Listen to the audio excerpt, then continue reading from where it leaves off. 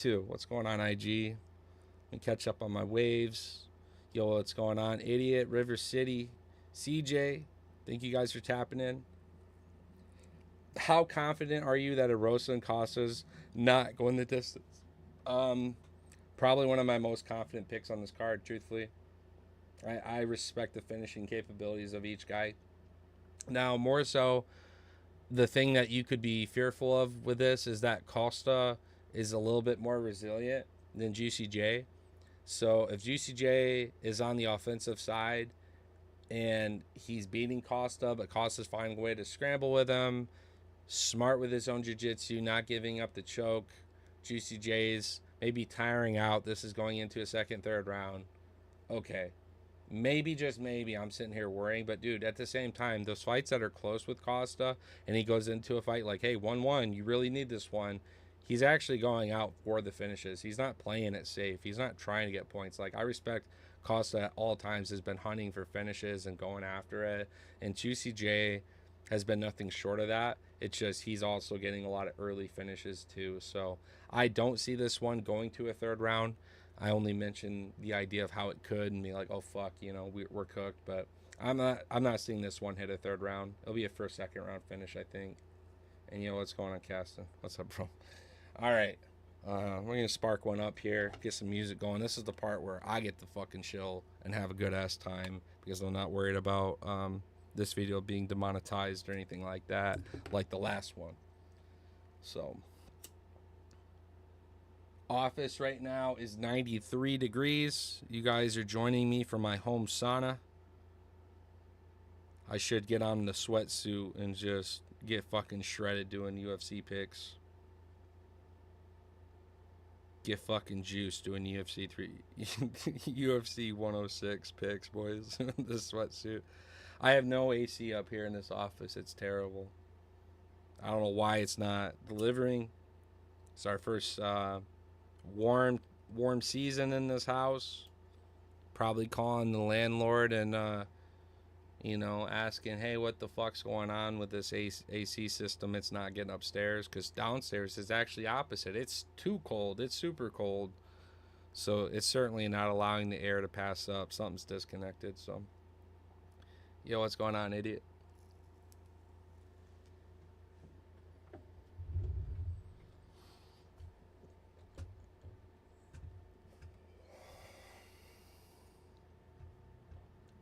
Speakers are enabled. We're good there. You guys like that too, by the way. This is called Banana Meter. It's a free audio mixer.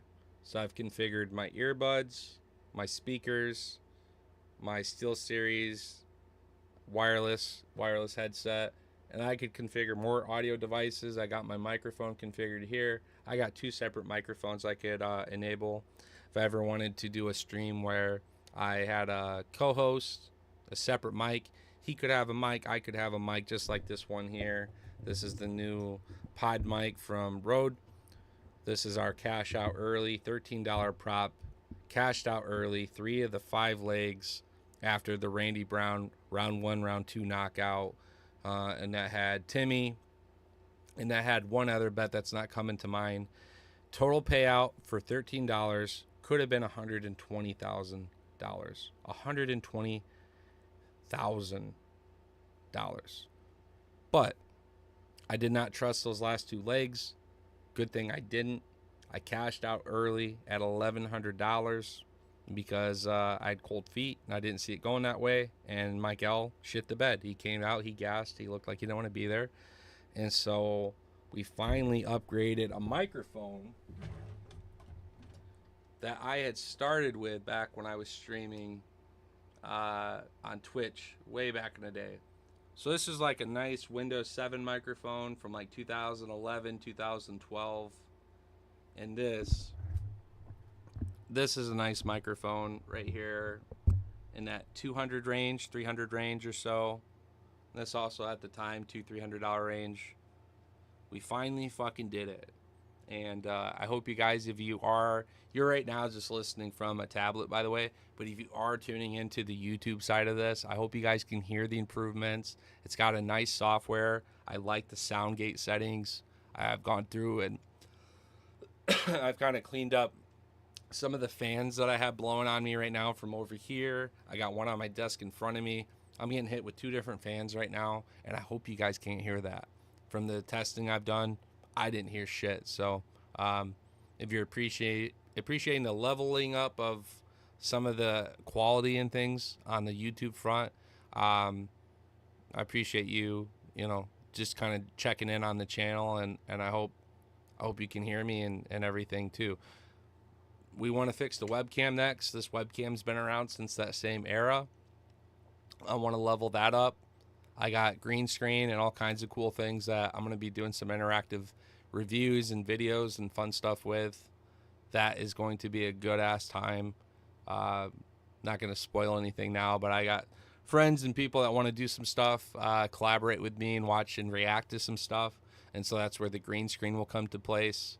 So I look forward to upgrading the camera at some point to capture that best.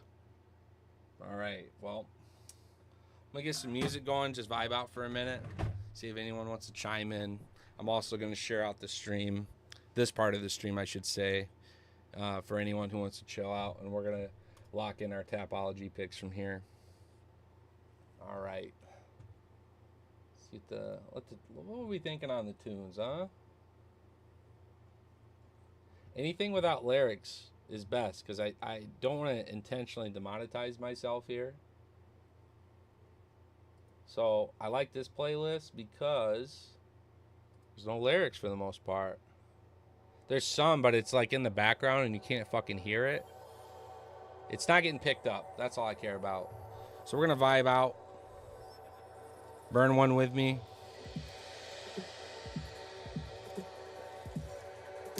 Pour one up. We made it. It's the weekend. Fight's coming soon.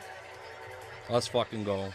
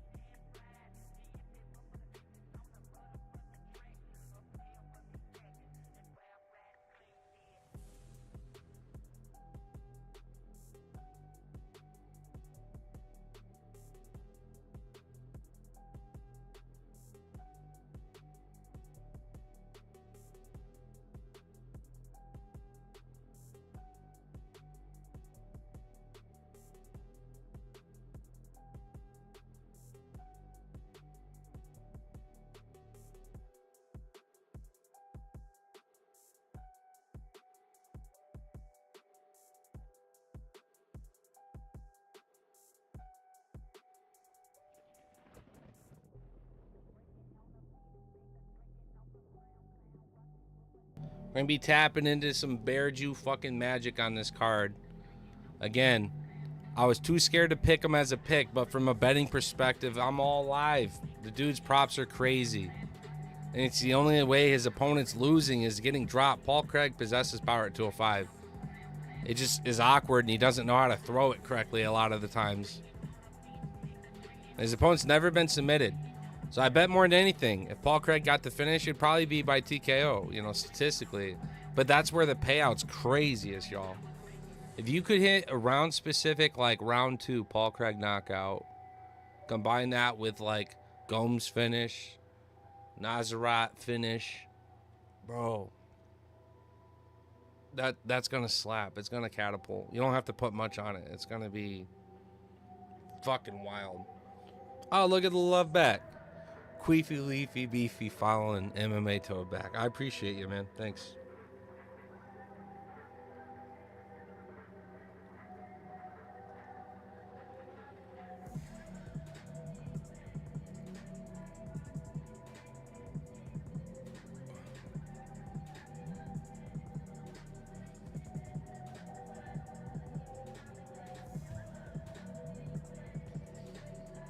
So I'm going to be safe on this one. I'm going to go Morales decision, I think. But from a betting perspective, we already dropped on Burns at plus 480 earlier in the week. And I was very surprised to see the line move over plus 500. That's absolutely fucking wild, actually.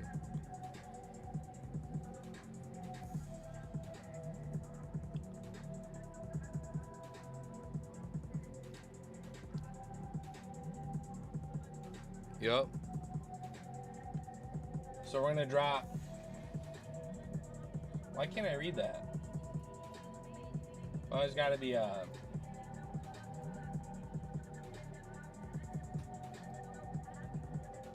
It's just on this monitor. It's like... It was too, how do I describe it? It's like too bright? Let's see. I'm trying to fuck my shit up here. Alright, that's brightness. Let's see. I'm gonna fix this real quick here. There we go.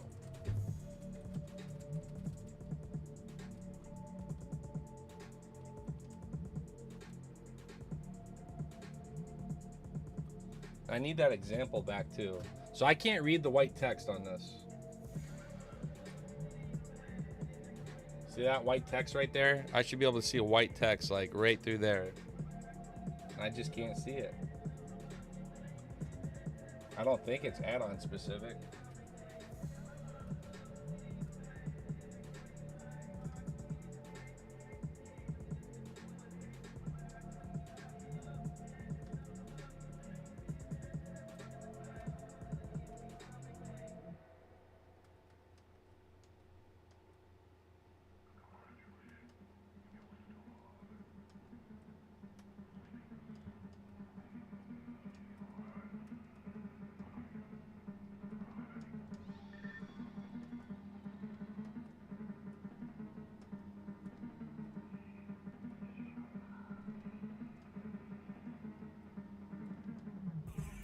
Ain't none of that fixing that shit.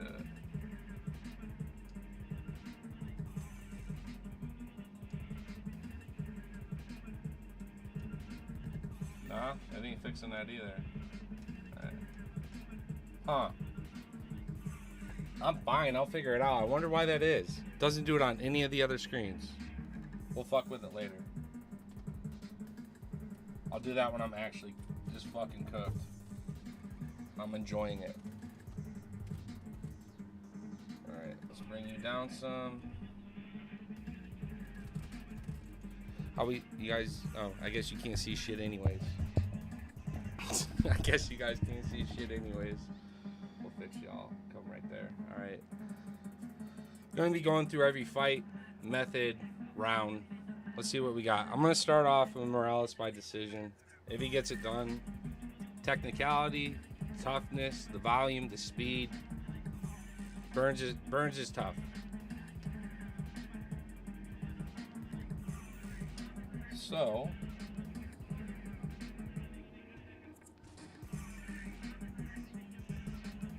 Why can't I see from the screen here? Submission. I guess that's one way I can do it.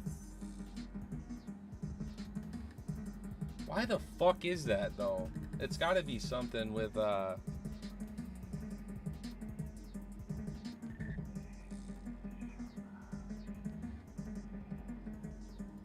check my extensions here.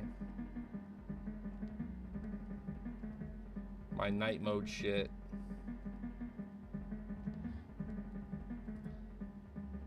I don't even have that enabled. Oh, what? How weird is that?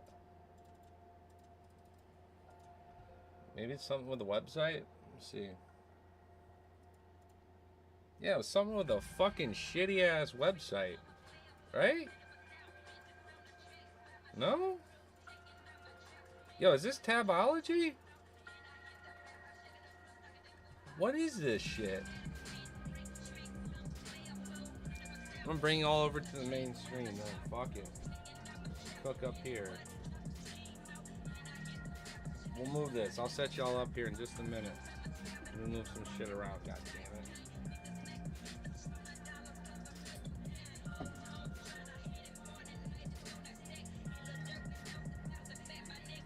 It's gonna come down here like so. I guess that's where we'll have to be. Y'all have to be way back. But we'll talk about each one. I'm just changing screens and including y'all into that process here. Right? Unless you guys don't even give a fuck and you want to hear it like this. I don't know. I'm indifferent. Move my arm back here. I broke my last tablet stand arm thing. It was a gooseneck one, and I broke the fucking metal inside the gooseneck. I actually kind of like that right there.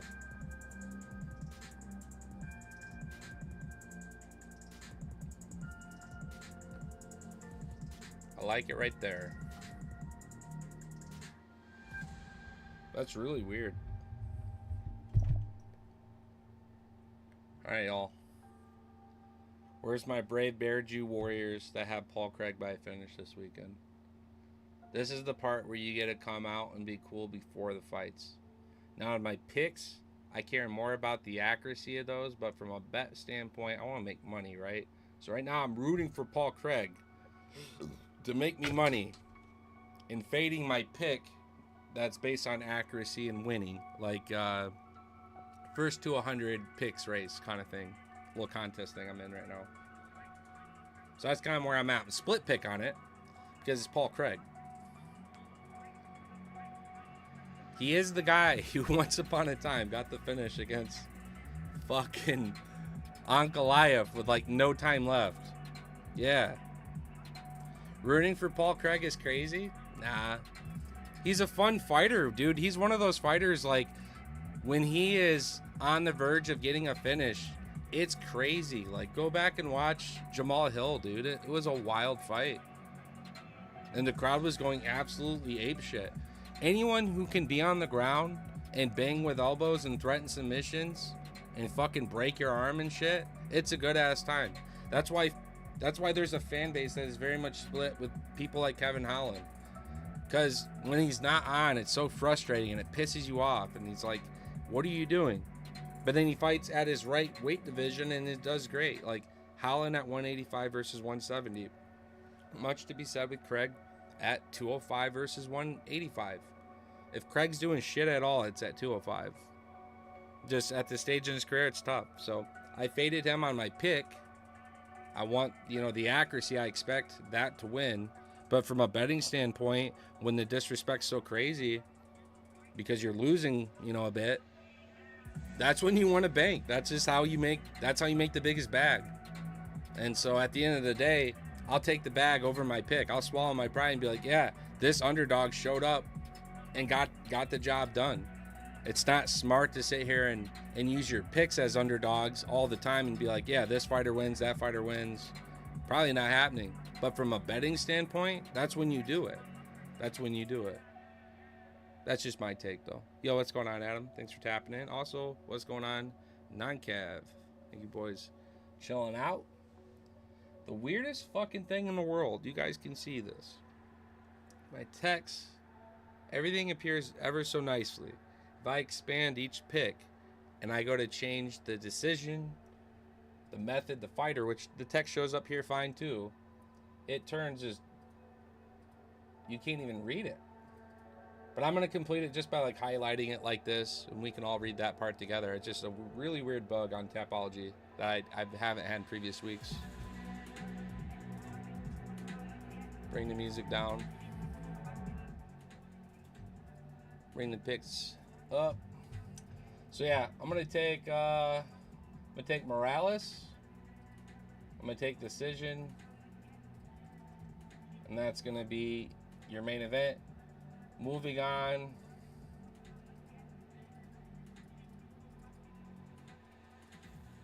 We'll take Bellato by knockout. Likely gonna happen. We'll take it. It's round 1 or round 2. Being Paul Craig, I'm gonna do round 1. Being Paul Craig, I'm gonna do round 1. That's what I expect happens from a pick standpoint. I think Santos could win by decision. And I think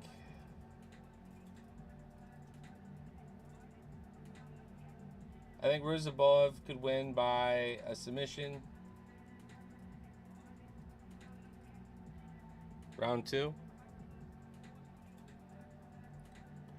I think Costa's going to win by submission as well.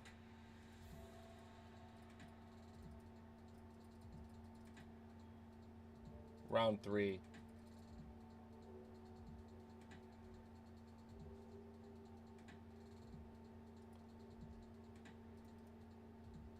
I think Gabe Green gets knocked out.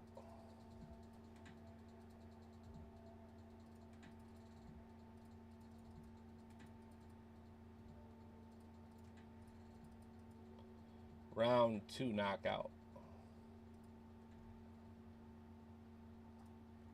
I think Thiago by decision.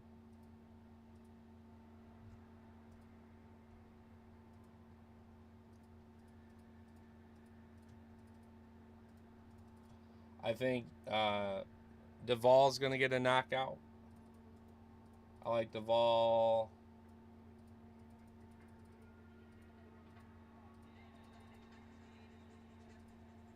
Duvall round 2. Knockout. I take Santos by decision. I'm going to take Gomez by round 2 submission.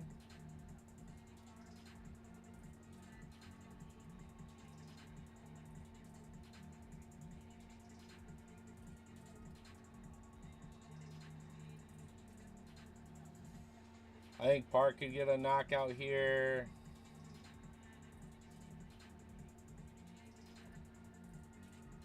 Probably round 2.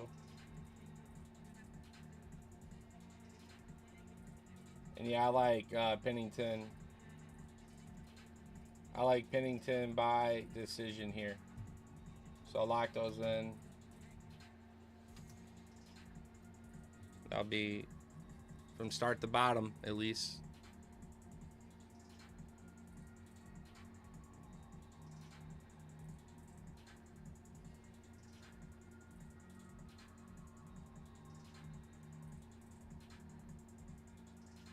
Yeah, I still don't know what the fuck that's about. I'll throw my picks up here on the screen too. We'll just chill.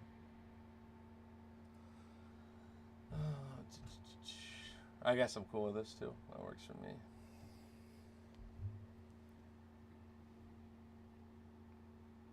Dude, it is cooking me alive in this office, boys. Fucking.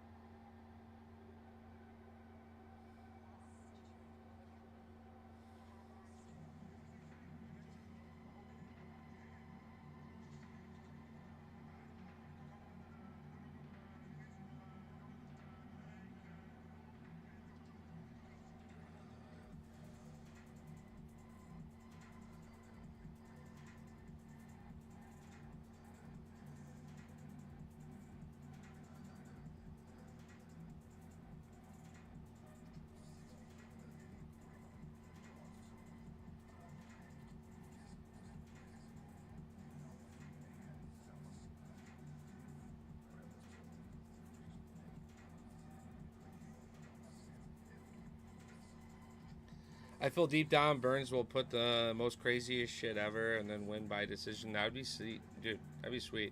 The thing about Burns is, I respect that dude's power still. Like that whole Usman fight, you were just praying for Burns to connect clean, and then all of a sudden he connects clean, and Usman's like fucking wobbled on his feet. Like we know Marty's big egghead takes a second, takes quite a bit. Takes a headshot from around the world to be heard by a big leg head kick. You know, like boom. That's what it took. And Burns' hands possess that power to nearly do the same. He's got incredible power with the hands. So if he does do some crazy shit, I wouldn't be surprised if Morales doesn't survive it. That's why when I saw a bunch of people talk about Burns by decision, it's like I could see the world where it happens in a nice competitive fight, sure.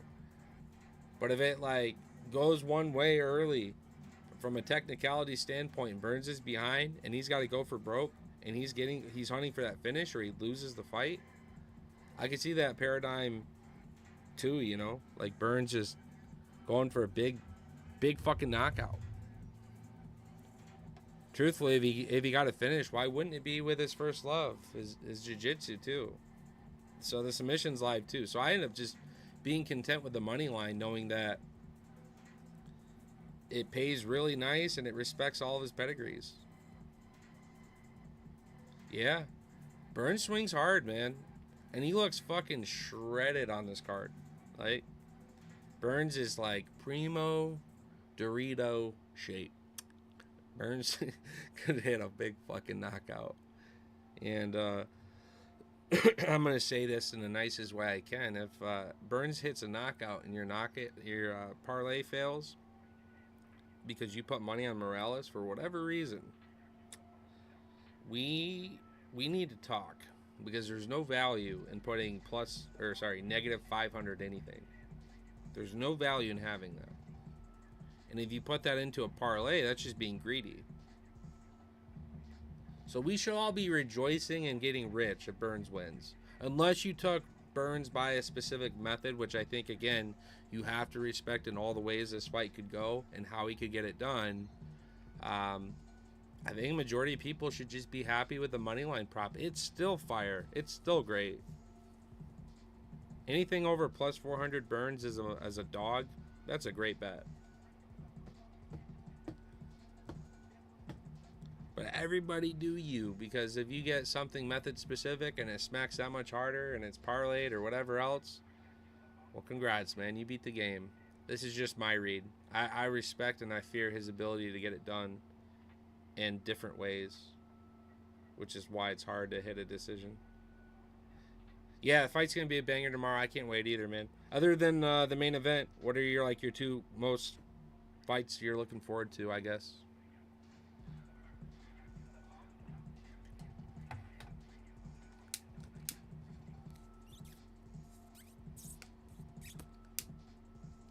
Man, that shit all sticky in there. I gotta clean that up. Too sticky. Yeah, burn that up a little bit first. Yowza.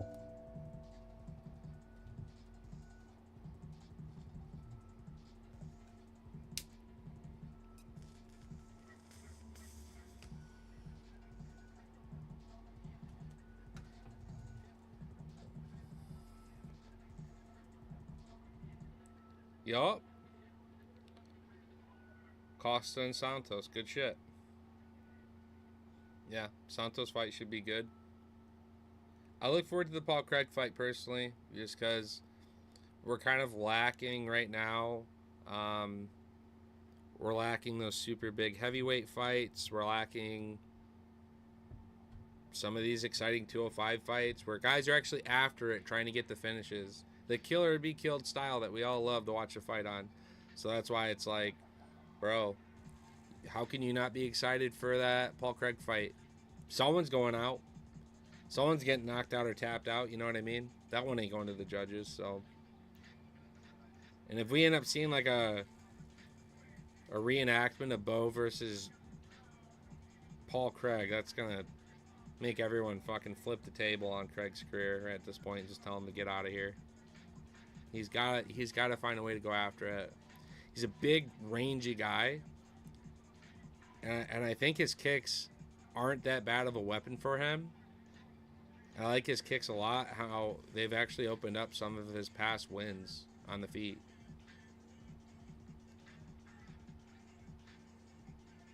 Kicks, and then when you've accumulated a few of those at range, you got your reads, you got your timing. I want to see Paul Craig follow up where he he crosses the void where he's not so technically sound at range. And now we're like in the void, and I want to see Paul Craig lean to elbows and knees. His Craig's fucking elbows are really nasty. So whatever that combination or setup looks like, I want to see Craig in the pocket, and I want to see him chin low, duck protected, and I need to see something to the body or something from Craig while he transitions from that into what he should be doing, some type of like tight waist, working off the side, going for a leg, head safe, grinding up against the edge of the octagon, using that cage for coverage, because I get so scared when this dude fights at range. Every fucking time. It's not a matter of if, just always when will Paul Craig get fucking dropped. 100%, but 70% is going to be Paul Craig getting knocked out. I know that. But do you know what this is? Do you know what Shama is, dude? Alright? I got a little fucking voodoo doll in here, and I say that Paul Craig's going to get a knockout or a submission, alright? We're gonna make some money. Shama! Come on, why not, dude?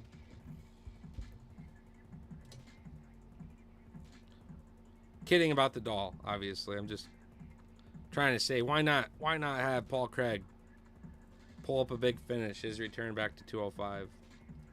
Unless you just want to see the guy out of here, because I think another loss or two will be it for him. Maybe not by choice. I think UFC could actually, but they know that people like Craig. They like maybe we're just coping when we were excited with him because he's got the Braveheart fucking war paint on, and he's got some of the most intimidating stare downs. You're like, oh yeah, this is fucking sweet, and then you just realize the guy just doesn't strike well. The voodoo doll gonna help Paul Craig get knocked out out of it. Yeah, true, probably.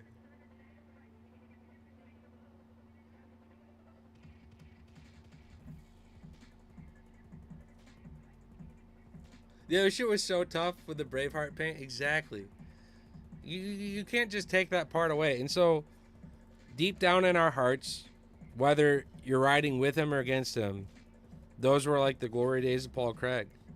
And when he showed up and was on top of it, he did very fucking great. Like, again, he put on a fucking ass beating clinic on Jamal Hill. And that aged very well. Because Jamal has, despite losing against the best in the division, he went on to do great things too. You know what I mean?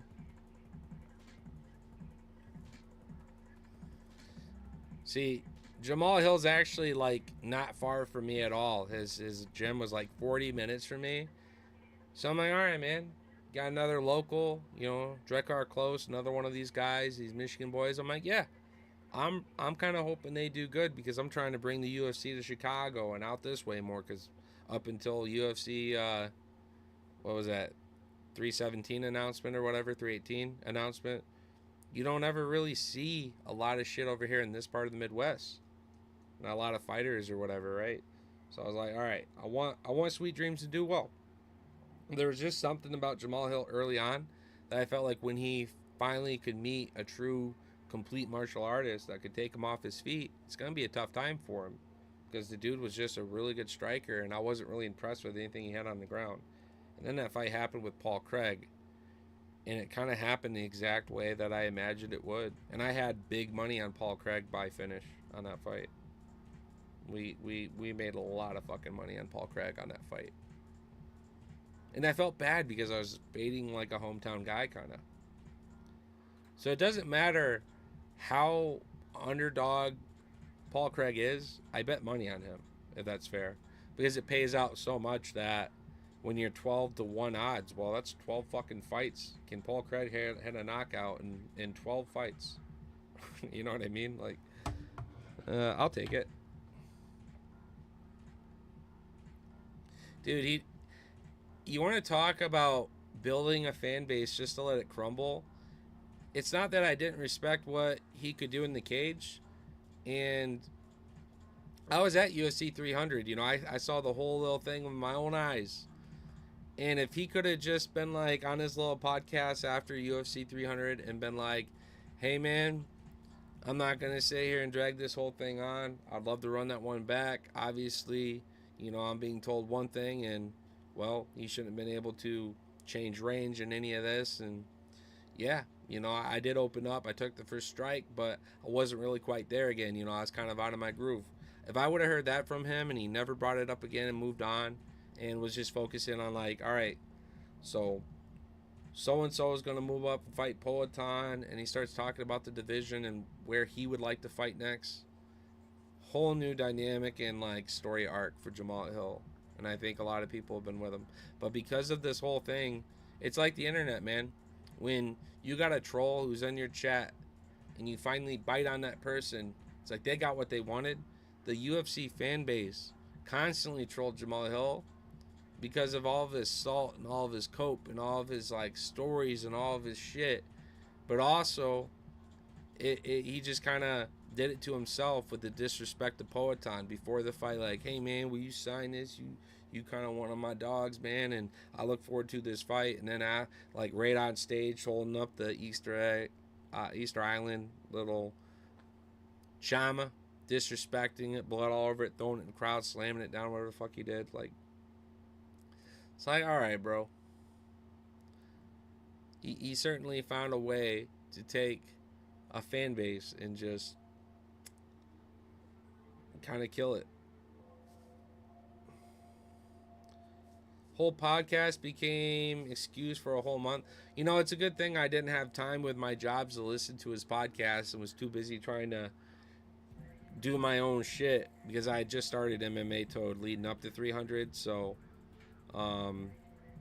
just busy with life. And yeah, I'm happy I only saw clips from his podcast of him coping because it looked very bad. He also kept holding up a big wad of like 50K cash. I think it was 50K cash. Roll up to the gym. All y'all talking shit like you're going to do something. Bet you can't. 50K if you get in the cage. He's 40 minutes from me. And I get this now. I guess he was living at Vegas and doing this at the PI or whatever. But I was like right next to Black Lion. Like, bro, as a fan, I want to do this anyways. Getting in the cage, even if it's getting my ass beat, kind of an honor. Like, and plus I get to see what a top level fighter feels like. You know what I mean? Test myself, push myself. Like in a sense, it's like kind of beautiful. Like this is like about the best it's ever gonna get. Be good content for the channel. So I was looking at this whole perspective, like even if I get dropped hard and hurt to the body bad or whatever he does to me, it's like that's life-changing money to those who 50K. Some of us make salaries for a little more than that or just about that or less than that in a fucking year's worth of time. I'm all about rolling the dice, but I'm also a man of action. It's like, yeah, I understand I have a 1 in 1,000 prop chance of doing anything, but for that, if he's real, sure, I'll show up. So I was messaging him back. Bro was like removing my messages. It was really sad. Because I opened up like, yeah, man, I'd love to roll through. I said, hey, man, I'll bring some rookie cards too. I'm a fan, but I'm going to have to beat your ass for that cash or something like goofy. Just trying to like laugh with it, you know what I mean? I did like the smile, little smile emojis too. Say like, hey, man, for that kind of bread, I'm going to have to beat your ass. So he just deleted my shit. And then I couldn't tag him or do anything in like stories or videos, so I think he like blocked me or something.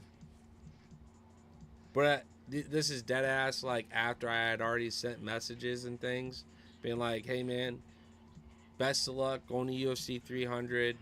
Love to see a dude from my home area representing the mitten. I have mad love and respect for Poatan, but because of this match being what it is, I'm not going to be upset if it goes either way, and I just wanted to send you some love, man. And I sent that to him before I went to Vegas for 300. Never a response. But then I link up and I'm like friends with his friends. Like I talk quite a bit with Terrence McKinney here and there. Cool dude. Had like a private little channel where a couple fighters in there actually, and we were just talking about like, hey man, how's camp going? Best of luck. Showing the fighters some love, but also other fans and sport better interaction too. Um, he was part of that for a minute too. I almost was gonna be like, hey bro, say something. Say something, the old sweet dreams for me, man. Like, I don't know where we got off on the wrong foot.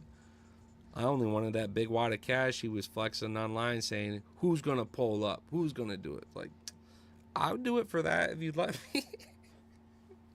I was almost going to message McKinney and just be like, bro, let him know that I actually, if he goes back and reads our shit, I was actually showing that man some mad love, representing the mitten. Had that fool unblock me.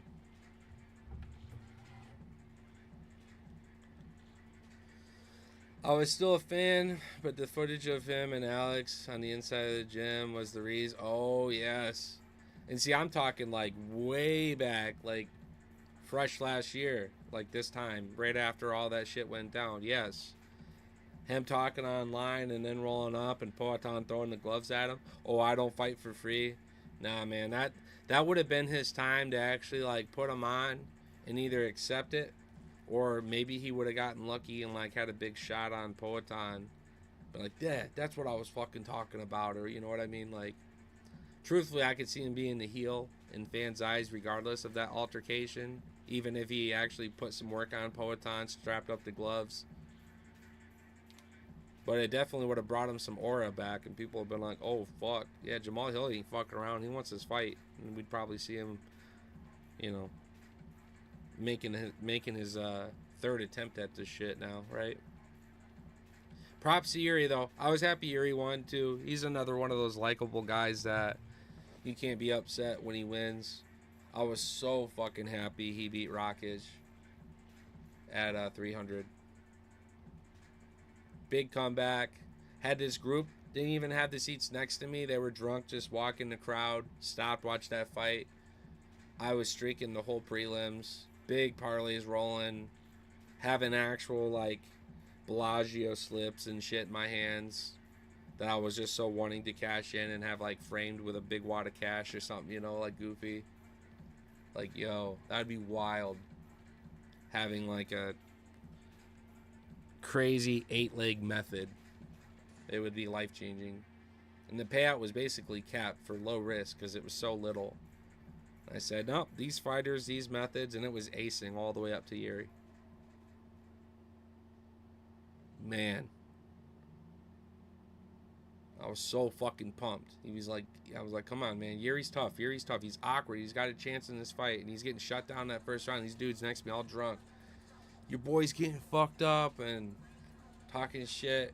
These two dudes, I just look at him. I'm like, Yuri's going to come back in this fight. And y'all are going to look fucking stupid as shit. And they're like, not a chance, not a chance. And Yuri comes back and has Rakic hurt.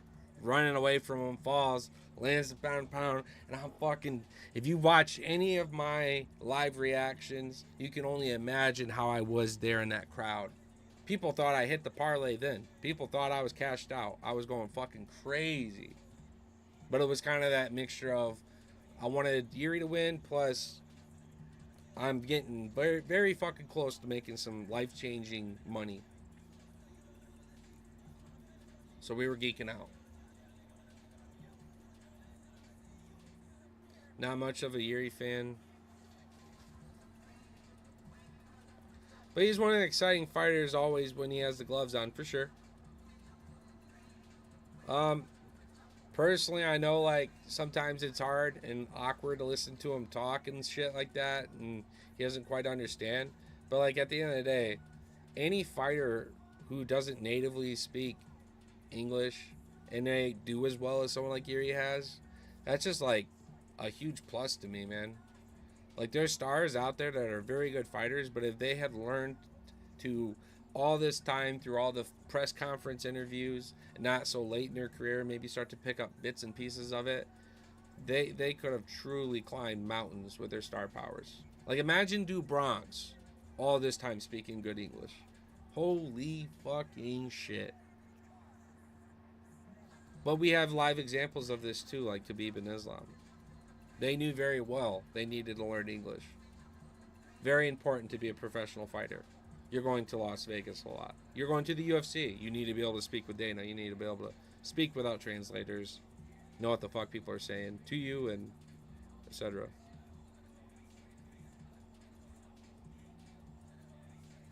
Arnold Allen versus Dan Hooker. Oh my fucking god. Yeah. I'm actually a big fan of both those guys, and I was really high on the streaking Almighty at that time. And I said, yo, I got Arnold Allen by knockout. I know Hooker's tough. And I know he's fought way tougher guys, but I could just imagine like just a huge flurry, a huge blitz coming from Arnold Allen, and sometimes being tough doesn't win fights, and that's exactly what fucking happened, man. I went crazy. Yep. Yeah, 100%. Plus, you get way more fans. 100%. They want to talk about like, hey man, that 50 G's, Dana, that 50 G's. Do you know how much more money you would have if you learned to speak English? That 50 G's ain't gonna mean shit compared to the sponsorships and things you just potentially opened up for yourself. Meet and greets, collaborations, paid to be here, paid to be there. Oh, I'm already traveling for this place because I'm in a fighting camp and I'm helping this fighter fight. Oh, I'll do this collaboration meet and greet there. Boom. People can do those things, but then they're also paying, for translations and interpreters, and that's also a thing too. Fight interviews. Um, I remember once upon a time I watched DuBronx on Ariel Hawani's show do a fight interview only thanks to Brittany Palmer, who did the translation for Ariel so he could speak to DuBronx. And as part of the collaboration there, she got to do a segment on like what she's doing and what she has going on. And this was right before she retired and pursued whatever she does now. You know what I mean? I thought that was a cool collaboration piece. But it makes you think like, how many fucking people or fighters would do more of these interviews if they didn't have to fight arranging a translator? You know what I mean?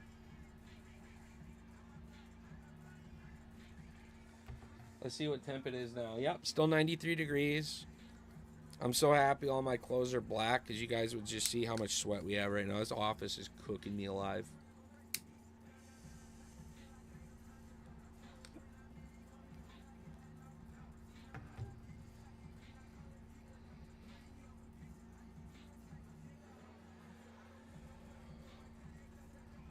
We're not done cooking. We're going to pull up some bets now.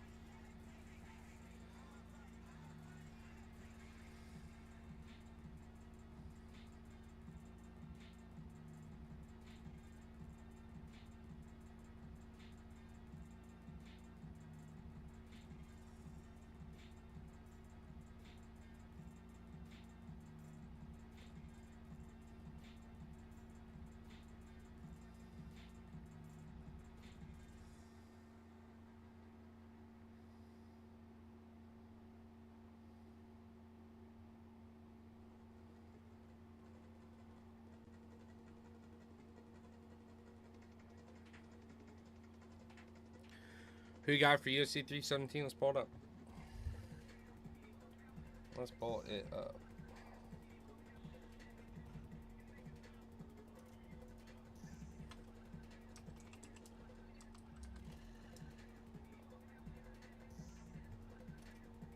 Well,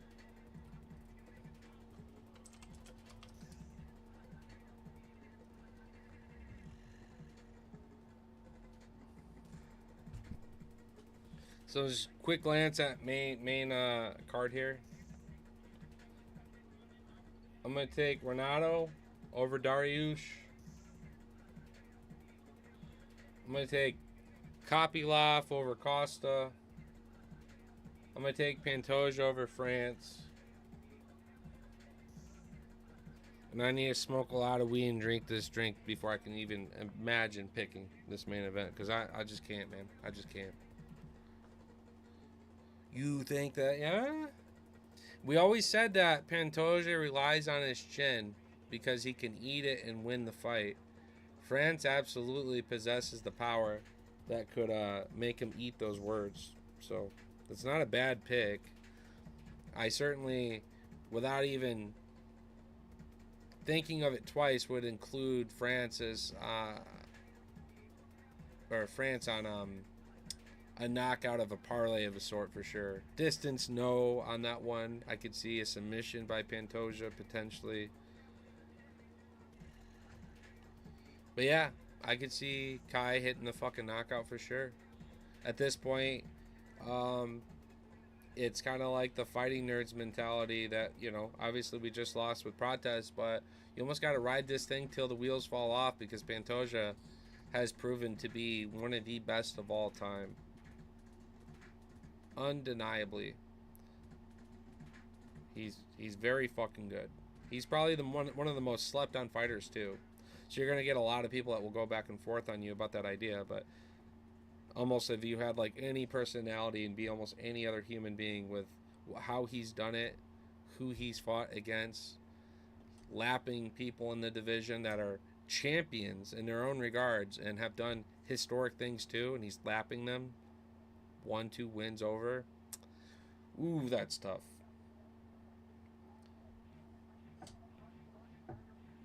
And you obviously have people like Demetrius Johnson, which is on my Rushmore. But one thing I will respect about what Pantoja is doing right now, the level of opposition that weight class has evolved and has offered versus being a news thing. You know what I mean? 100%. I feel like the man gets some more title defenses. He will pass DJ and be GOAT list. Absolutely. DJ's up there, but Pantoja's on his fucking way. And if he beats Kai and he beats Morono again, I don't even care if he fights Royval again. I'm good on that. Yeah, I'd say if he beats Kai and beats Morono, then, or not Morono, Moreno, then it's like, bro, you've proven yourself. You've proven yourself to me at that point because of the level of opposition. Moreno just had a quadrilogy with Figgy and beat his ass. Came back looking very fucking good. 2 times now. Very fucking good on top of it. I need to look up something real quick here too.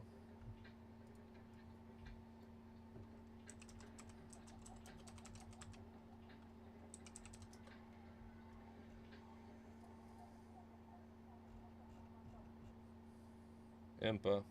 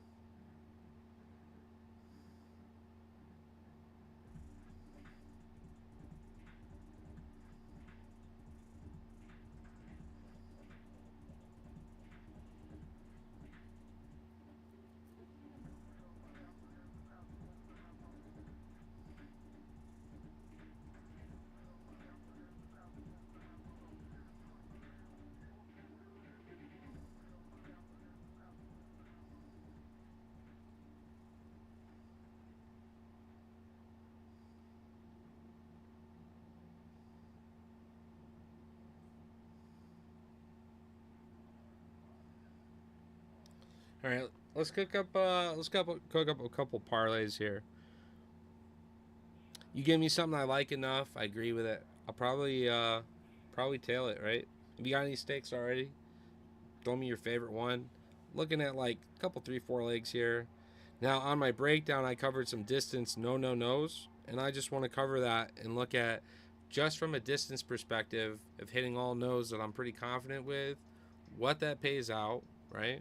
We could hit some yeses too, like Pennington, yes, that one's probably going to the judges. So, anyways, let's take a look at these, and if we're super confident with it, then we can dissect one of those distance no's, look at the method props, and be like, yo, that's a straight, that's a that's a big payout, right? I'll head down. All right, yeah, no problem, man. Hey, I appreciate the follow and really appreciate you swinging through. Enjoy the fights. Enjoy your night. Much love, man. We'll see you. But the cooking goes on in the kitchen. We are going to start off. I'm going to take the fight with Rosa and Costa. Distance, no. The prop on this is at negative 205. Pretty fucking safe. Rusaboa fight with Dustin, who throws big fucking right hand knockouts. That's going to be a distance no. However, negative 430. So we're gonna focus method on that one, just on that leg alone. We're gonna say method on that one. Paul Craig and Bellato distance no is a negative 600. Damn.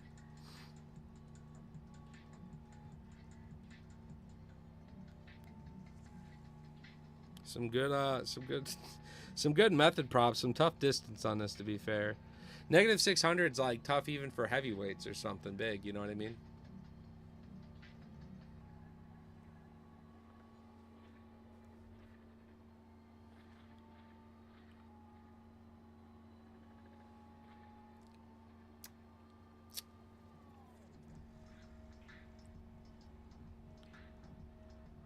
I'm gonna say Pennington distance, yes, is negative 340 for that fight.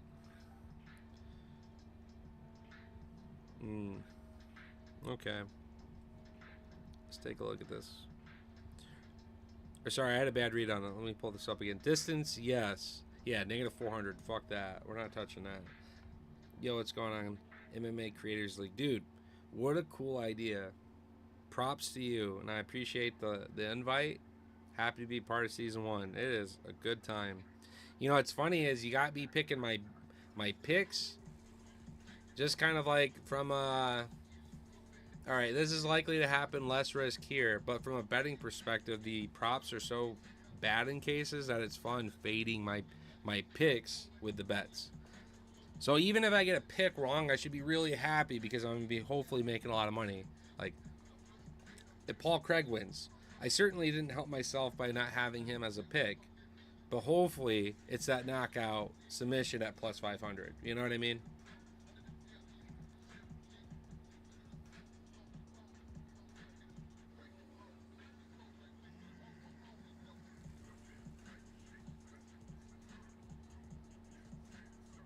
Anyways, appreciate you tapping in. I'm just cooking up some last second parlays or kind of evaluating where I'm at.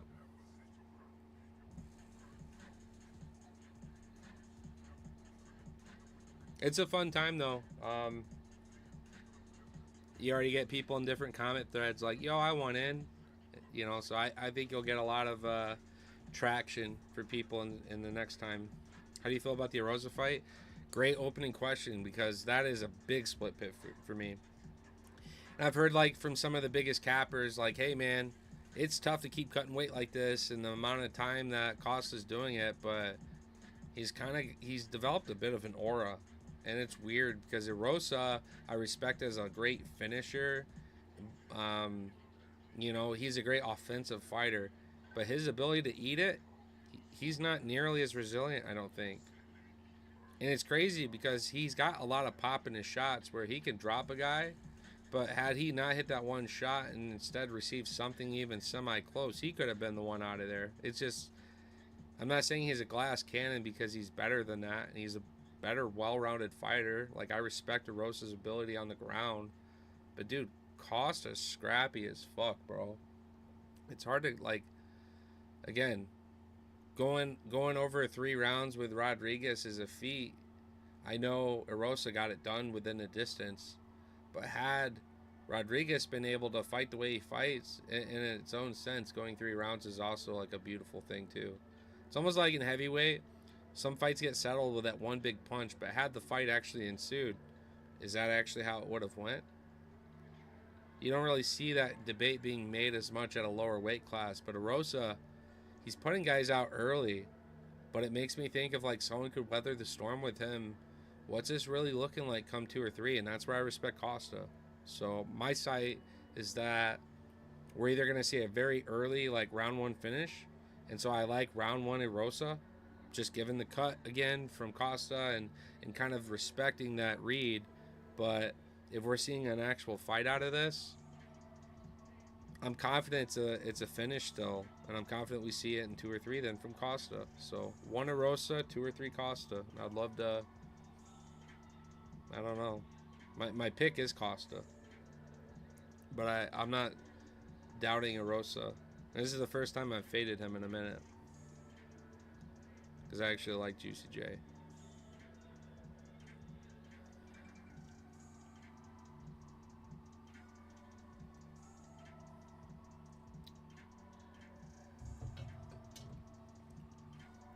So, anyways, Bear Jew here. We're going to get a nice big knockout, nice big submission. Come on, Bear Jew. Costa's made some serious improvements. It's hard for me to evaluate his skill level. I'm going with Erosa probably, but I appreciate the breakdown. Yeah. He's still got a bit more to prove for sure. I just love that they both share Rodriguez, seeing where C-Rod's been able to upset and do with some of these pretty promising, prospects. People on the rise that we were expecting would go much further, before getting stopped. So,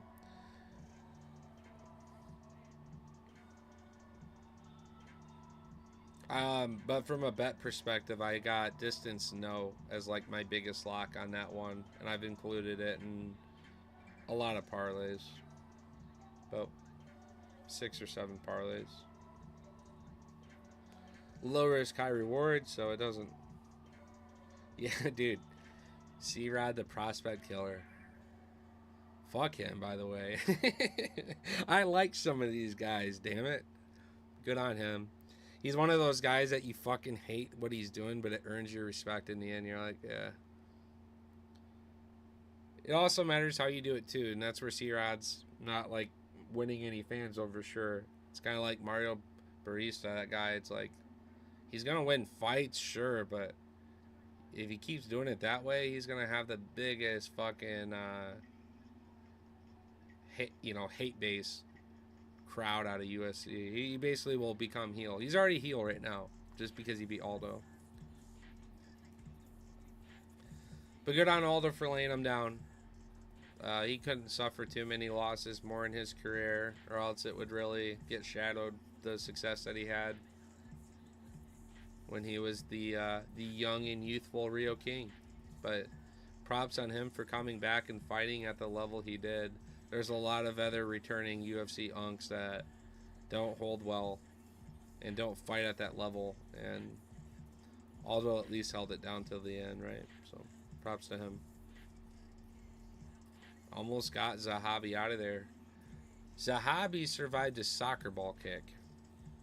It's when your head is positioned off the ground like a bouncing soccer ball, and you run and you fucking kick it as hard as you can and make shin contact with it. And Zahabi survived it. And we all know Jose Aldo's played some soccer. I got him number 5 rank, pound for pound of all time. I think Morales gets the finish. I respect Gilbert's condition. I respect his grit and toughness. I have it that Morales wins by decision. From a betting perspective, I hope Burns wins.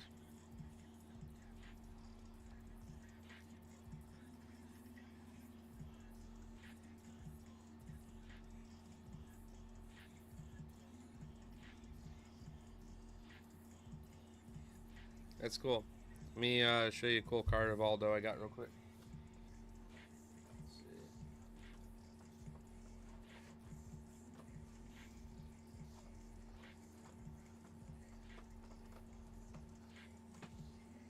Really wanted to ensure I had a nice autograph of Jose Aldo. So I ended up getting this out of 25 Intimidators, which is the new Topps Finest, which got just like a really nice shimmer to it. So big fan myself, dude. Like, he is one of the pioneers. He did this shit before MMA was cool, and um, I certainly think that he got slept on a bit, and the UFC didn't do his career in the end justice. You know, it's amazing we snap our fingers and point and give so much praise and love and matchmaking to guys who have never even done remotely close and achieved remotely close to what this man has. So I will always in my heart like kind of be envious at the UFC for not having D Cruz and just some of this matchmaking. I would have loved to seen Aldo Sugar in the end. Just something big. Aldo deserved that, man. His family deserved that too. Wanted my man to get the biggest bag he could on one of those last fights.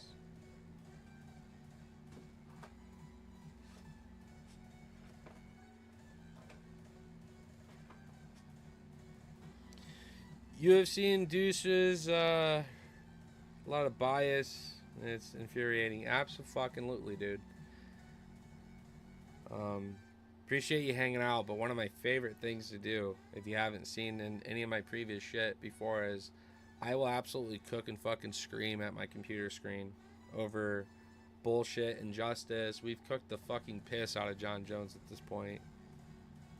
I just love chiming in because I think we as fans are responsible as the consumer of the product to call shit out and be loud and vocal, right? And good on everybody for joining into Dana's streams and chiming the ducks and just every UFC stream doing those things, because if we didn't do that, we would have seen John Jones made with somebody else other than Tom.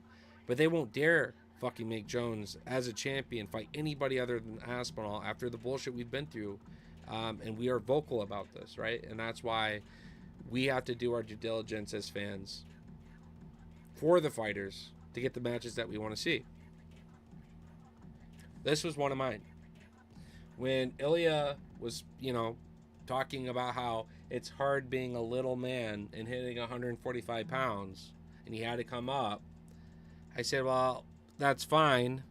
I personally, in my heart, really want to see one of my old school 155ers come up and have a shot like Gaethje or somebody because, well, Dustin had his chance and Gaethje deserved it more than Dustin based on the BMF last fight and going into 300 as a piece of history and legacy, except Justin backaways, and Islam kept having opportunities to defend his belt against 145er. Not that Volk doesn't deserve that shot. He absolutely did it the honest way. I was happy for it. It just sucked of the circumstances with Charles pulling out last second, Volk coming in short notice, and now we're taking away from Islam's legacy of defending against other lightweights or running it back with DuBronx, which we all wanted to see because we knew, yes, DuBronx was DuBronx in that fight, but it was a really silly jumping like switch knee that didn't need to be attempted and got caught out, and who fucking knows? Like, let's just see it again. Show me one more time, Islam. Like, this is Charles. Normally he gets dropped, and he's still very much live in the fight. He just fucked that one up, but he knows he did. He was very hard on himself, and I was determined he would come back and get it. Armand said otherwise. Good for him. He fucks up. Renato Moicano comes in.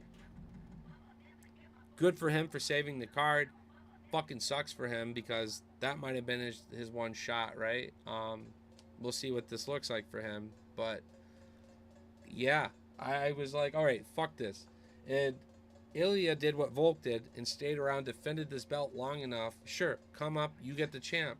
You don't get to just drop a belt after defending it one time and be like, yeah, I want to be a champ. No, fuck you. That's some Conor McGregor shit, and you already got the fucking tramp stamp to prove it. You're going to fight DuBronx. That's what I said to myself. You're going to fight the guy that we all want to see this matchup. Two big star powers. That's why I was also leaning this way versus Arman. I actually worried more about the grappling of Arman holding Ilya down to a boring decision win, kind of like 300.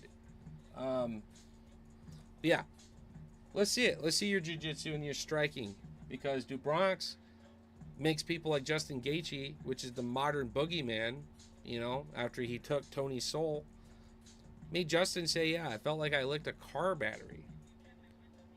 Like, what the fuck? Dude, Bronx has got zapped, man. So, oh yeah, Gamrot's another great one to mention too. But see, Gamrot and Arman, that's the fight they need to make there. That's the fight. I want to see Gamrot, Arman, boom. You guys go fuck each other over here in this corner. Meanwhile, we got this dope ass roster of all these gunslingers, and we want the hoedown. We want to see these fucking fights. So Gamrot, Arman, go fuck over there. Gaethje, Hooker, Dustin, Dubronx, Ilya, all y'all motherfuckers, let's go. It's a hoedown. What's going on, MMA Jesus? Tap on in. 155 is my favorite fucking weight class of all time, and it's because of this insane roster we have here.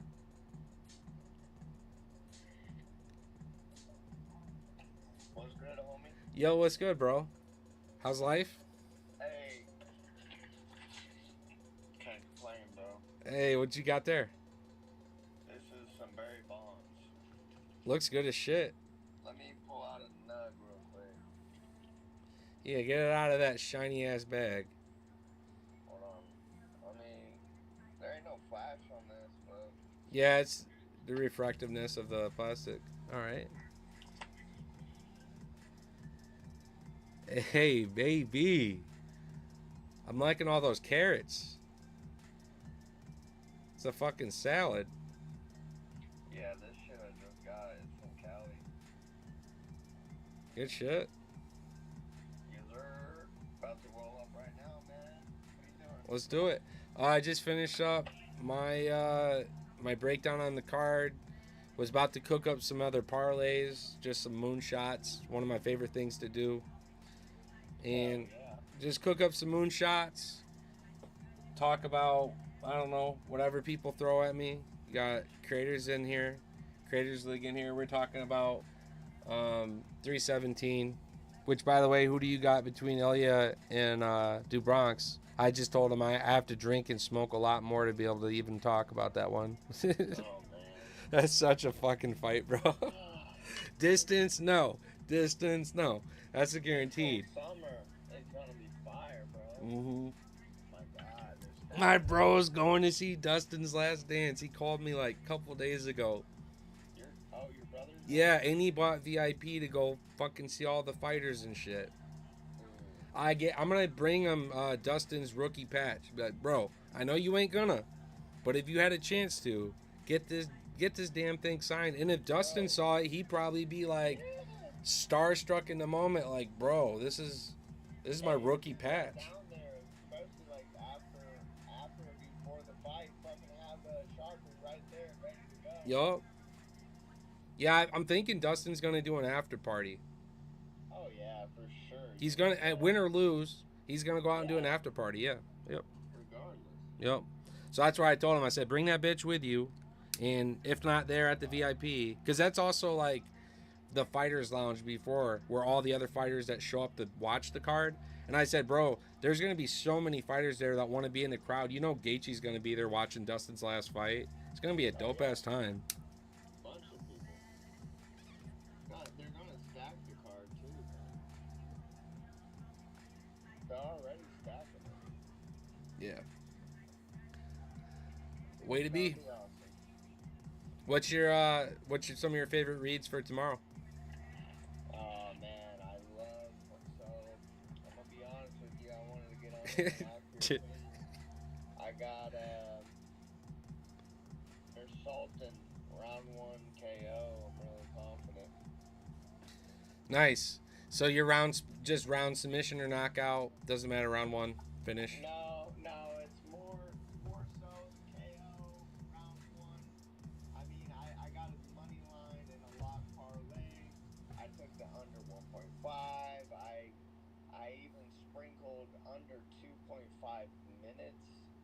Okay. Yeah, Nice. that's a fun one. That one was like plus 180. I Plus, think he's wait, plus gonna. 180 for fucking under 2.5 minutes? Yeah. The fuck? Yeah, bro. That's Yeah. such a low payout for such a Giga Chad Reed. The I know, fuck, bro. bro? I love it. Oh, do it for the love. I love it. I love it too. I like Nasrat by finish. Nasrat? Who? I like Ruzabov by finish. Hot. Oh, yeah. I got. I mean, for sure, finish. I, I got. I got him in my lock parlay. $30 to win 100. That's with four other legs. But yeah, I gotta have KO, man. I'm banking on KO, bro. Yeah, I mean the submission prop is like where I thought the most value was for him because it was like plus 600.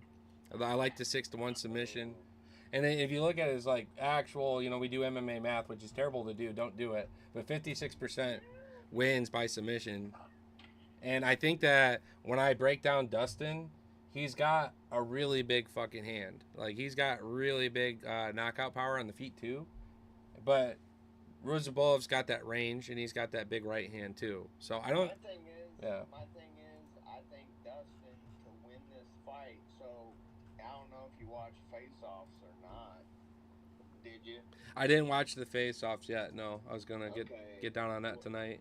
yeah, check that out. Well, Ruzaboyev, man, he's got like 8 inches of reach, and he's like a foot taller too for Yeah, him to he's fight. fucking huge. But the shot to Yeah, the body's live on him too, though, because of this shit. yeah, but that's the thing. I think Dustin to get it, to for him to win, I think he's gonna have to bum rush this dude and just try to take him down and kind of hold him down like Buckley did. Buckley, he's gonna have to try to do what Buckley did: get inside, take him down, wear him out, punches to the body, clinch work. But if he doesn't do that, it's going to be very dangerous if he's boxing with an arm. No, that's a good assessment. Like again, this dude's range is shot. Whether it's his counter strike that people have been talking about a little bit, it's his counter right. He's a sniper for sure. My He's thing is Dustin's chin is not looking good as well. mm-hmm. But you don't worry about the ability for the knockdown shot to take the back to then we're flattening out and hitting the rear naked and that kind of shit too, though. Because this dude, I could see that, but my thing is what I'm seeing from NR. I'm seeing that he's going for the KO form, like that's his game plan is just KO, and I think that he would be. I think he just needs to go for the KO. I think if he goes for the submission, there's opportunities where Dustin can fight off the submission and get into a better position, because Dustin's better on the ground, in my opinion, right? yeah, yep. I think Dustin's gonna want to take it to the ground. So don't, if you're in R, keep it on the feet. Don't take it to the ground. That's what I'm thinking. But we'll see, man. I mean, yeah, he does have more submissions, but he is going for the knockouts of recent. Yeah, I'm just saying, like, through his, like, these scrambles, the way they just unfold, he's not afraid to take the Yeah, safe route and take the back instead of being face to face in the gunfight sometime either. Like, when the opportunity yeah, arises and things for get sure. dicey. Um, Yeah, he likes to just kind of use that range and just wrap around, put some like ground and pound out there too. I think you're right though. If he gets his fight to the ground, he needs to get the fuck back to his feet. But whether or yeah, not he would actually do that, I don't know. I can't imagine him letting this fight back up to the feet. yeah. I mean, if he rocks and he follows him to the ground, he might finish him with ground and pound. Yeah, ground and pound's live. That's what I mean. It's like, would he pursue that position and go for it versus be like, nah, get up, and just Yeah, right, keep right. sniping. But yeah, Well, let's pull. that's a good one. The prop on that by knockouts negative 105 on FanDuel, and they generally are pretty good by method prop. So versus One, yeah. versus like you were saying, if you went into round specifics, you could also take the under round and a half. That was very live too at negative 122. That covers you both ways. But let's see. I want to look by winning round and minute. Oh man, that's so specific. I love that though. I do too. That'd be fucking wild. Bro, I took a same game parlay and I love it. I put $10 on it. I'm just give it out, man. It's Bellotto KO under 2.5, Morales KO under 3.5, and then there's Sultan as well. I mean, those pay out really good altogether. I'll show you kind of one of my reads. Also, I wanted to bring up most significant strikes in that fight, negative 220. You could go with Rozabayev. That's a given. Like, oh yeah, Dustin's not gonna outstrike significant strikes. Even if he wins somehow with like some ground submission, he is not getting more strikes. So I think that's pretty safe too as a fun one. Let me pull up my parlays here. So I took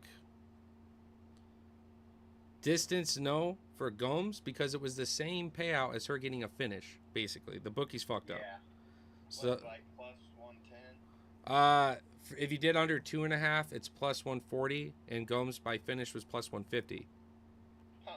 So I kind of like that. Yeah, that you're fucking yourself for 2.5 minutes technically, but God, like if that happened, that's just you being mega unlucky. I took the fight with Rosa and Costa, negative 205. No. I took Paul Craig by finish as an upset, obviously plus 500 by finish. And then threw Burns on top of it just to hammer like the biggest moonshot.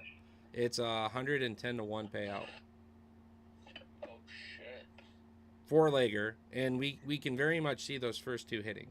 Those first two legs are very much hitting. So then you're taking an already ridiculous disrespect money line of Burns and combining it with, does Paul Craig look okay at 205 and get back on the win column? Probably not, but that's why this is just like a big long shot in a sense. But yeah, dude, you put $5 on it to win like 300. You know, $5 pays you 525. Yeah, and that you get half a stack off $5 if that shit hits. That's not bad.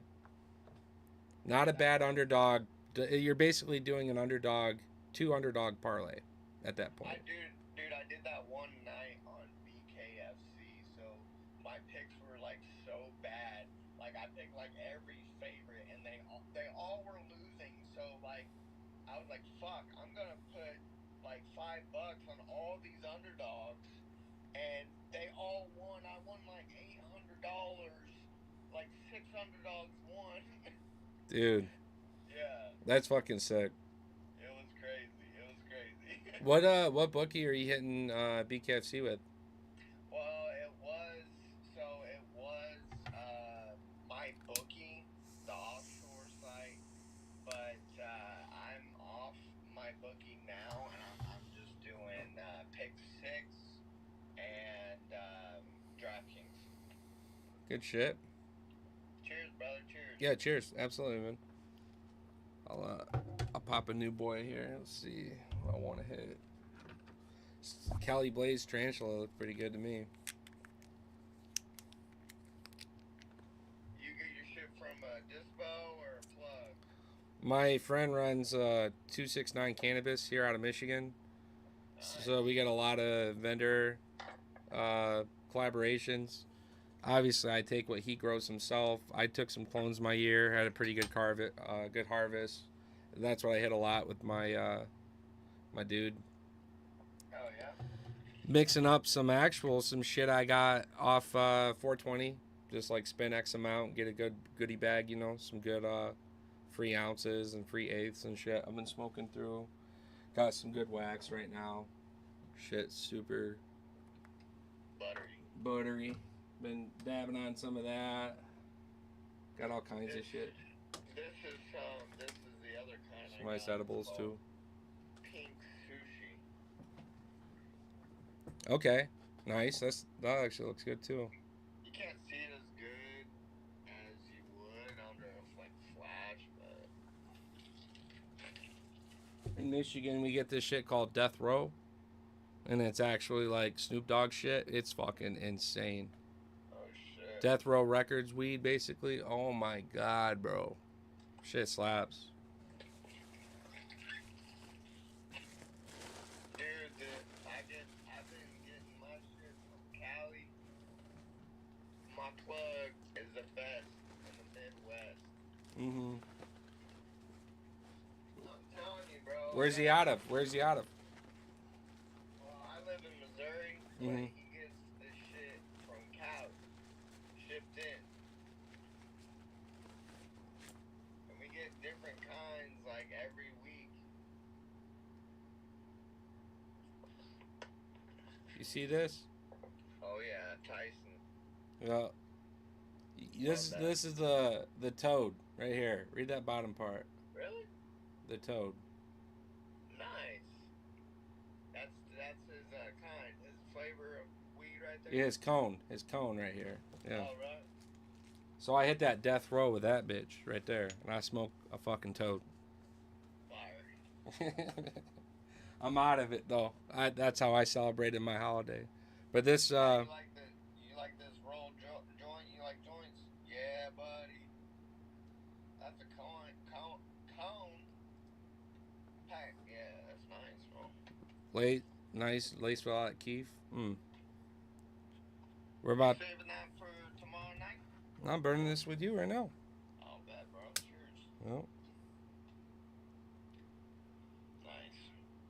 Well, thanks for letting me join, man. I just got off the show with my buddy Rance Capper and BC Dave. oh hell yeah. Yeah, we were on YouTube, just broke down the whole card. Shit, you guys probably were doing it at the same time I was, just kind of chilling. I was more so yapping to myself and IG, but yeah, trying to slowly but surely move over to YouTube and do more there. So that's cool. When you guys start up that show? We were live for about 2 hours. Range has been doing that show for about 3 years, 4 years now, and I've known him. We've been friends, so I join whenever I can. It's always fun. Good shit. That's awesome. Yeah, I've had a pretty good time recently catching up a lot with Lethal Hands. Me and him doing a lot of back and forth recently. Gonna definitely be doing some stuff together. I think here's coming up on like a collaborative breakdown. But I also like, in a sense, me and him share that passion as the collectors and have like some of that conversation too about invest in who sell. You know, we neither of us really sell, but I guess to the community, who should, when should you sell or consider trading? Grading's like its own conversation with the tariffs. You know, now guys like him have to ship out to guys like me in the United States to get cards graded for them because it's just too expensive otherwise. It's absolutely ridiculous the way they're fucking people over, because PSA is basically tariffing you now, like additional fees. So yeah, we like to geek out and talk everything from cards to that to whatever. So gonna try to do some stuff on YouTube with him potentially here. But I'm always open, man. I'm always open. I love breaking down cards and doing exactly what you guys did. Yeah, I like what you're doing with your page, man. Letting more people, collaborate. It's pretty cool.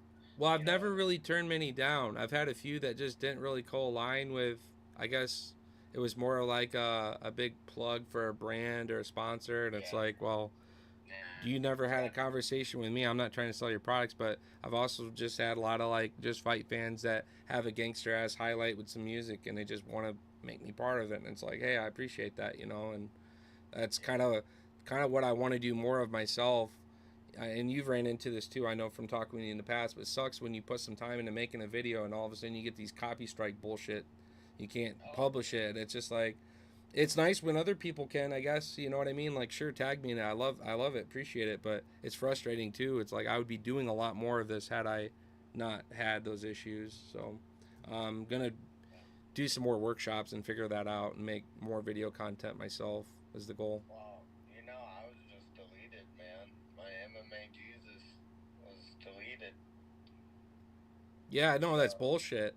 In fact, I went to refire this stream to say I'm going live, and it made me really sad because I had like a pre-made group, and then I scroll down and I see the white MMA Jesus. It's just like, what the fuck? This is so dumb. I know, man. That was my third time getting deleted. Third time, man. Damn. So Yeah. I I'm not gonna. yeah. I'm not gonna like. I'm not gonna be the. I'm not gonna make my main name in the main Jesus no more because I don't know. I feel like IG doesn't like Jesus. They push a lot of bad shit. There's a lot of bad shit on IG. Just like nasty shit, like people dying, people getting killed, and then I get deleted for saying the littlest of things. Yeah. Like I posted on my story yesterday. I posted a fire emoji, and it got flagged, and it said this comment is being looked at for da da da da. Your account might be deleted. Like it's crazy, man. Just the littlest of things. IG is crazy. Yeah, I've learned about IG. It's best like you partake with like the crazy reels and like the quick one off reactions and move on, because when you try to like have back and forth with people on this platform, it doesn't even have to be the person that you're back and forth with. Someone's gonna get offended by shit said and just report your account for no fucking reason. You know what I mean? Yeah.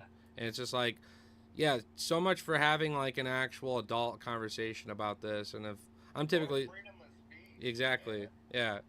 So, anyways, I try not to exercise that to a max on a platform like this because some Right. eyes are too sensitive, and it's just fine. I'll Yeah. I'll just, you know what I mean. This is like one of these conversations. If ever I was to discuss this shit, I guess it's got to be like this or nothing, because you can't trust It's people on crazy. those comments, man. They'll cook accounts, and also you get Yeah. people who just hate you, who will stalk your shit and report you for no reason too. A lot of them. I had a ban. I don't like to ban people because it's not like I don't like the opposites or someone else's opinions or views or whatever. Like, I'm very much, you say your shit, I do my shit, because I'm in my own lane and I want everybody to have their own beliefs and shit too, have their own like spine, not be a sheep to the flock. But I had a dude recently. I was just jamming out doing trading cards, and he joined. He was like super like rude right off the rip. I just kind of like, hey man, what's going on? Who you got on the fights tomorrow? And I just kind of kept the tempo to where my channel is like, let's talk MMA. And you could tell he was kind of like taken by that. And we started talking MMA a little bit. And then probably like 10, 15 minutes of that, he seemed like pretty legit.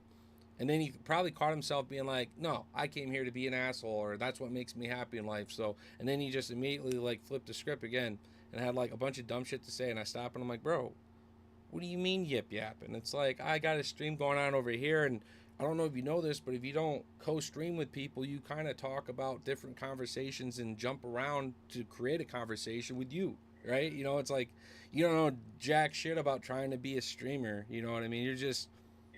You're just a hater. Like, yeah, it's probably these thousands of dollars of cards in my hands that I'm taking pictures of and posting for my fight night. You know what I mean? Like, there's something about this guy that just made him such a hater. And he kept saying the silliest shit. And I was like, bro, I don't know who the fuck you are, but you're clearly just a hater. And he kept going back and forth. I said, bro, I know Scarface. Don't Right. don't be a bitch, or else we're gonna handle it the traditional way that we should in this community. I'll see you in street beef, so quit being a bitch. And then he's like, dude, street beefs is like an hour from me, and I'm like, done deal. I'm gonna tell Yeah. Scarface right now. I'll be the first to Sign sign the up. contract, and I'll see you there. And he was just being such a bitch about it. And I was like, bro, come on. Then my girlfriend came around the corner, called me over, and I was talking with her like just super quickly. She probably heard everything going on and just wanted to make sure we were good. I'm like, yeah, just somebody didn't. Then he had the nerve sit there and be like, yo, get your girl on camera. Hey, baby, over here saying that kind of shit. I'm like, bro, And I'm all for me and you handling our business, but like, if you want to keep talking about her, I have no choice at this point. I got to get you out of here. Like, I'm getting to the right. point where I want to fight you in street beefs and fuck you but I'm keeping you here because I want to go back and forth and sell this like a man. But the moment you shift what I can't control, and that's towards people in my life or someone like that, it's like, sorry, I can't do business with you, man. Get the fuck off my channel. So Yeah. it's just crazy. People in the community, like, it's only like my 1 year here. Um, we try to do just weekly breakdowns and cards, but it's crazy how some people are just intentionally after you for no reason, just haters. Bro, there's a lot of them. There's a lot of them. Holyfield, I'll hit you up after this, bro.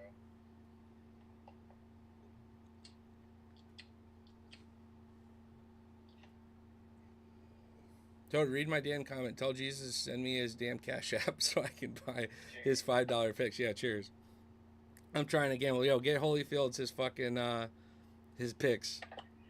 Yeah, dude. I got like $250 on for tomorrow. Okay, nice, good So shit. I'm feeling good. I Feeling made good.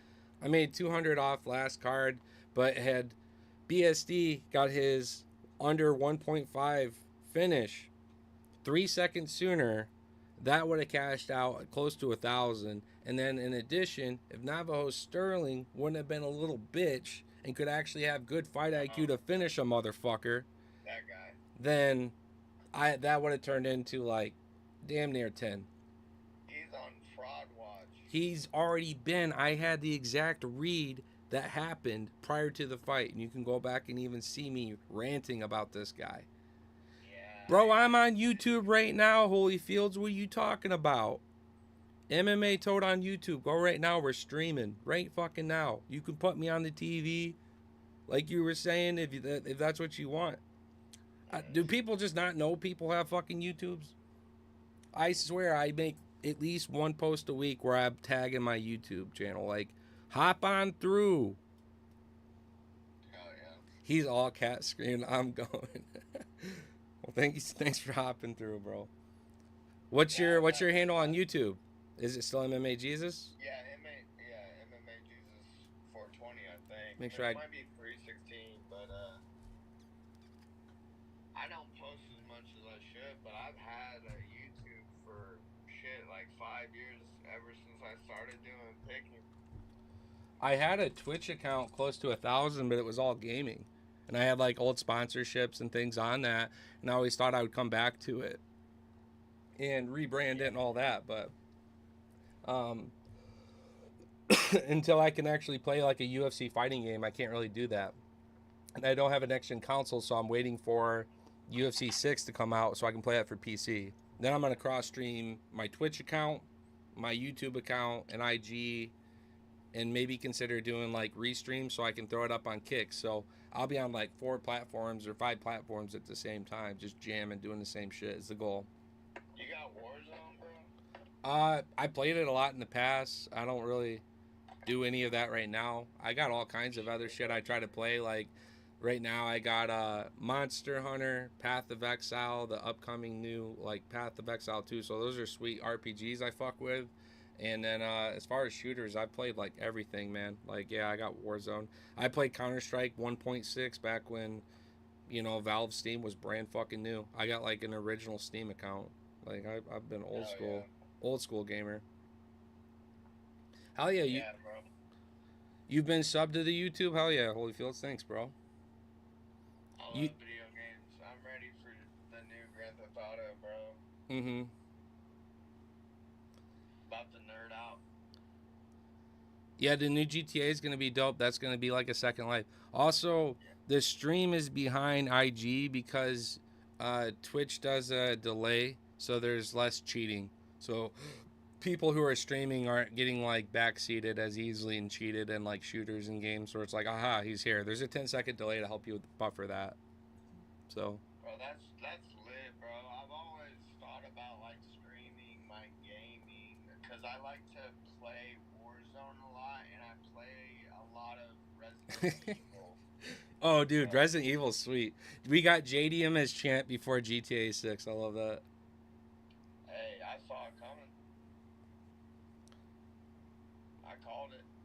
You fucking hate JRPG shooters or no, you like that, but you hate all the RPGs, yeah. Dude, I played a lot of shooters. Probably the most competitive shooter I got into was Counter Strike Global Offense. I climbed to Eagle and then lost it almost immediately. It's such a competitive. It's like the sweatiest level of a first person shooter you could get to. It's like beyond SWAT and it's beyond Call of Duty.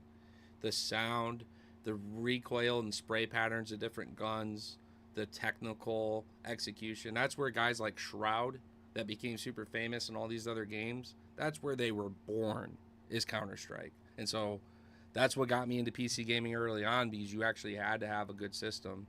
And then it transferred from Counter Strike to World of Warcraft, to like Diablo and all these random RPGs and shooters throughout my life. The most fun I've had with Battle Royale is obviously PUBG dropping, playing that off the rip. But I actually enjoyed Apex. I enjoyed the fuck out of Apex because I had the best squad. And we had the best combo to sync up and just run around the map. We hear gunfighting going on at the city. We're ziplining over and beating the fuck out of all the squads. We hear a bunch of gunfire going over here. So once you learn the maps and you know how to zip and get around, where you were just getting really good RNG pickups and you could build out your weapon kits early, oh my god. You absolutely bent over the entire fucking map. And so Apex was fun. I liked Blackout. I thought Call of Duty Blackout was a good ass time. Their battle royale, we had all the vehicles and shit going on. That was a good ass time. But yeah, Warzone's one of those. Like, I picked it up and fucked with it for a bit, but more so just to like check it out with my brother. It never really like grabbed me where I'm like, yeah, I'm gonna grind this game out and get super high ranked or anything else. I was playing like Valorant and all these other shooters that just had me more competitively like kind of checked in. So, but I thought it was good. I miss Call of Duty the old way, like Call of Duty 4, like the golden era of Call of Duty to me. I'm more of like an old school duty. An old school duty. Yeah.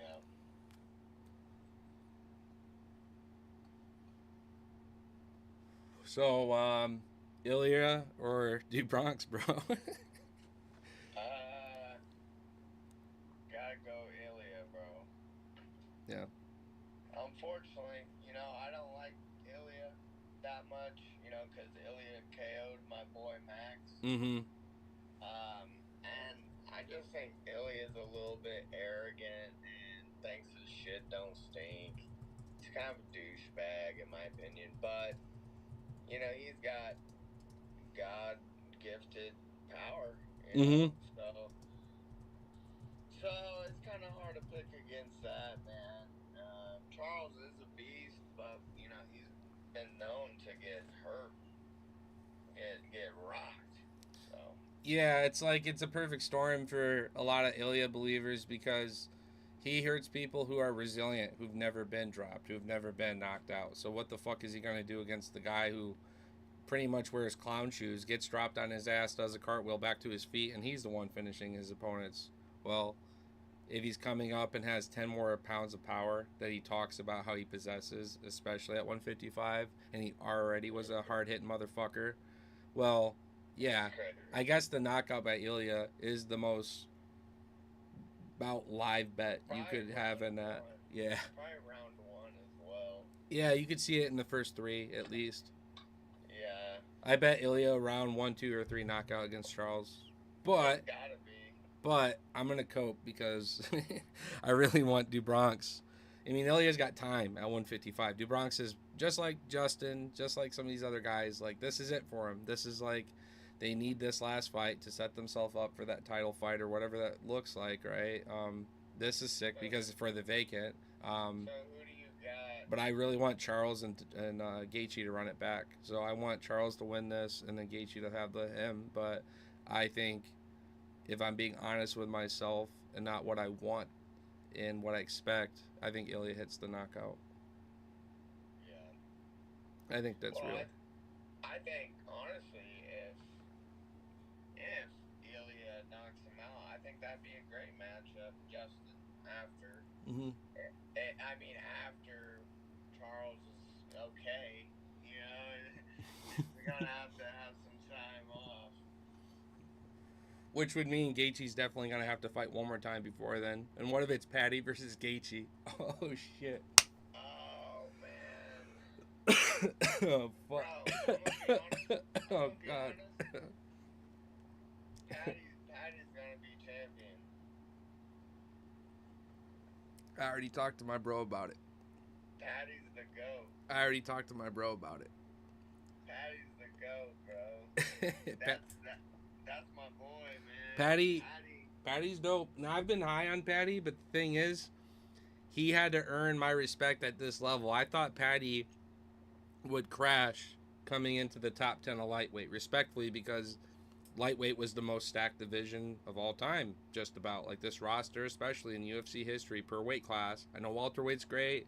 Bantam's had some moments. I'm saying the class that is just about to start retiring, starting with Dustin, is going to be one of your best leaving classes of all time, of terms of legendary fighters have been around who paved the way that are all leaving together. It's fucking nuts. It's going to be sad. But look at the talent we have coming up. We have Noxio, Joel. We have obviously BSD, but you know, we've all seen how that goes. But we've got some guys that are still around here. That's a good time. Patty isn't super young. It's not like, you know, Morales young, 25 years old, which is fucking wild, or Rosas, or one of these young motherfuckers. But Patty's youthful, and he's still got a lot of time to bang in the UFC. So it only makes sense that Patty's at least champ once some of these guys weave out, even if he doesn't win against Gaethje, if that fight happens, or whoever they put him up against. He's still going to be in that top 6, hovering, waiting, and his time will come. I think Patty will fight for the belt more than once, potentially, as well. Dude, yeah, bro, I can't wait. This whole summer is just like a new chapter in the UFC, essentially, because it's evolving. It's evolving, you know, whether we like to see it or not. I got you, Holyfield. Sorry. I was just letting Holyfield know I got him. Even the stats, you know, the stats show if a fighter is younger, their winning rate is like 65-70% right now. It's crazy. Yeah. Like, the sport's evolving. Yeah, no, 100%. It's always interesting. Right? I was just talking earlier, like Pantoja, he's like a couple wins away, and then you can't deny that he's right there before DJ. Just also based on how much MMA has evolved since then. Not only that, but the weight class was being introduced. Like now, people have targeted and have trained and prepared and had a camp and an amateur career and a pro career leading all the way up to 125. And Pantoja's been the biggest fucking dog just about in the history of doing so, because he's taking former champions and in some cases preparing to lap them that have their own history and legacy with the weight class. Like Moreno losing to Pantoja again would be like a holy fuck moment for me. And if he gets France out of there, you throw one more on top of that potentially before it's over, you can't deny Pantoja at flyweight as GOAT. Like just about. Like him and DJ are fucking at least shoulder to shoulder, and I wouldn't put one before the other at the very least, but I would actually give it to Pantoja based on we've evolved since then. Yeah, me personally, I'm not a big fan of Pantoja. Oh, fuck you, Holyfields. I can't do everything at the same time, bro. I'm having fucking real conversations over here. You're fucking little TikTok, little bitch. All right. You got some dudes dancing, fucking off by the water here. You got Bryce. Okay, this is actually sweet Bryce Mitchell edit. Okay. He's funny, bro. Let's see your fucking TikTok, bitch.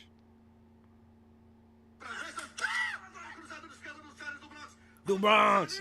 Yeah, I know. This edit's crazy, I know. Charlie. Yeah.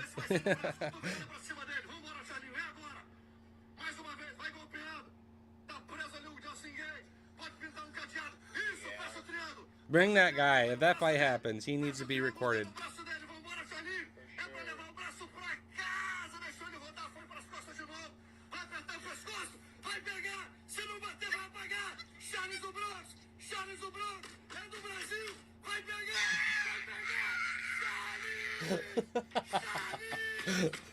Oh, I love this. It's such a good video. Oh, I can only dream to achieve that one day. This Toad. That's good. Yeah, man. And so, hey, by me saying that I think Ilya likely hits the knockout, that doesn't mean it's what I want. I want Charles to win that fight. Yeah, for sure. To get a finish against a guy who's coming up and showing people that he's finishing people that couldn't be finished before and gets the finish, god damn, that'd be a way of solidifying that you've been UFC's #1 killer of all time. That'd be like your signature right off, like, and my career's complete. Boom.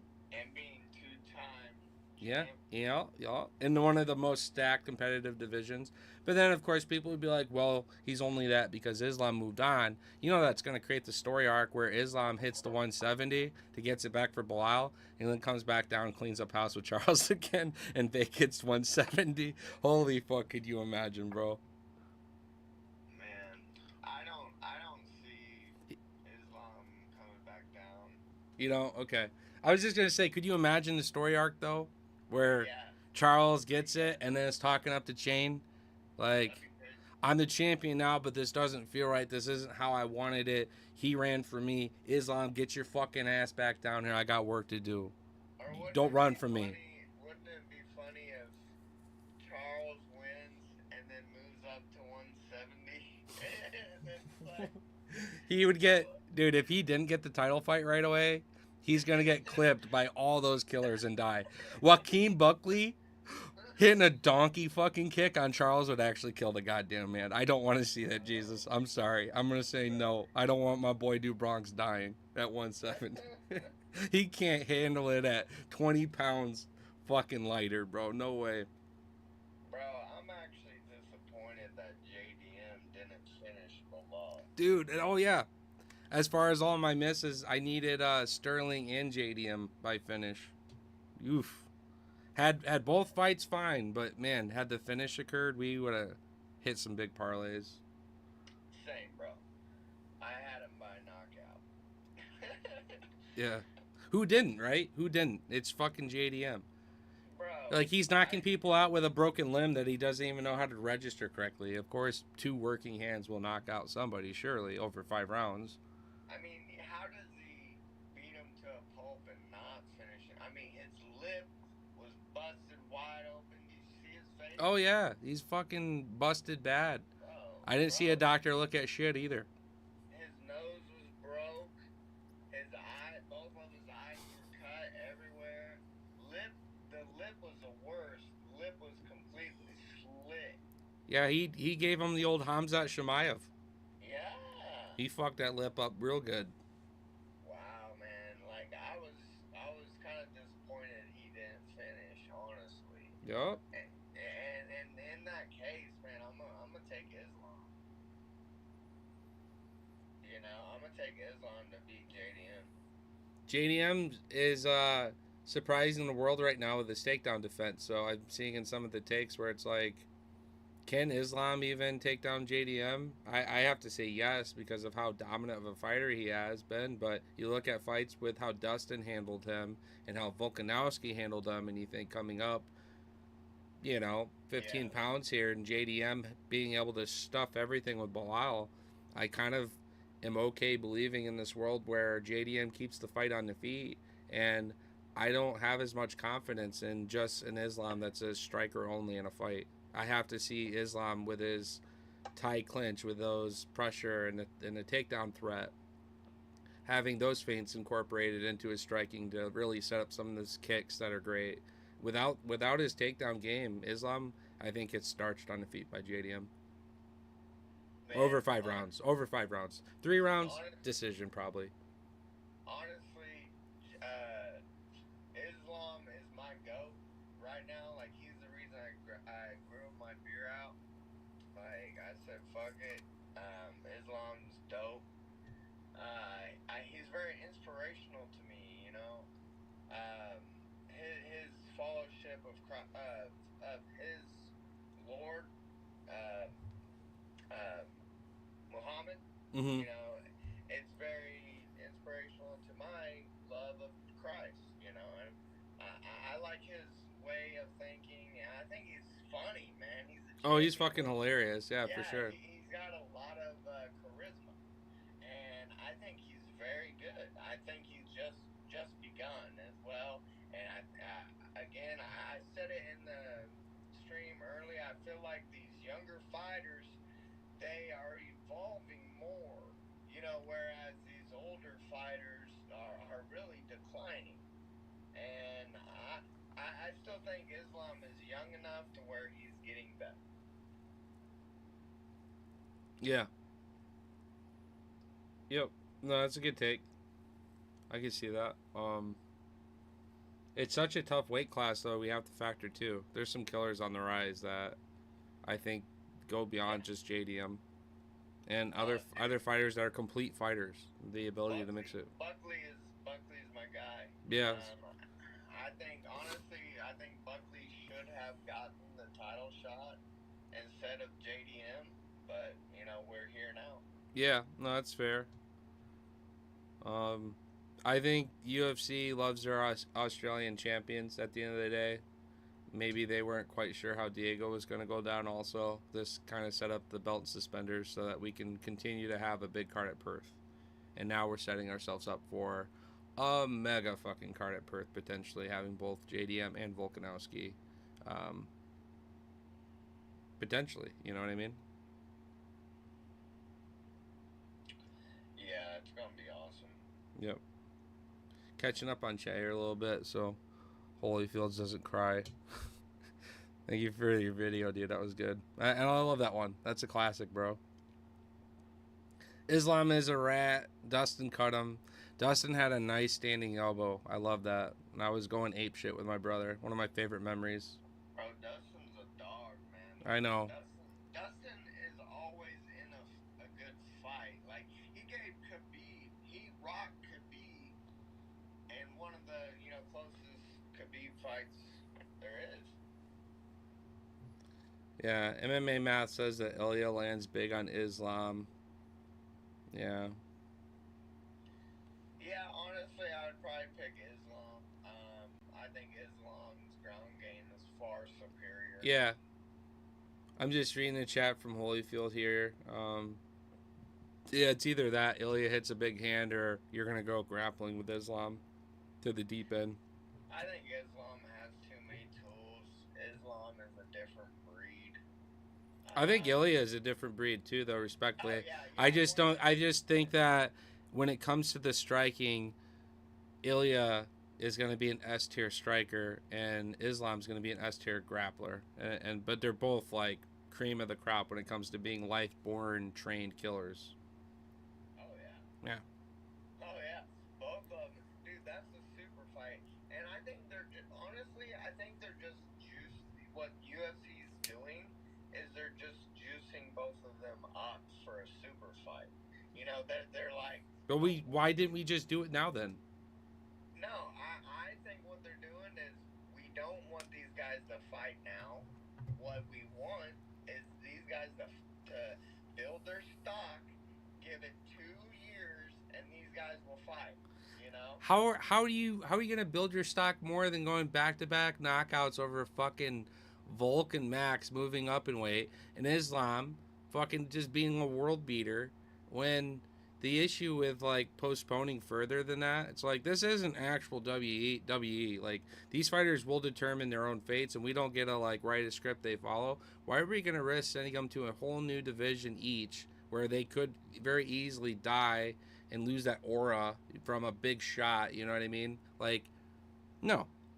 This was the opportunity now to make this fight, and they didn't do it. UFC has choked 2 times right now, and that's the Jones Aspinall and Ilya and Islam to me. Oh, and they fucked up bad with D. Cruz. I know that. Dominic Cruz? Yeah, he got injured, but he shouldn't have been trying to fight Font to begin with, if that's fair. It should have been.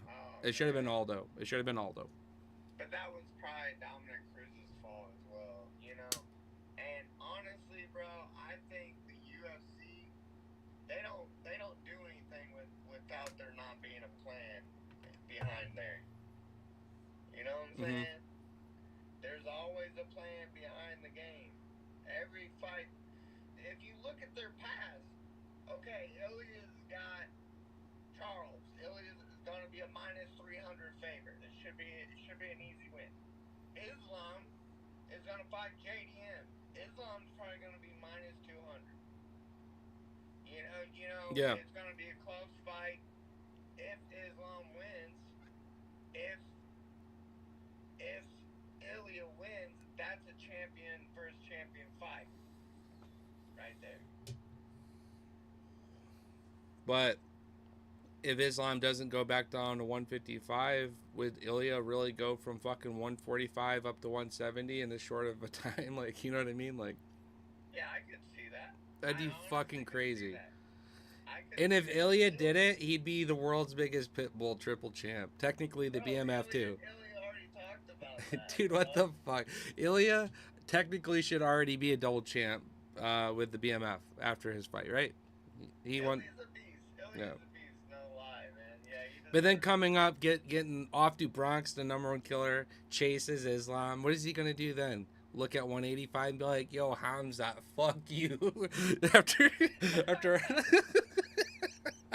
Ilya Taporia, the fucking pit bull of the UFC, dog. Little midget. Man, that guy's small too. He's like 5'6". That's what I'm trying to say, bro. He's like, how are you having problems hitting 145? You, what the fuck? You're a little dude. How is Max able to hit the weight and you can't? You're so much smaller than him. Like, what the fuck? That was a bad cut for Max, dude. Yeah. Worst I ever seen Max ever. Oh, well, no.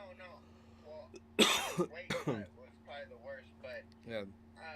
He was winning that fight until he wasn't, Yeah.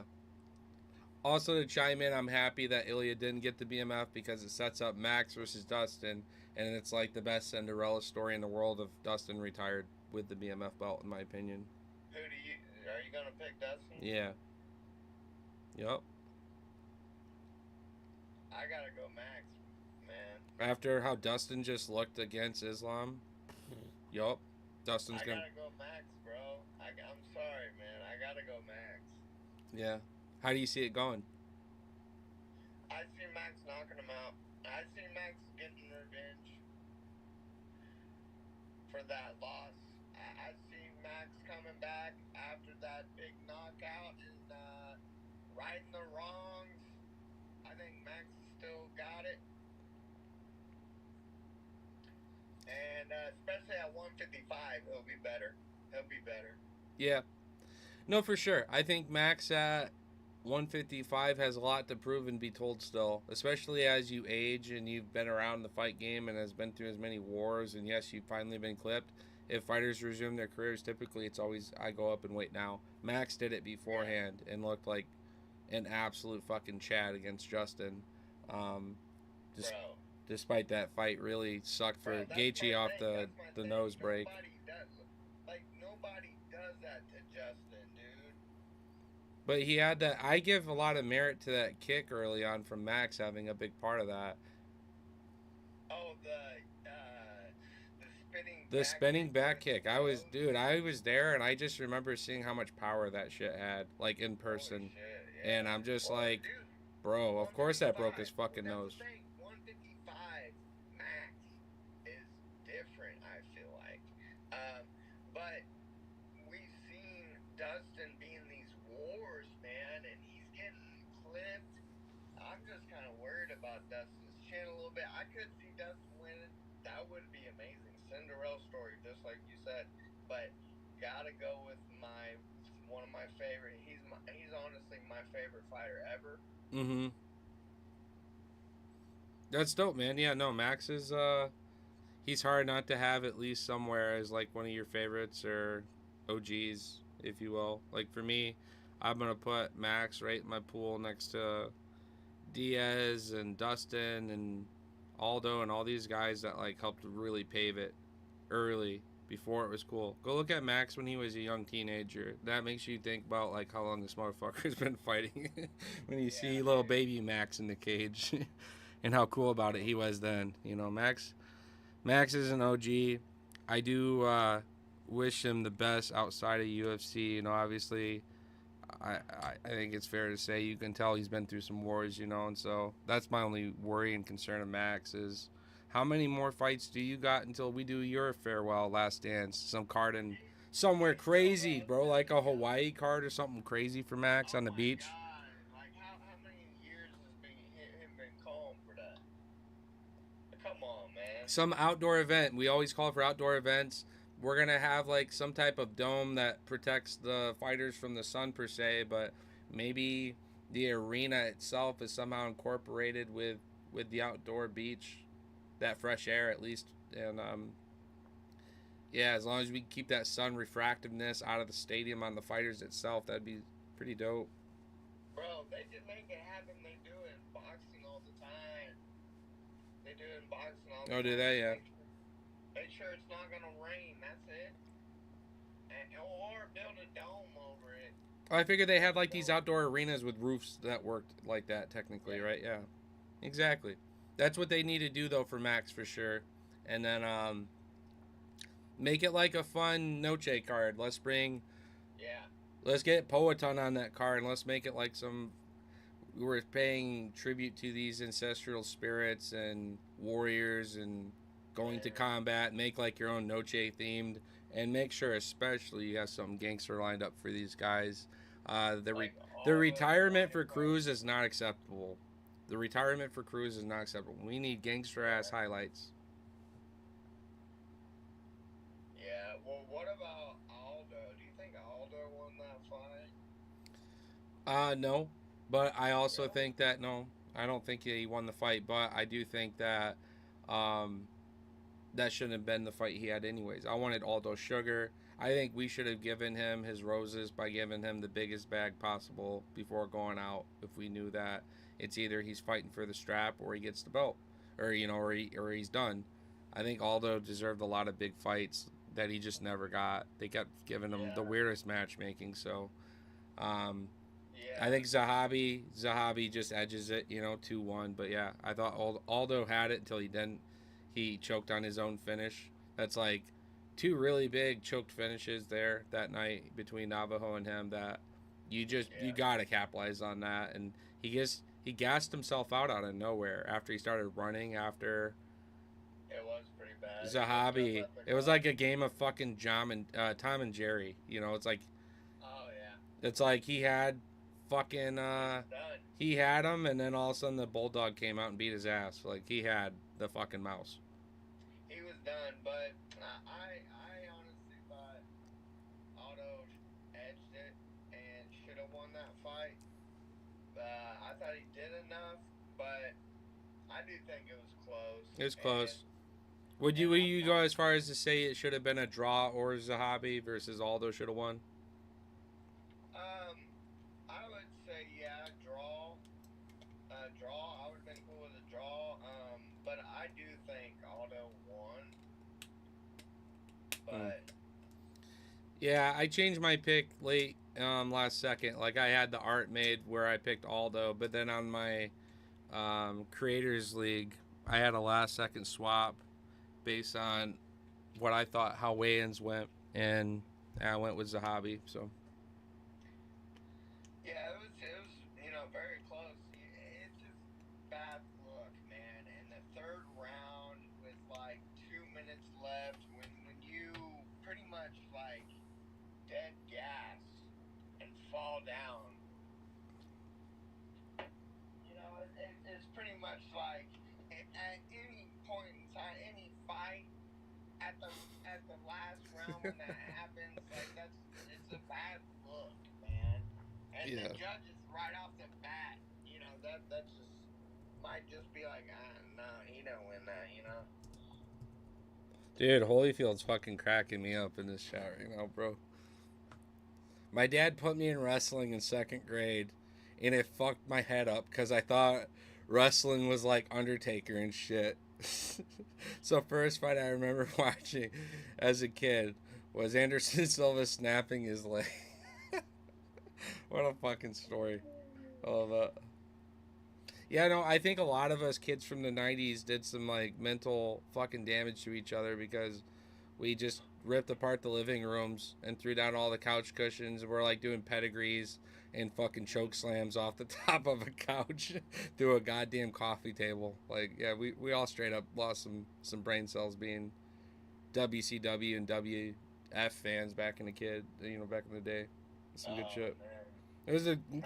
I think that's what helped transition so many young adults into MMA fans. Is you probably grew up loving wrestling in some degree. It kind of Yeah. instilled the fight night entertainment. Like it's Monday Oh night. man. It's like you got used to having all this dopamine on a specific night to watch a fight of a sort. Even though it was dumbass shit then. Now you're like you understand the difference. Like oh this is real fighting. It's like Bro, Pokemon. There's super effectiveness. There's weaknesses. I And was being a complete watching, fighter is how you win. It's like, yep. right? I was watching like Mike Tyson when I was like 6 years old fight, Oh yeah, and Lennox Lewis was my favorite. I remember watching a lot of Butterbeam just because I like that. He's Oh just this yeah. fat, big old bulldog of a big ass white guy throwing shots. You always felt good for him when he was winning, but it was like sad watching him lose. Oh yeah, He always. was always sad watching all that blubber He's like just America's boy, yeah, big old you know. trunks, yeah. So I grew up watching a lot of him. Then all my fighting interests really sparked from the YouTube scene with Kimbo Slice and all that.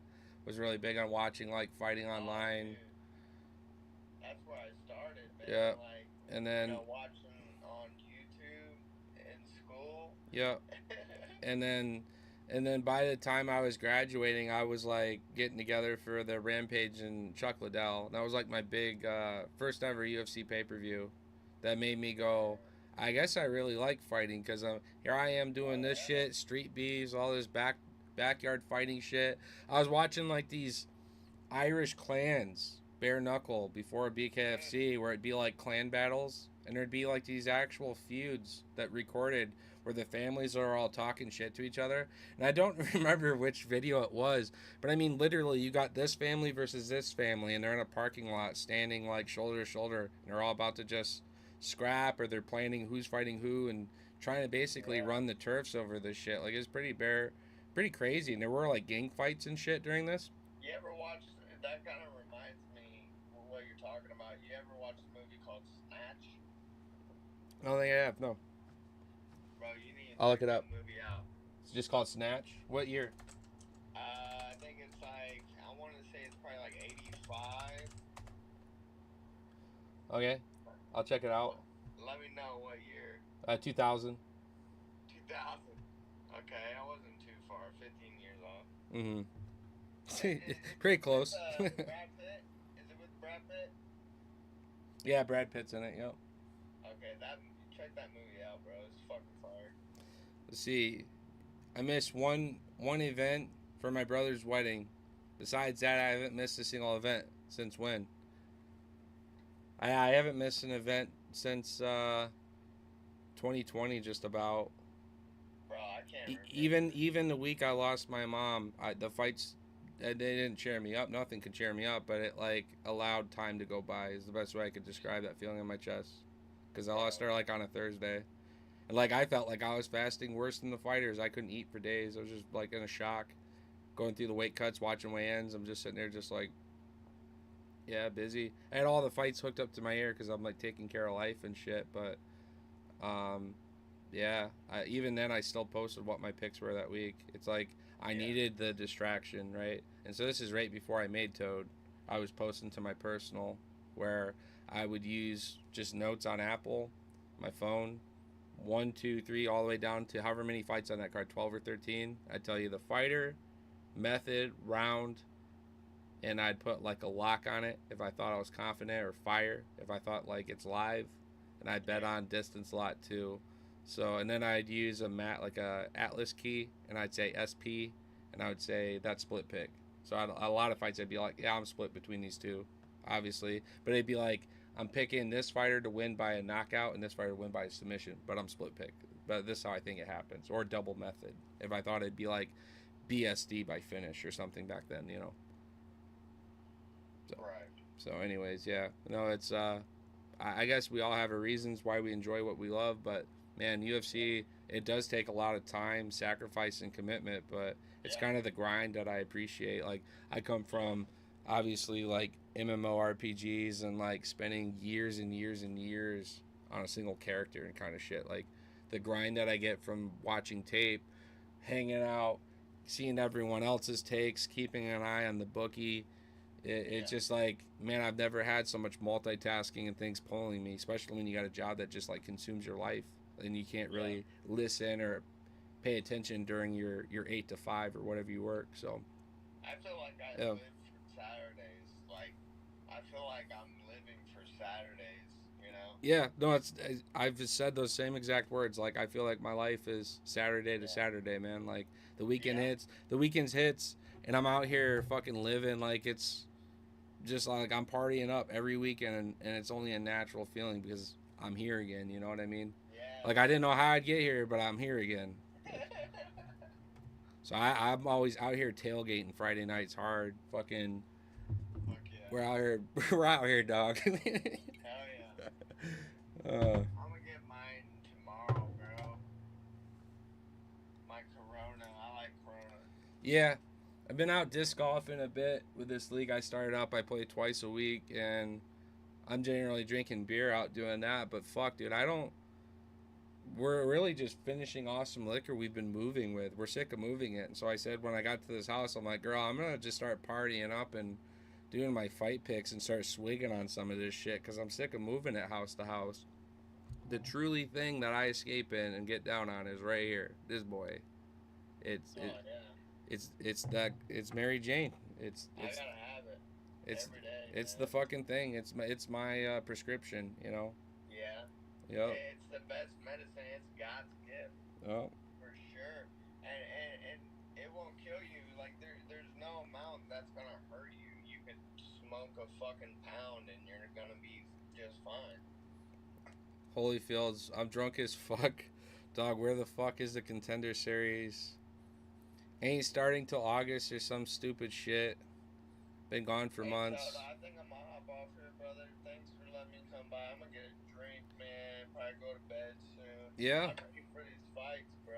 You know, I appreciate you hopping on, man. It was a good time catching up with you. I appreciate you burning some with me. And yeah, dude, let's get down. I'd send me when you go live on your YouTube show. I'd love to just kind of throw it up and be in the comment section or whatever and check you guys out. So throw me in something. Yeah. Much love, man. Yeah, for sure. I appreciate you, man. Yeah. Much love. Hey, love let's go, bro. everybody. Yeah. Holyfield, I'll hit you up. Let's have a good night, boys. Yeah. Sure, let's cash. Yeah. Holyfields, let me know what some of your favorite props are too. I want to know how everyone's feeling on their picks. I'm gonna message him. Okay. And I'll let you know too, brother. All right. Much love. Yeah, I if you tail that 4-leg, like I said, it pays 120 to 1, man. I think that's live. Send it to me. All right, I got you. All right, man. Much love. Man, thank you guys for swinging through. I'm going to keep this rolling here for a minute. I'm going to take just like a super quick breather, shoot down and get like some fresh air because according to my fan over there, it is 90. Oh, it dropped down 3. It's 90 degrees in this office now. Things are finally cooling down at 1:20 a.m. This fucking brick house with central air apparently, but only downstairs. So and take a quick breather. We'll be back. Drop a big cube in this shit so I can finish it. But yeah, no, we're having a good time. Hope you guys are too. Couple more viewers in YouTube. Holyfield's probably one. I appreciate whoever the other is. Comment, like, subscribe. I'm also not seeing chat at all, by the way, and so I don't know if that's right. I don't know if it's accurate. If Holy, if you get this, let me know. But we're gonna I don't know that I can pull up video, and I don't want to get demonetized, but I kind of just want to react to something, come back. Maybe I pull up like I don't know. Maybe we go tinfoil hat, throw up some UFO shit. But it would be cool to watch some fight tape if we're allowed to do that. I'm gonna try it. I don't want to get my channel copy striked on the YouTube side because I want to do live fight companion tomorrow. So want to play less risk there. One thing I can't get Copy Strike doing, which I intend on doing a little bit, probably fire up some Path of Exile. If you guys don't know what that is, you'll learn real quick. It's really fucking gangster ass game. But at any moment, too, Lethal should be hopping on. I expect to go back and forth with him a good bit tonight. I'll probably be playing that for the YouTube stream and chilling out, just talking with him, shooting the shit with him. Who are some of my favorite unranked fighters? Brian Battle, Alvarez. Is he still unranked? I want to make sure I have that right real quick.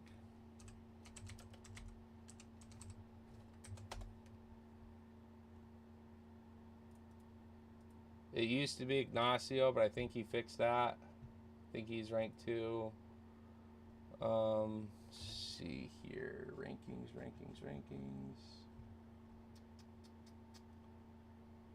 Okay, so he's number 13. Okay, well, Brian Battle.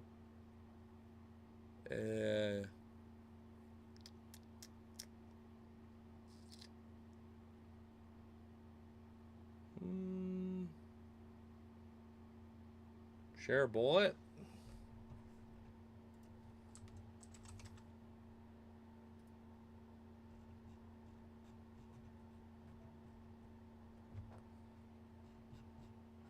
Where's he at?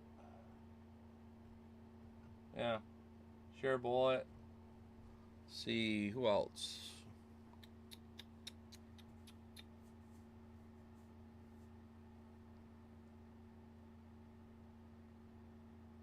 I'm sure there's several others. I just have to see a roster of like the top 16, 17, 18, 19.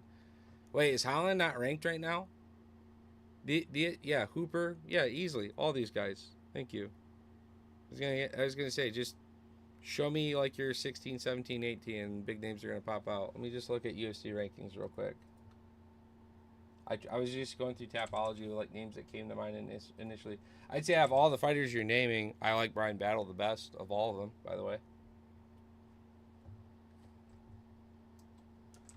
UFC rankings. And now I'll switch. Stream's going to get fixed up here for you guys now. There we go. Alright, so we're on the UFC rankings list here.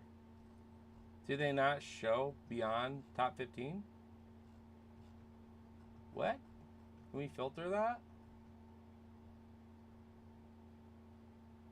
All athletes.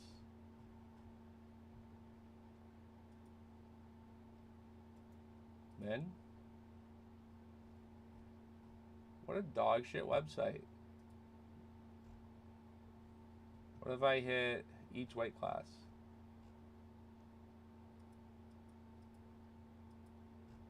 That's bullshit. I should be able to click lightweight and go to the lightweight rankings and have it go all the way down the entire UFC roster. Hire me, UFC. Your website's dog shit. Let's fix it. Chase the goat. He's on his way. Go to MMA rankings website. I like to use Tapology, but of course that's like you breaking down per fight, right? So UFC rankings website.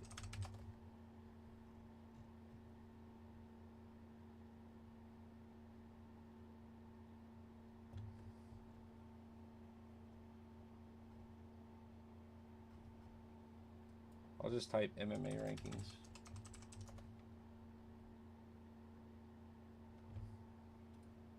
Tapology.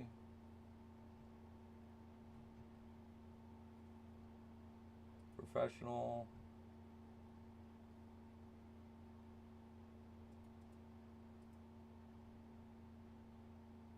Worldwide. There we go.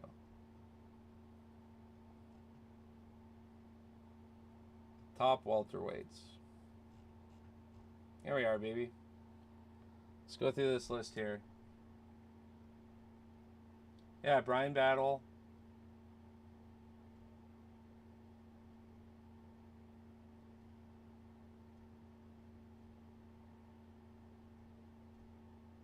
Where the fuck is Kevin Holland at?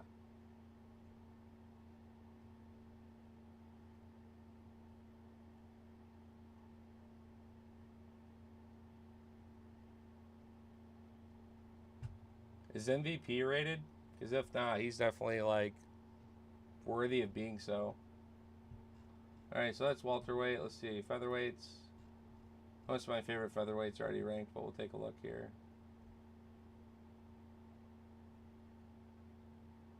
That's funny. They just put Ilya back at number 16 at featherweight. Hey, I fuck with Sean Woodson, honestly, at number 17.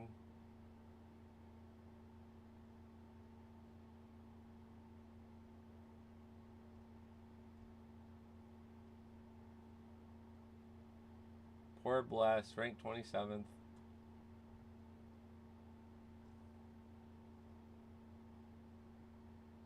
Erosa and GCJ,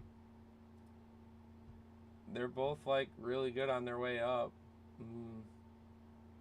God, don't even want to look at the fucking heavyweights past 15.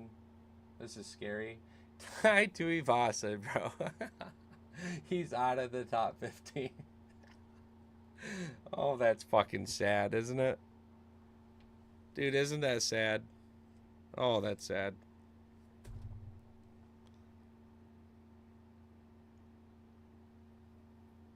Bexat is a good pick. MVP is ranked, if I'm not mistaken. Okay, yeah, I mean he should be. He's up there for sure. If not, he'd be like one of the most technically sound strikers of any of the unranked fighters from any weight class. Yeah, I'm gonna get out of heavyweight. Yeah, there you go. There's Mick Parkin. Hell yeah. Actually, coming up, I like Kennedy at heavyweight.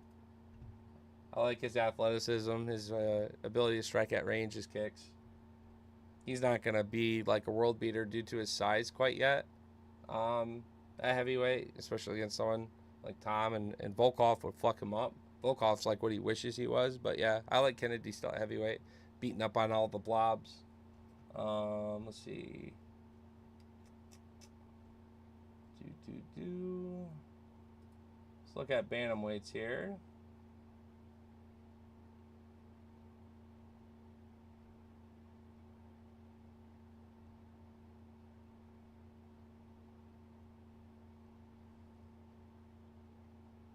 Old fucking Davy Grant, man, he's fun. Rip Cody Garbrandt. Hey, no, I can see you now, AJ. Do you have your super chat turned on, or am I super retarded? I can see you. This is Holyfield. Okay, hell yeah. Thanks for showing some love on the YouTube, man. Yep. Trying to like eventually move people over here. I may not always do IG. For now, it's like whatever. I can just fire you guys up here. But eventually, I'm going to use a restream software. And so, probably be merging my Twitch account, close to 1,000 followers there. I used to have a lot of subscribes. The cool thing about that one is if you guys have Amazon Prime, it gives me a free subscription offer where you could get like little MMA toad emojis and like dumb little shit like that, free games, and as long as you have Amazon Prime, you get to give this to any streamer once per month. So I'd have a regular occurring audience that would, up, here's my 10 month badge, or here's my one year badge, and whatever. People care about that stuff, but it supported me. And so when I worked part time, it helped me pay the bills for a minute. So got a sponsorship with SteelSeries. Still use some of their hardware. This is one of my favorite gifts that I got from them when I accepted my sponsorship with them. The Actis Wireless Pro comes with a nice little sound bridge down here. Works for all game consoles, Bluetooth, so you can use your tablet phone. Nice little extended microphone. If you're not using a dedicated microphone from, well, like something like I got here. The wireless range goes through a downstairs, upstairs, slightly outside, so it's got a very powerful range. I wear glasses, so the comfort with the padding solid, you can switch the cuffs out. The band's really flexible. I like that I'm not wrapping myself with a cable, rolling over it with computer tires, shortening out lifespans, yoink, pulling from a cable, breaking a port on a motherboard, shortening out cables nonetheless. I have had this headset for about 7 or 8 years since that sponsorship took off, and I've only replaced the cuffs on it once. I've got replaceable batteries. They last me about 24 hours ago, and I got four of them.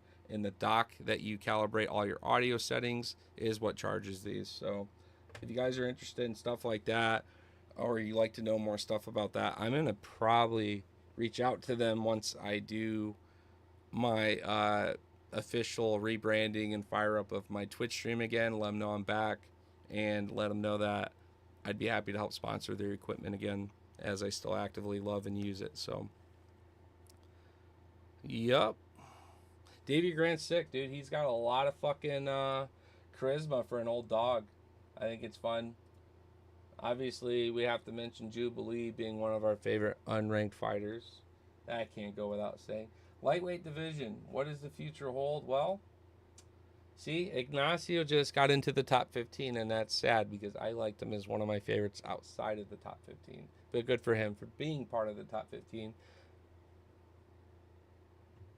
Ziam just got a great performance too. He's looking great at 17. Benoit Saint Denis, I actually care and like a lot. I wish he had a better chin on him, for God's sakes, but I love the way he fights, the way he comes forward, and he's always after it. So BSD all the way. I think King Grain's a great entertaining fighter in that sense. I like some of his little interviews and things. He's fun. Yeah, I mean, dude, lightweight's great division. Rabeski, that motherfucker just loves going to war, loves a good scrap.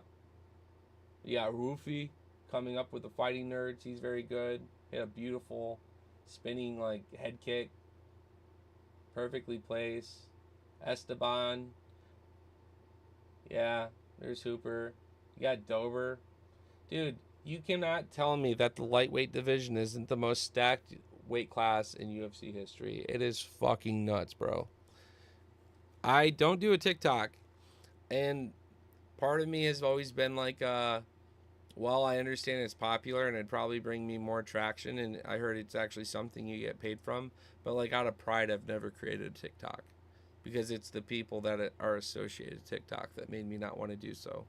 But I'm gonna be using a software soon where I'm gonna be refiring my stream on several platforms simultaneously and working off one chat system, everyone being funneled together, for me, maybe not for you, but for me, and let you guys get the level up audio quality from this microphone and focus on some like better visuals and things for breakdowns, better camera work for showcasing cards through the stream as well, transitioning of cameras to be able to go from here to my octagon behind you guys.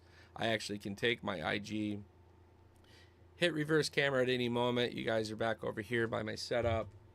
I have a new stand with it, so that's the only piece of it that I haven't really played much with, but check that out. And see, the stand is actually beautiful. See, it mounts to that desk and spins and works with me here. So, yep, that's the setup there. Pretty cool. You guys transition in a heartbeat, but see, I need to be able to transition this through my stream, not just you guys, but my stream. So, that's where it's like, yeah, I got to be able to work with it and figure it out. We'll figure it out. But anyways, that's just kind of where I'm at with this. PC behind me obviously has good components in it. There's a lot I'd like to do outside of just fight breakdowns if I had extra time at the PC again. So there's some games that I wouldn't mind just firing up, streaming, gaming, and really just talk shit. Focus playing a game, doing something I enjoy. Anyone who wants to chime in chat, talk about fights, great. Pause the game, open up Tapology. We're talking for a minute. I go back to playing the game, whatever, you know. Let me join in and zap some pics. Why don't you do it right now? Yeah, do it. There you go. Hell yeah. It doesn't always notify me that you request an invite either, by the way. But yeah, you're accepted. Absolutely. Come on in. Yo, what's up, dog? Let me turn your YouTube off real quick, dog. We got the damn MMA toe YouTube running in the background, bro. Dude, that's fucking sweet. I appreciate you doing that, dude. That's funny as fuck. Yeah, dog. You should like post up. I'll actually transition y'all like this. This probably looks better now that it is. Muted now. Now I got it muted. Now we're getting. No, but watch this. Watch this shit. Watch your screen now. Damn, look at that. Oh, what's that? Hell yeah, bro. It takes. Oh, it's still loading. It's still loading. Okay, well, Yeah, it's like. it actually shows the tablet here where the microphone cuts you off. Yo, there we go. The idea, though, bro, is that I would fire up a Discord, and rather than like how people have been doing it now, where they request to be part of the video through IG, I'm gonna have a webcam portal in my stream layout where it's gonna be me, and then if someone wants to tap in, it's gonna open up the second person, and if a third person wants to join, I'm gonna have a layout for Oh, you could have like 4 people in there. 4 people, yup, and I'll have different layouts and themes for however many people are talking, and then be able to split screen between us looking at the pics, us talking about cards, us talking about whatever. But then if you guys ain't doing anything that is like that and we're just shooting the shit, we might be getting tinfoil hat throwing up some alien videos like break this one down, huh? Or like I'm just playing a game. Other people can stream playing games. Maybe there's something we all play together. Like I think was it you that said you play Halo religiously? No, I play Halo. I play Left 4 Dead. That's sweet, bro. I play Skate 2, Skate 3, Skate 1. I play Brutal Legend. I play. Oh shit. I play everything like religiously. Like I flip up Brutal Legend all the time, bro. Brutal Legend, sweet. Yeah, bro. Nah, bro. Here, you want to see the real copy of it? I got it on physical somewhere. Hold up. I beat the fuck out of that game, dude. I look at my Steam played. Dude, I got every game. I play the fuck out of that. Tote right here. Hold up, dog. You want to see some Bob Sap real quick? I know there's some. Yo, creator, dude, creators, listen. I wish I had UFC 5, but I don't have the next gen console. Okay, nice. You ain't got a PS5? No, dude. Who needs a fucking PS5? Do you know what this is? This is a PS. Fuck your PS5 right here, dude. This PC slaps the fucking shit. But the thing is, I'm missing the exclusive titles like UFC 5. So when UFC 6 comes out, I'm gonna cross-platform and beat up on all you guys because I'm gonna be able to play it on PC. Halo Reach 360, Japanese Silver PS2, Black PS2, Wii, Series X. Hell yeah. And then you open this drawer up over here, dog, and then you get the cracked, bro. Backwoods 3DS. Oh shit. The Switch Lite for no reason. Where's my game? Dude, bro, you're out here fucking gaming. Hell yeah. Let's fucking go, bro. PSP 3K, bro. Dude, all I do is video games. That's all. Here, look. You ever seen this, dog? Were you in the group chat when I was showing this off the other night? No, what the fuck is this? K1 on the DS. This is a Japanese kickboxing game. The only K1 game ever made on Nintendo platform. Dude, what the fuck? Japanese exclusive. You can put this in an American DS and play it. But dog, I have every K1 game that's ever came out. Look. K1 Dynamite 2004, K1 2005, K1 2006, K1 The Beast Attack, the Bob Sap disc. Dude. Copy with Mirko on the cover. Mirko, Crow Cop, Bob Krokov, yeah. Dude, he's in my UFC 2013 Undisputed, the one with Silva on it. I got that downstairs with 360. It was like that was like rated one of the best UFC games until the new UFC 5 came out. No, so this one right here, UFC 3 with Pride. Yeah, yup. Here, you want to see something cool? So you've played this game before, I'm assuming, right? UFC Undisputed 2009. Yup. It was like it was the first one on the 360. This one right here. Yup.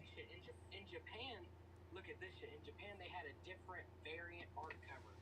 Rampage was the art cover in Japan. Yeah, dude, Rampage was over there like that. Like they fucked with Rampage a lot over there. Because Force wasn't popping in Japan. So if you bought this in Japan, you got it. I have the PS3 version of it in here too. Dog, I own a UFC game on the damn Game Boy Color, bro. Before Dana bought the company, they made a game all the way on the Game Boy Color. It only has like 5 fighters. It has Pedro Dizzo, fucking Tito, Chuck, Frank Shamrock, and like that's it, dog. Like that's That's funny, yeah. Dude, do you know what the old best fighting games used to be? Like, I loved the UFC games, but I didn't like how they flowed and executed. They were clunky and shitty early on. I loved playing those old wrestling games. And the ones that got it right were the N64 Royal Rumble WCW games where you had you had to set up the super grapple and then use your analog stick in the middle, go round and round to perform the special. And Here, you know what a Super Famicom is, dog? oh yeah, yeah. Yeah, this is some Japanese wrestling on the Super Famicom. Oh There's fuck. a Toucan Ratsuden 3 on the PS1. Dude. Japanese dude. I love how you popped out of fucking nowhere with all this shit tonight, dog. I love this right Dog, I now. got everything Oh in the my world. god. Wrestling and MMA. Fighting is all Holy shit, dude. I care about. We need to get some emulators rolling where we can play those co-op online together. Nah, well, have you seen the UFC Undisputed Forever, where it's like the modded? There's a. I'll send you the Instagram of it later. All right. There's this PC game. It's UFC Undisputed 3, the one with Pride, but they modded it on the PC where it has all the new fighters in it, bro. It has Ilya in it. What the fuck, bro? Yes. It even has that inbred with all the birthmarks that's fighting tomorrow. Like, it had random bums in it. It had Chase Hoover in it. It had bums in it. I mean, Chase Hoover ain't no bum. Yeah. Costa ain't no bum, but like they're randoms for being modded into a game. Yeah, for sure. Their UFC 5 isn't even given that kind of support. You know what I mean? Like, they're not adding fighters like that. And listen, I love UFC 5. I play that game religiously. I play it online. I play it with my girl's little brother. I play it with my friends. But at the end of the day, that game sucks dick. I don't like the jiu-jitsu system. I think that game's whole problem is the jiu-jitsu system. I've never seen it or felt it, right? All the clips I see is people on the feet striking and knocking each other out. No, I mean, the striking's always good in UFC. Dude, did you know there's a Bellator video game that they only made that was downloadable? It was a download-only game on the 360. And I own it on my Xbox Series X. Does it have Aaron Jeffrey in it? Dude, it only has like 8 fighters in it, too. I was gonna say it'd be fucking hilarious. I'll send it to him. No, Dude, AJ's an exclusive member of the Mud Hut, the MMA Toad Mud Hut. For real? Yeah, and Jasmine too. My Niagara top team gangsters, dude. Really, dog? I fuck with them both, yeah. And you know what? I did kind of fade Mike after his performance against Giles because I was so pissed off and salty that he didn't go out and hook me up with a big paycheck off a finish. But I didn't like how timid and how much he cared to win by points because the old Mike, I understand you got to control that gas tank, but like, let's just take steam off the shots and still keep on that gas pedal a bit. It was just a different kind of Mike. So he came back. He had a great performance with Chuck Buffalo. Happy for him. But I haven't sent out the invite to him, and I don't know if he'd accept it because I definitely went on Mike on some posts where I'm just like, come on, bro. Like, you can't give up the way that you fight. This is who you are. You live in the chaos. How are you going to get finished by Neil Magny the same way you can't be scared of this knockout and change the way you fight. You live in the chaos. got finished by Hanato Moicano. He just gave up. Yeah. He just quit. Bro. There's just like a quit. Yeah. I get it. I probably have that same quit in me. Yeah. But like, I ain't stepping into the cage. Yeah. Paycheck. You know, I didn't. Yeah, no, that's fair. That's why anyone who rips on like Mike, it's at the end of the day, it's like, dude, he went into a third round against a guy who's only shown to be one of the best at 170 going into late rounds. Like, you either put the guy away early or else Neil Magny is very live. And that's why Magny's dope, bro. He's got that army back down, that crazy cardio that allows him to be very live in a third round fight to get that decision. Like, and guess what? Magny's in Mud Hut too. Magny's in Mud Hut too. That's one of the reasons I fuck with Magny is the whole military shit. I see that on his Instagram all Yep. the time. All 3 of those fighters are in Mud Hut. I love them dearly, and I always support and wish them the best when they fight. I like Matt Favola too, but he fucking sucks, bro. he fucking sucks. I love Steamroller Favola, but he fucking. How you gonna get knocked out by Benoit, bro? How you gonna let Benoit say Luis kick you in the face and then let fucking some Indonesian or whatever that fucking Iraqi kick him in the face, bro? Faraz or whatever, Zahid. Yep. How's he gonna let that happen to him, dude? With the military, he brought the military with him and then got flatlined, man. Yeah. I can't forgive Steamroller for that, bro. I just actually, just in response to Creators League in chat, I actually just bought a ticket to go to the Chicago PFL semifinal for Aaron Jeffrey, just to go support him in his fight. You live in Michigan, dog? Yeah. Hold up, let me see this right here. If I'm correct, where's this from? Yeah, look at that, Michigan. Which dispo or company? I have no idea. My mom. So like, We'll read it. It's got to be on that label. Hold up, yeah, I'll turn it back. Tell me the name of the group that made it. It'll be on that label. Read it. We got Bud Brothers Cannabis. Battle Creek, bro. That was born in Battle Creek, bro. Really? Yeah. For real? Yeah. No way, dog. That's my home stomping ground, bro. In Lower Indiana. I live 30 minutes from Cincinnati. Okay. My parents, my mom and dad, I love them. They're some fucking hippies. My dad's a fucking fighter. They're crazy. But fucking, my mom, she drives up to Michigan to get weed because in Ohio, an ounce is $120 off a street plug. An ounce is $240. You go to Ohio, you can get a bag like that for $55. Yep. Fuck, she be grabbing me bags. She like, give me $60. I got you a whole ounce. I'm like, what the fuck? Exactly. $60.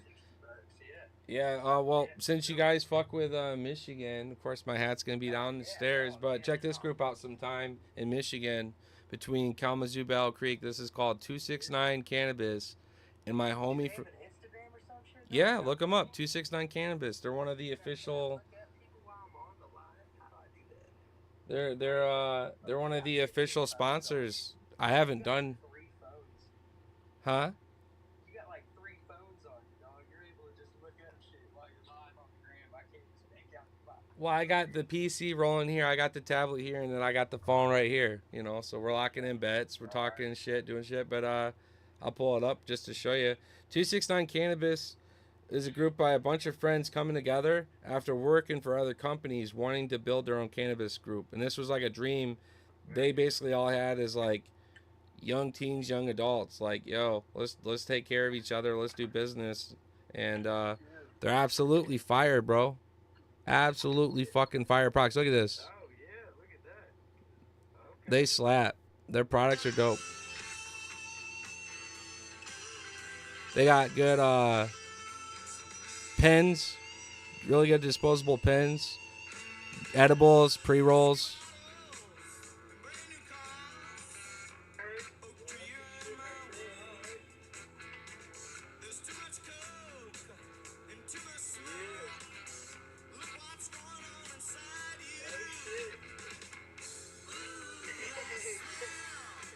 Look at that. 269 custom paper, baby. Tattoos. Yeah, 269. That's our area code. Okay, oh, that's your area code, bro? Yeah, 269 Cannabis. 812, but my town, obviously, we got Indiana ain't legal first off, but like we ain't got nothing. But me doing this, I could get arrested. As I'm speaking to you, a cop could pull me in and say, you go to jail. And I'll have to say, you're right, officer. That's fucking crazy, yeah. The thing is man, it's so nasty to look at these pharmaceutical companies, and I think when you've grown up and you've been around it and you see the wear and tear and the cross effects, the extra side effects that people have, it's like, how can you dare say that's an accepted, justified form of medication? You can't. You do it because money tells you it's okay. It's a polluted, corrupt medical system that when you grow up and been around it, and I can see how does one act when they're just smoking weed or taking an edible or a topical versus here, take all these fucking pills however many times a day. And I can assure you, I would much rather want the person smoking weed. I don't like to get political. Like, so I go live all the time. I'm very comfortable. I go live selling video games on the app and whatnot. I don't know if you've heard of it. Yeah, of course. Also, real quick, hey, Creators League, thank you for stopping in. I go live on there all the time, but like, I got in an argument with a dude on there a few weeks ago about anxiety and anxiety pills. And I just thought it was the most. I was like, man, you can be sad for a week.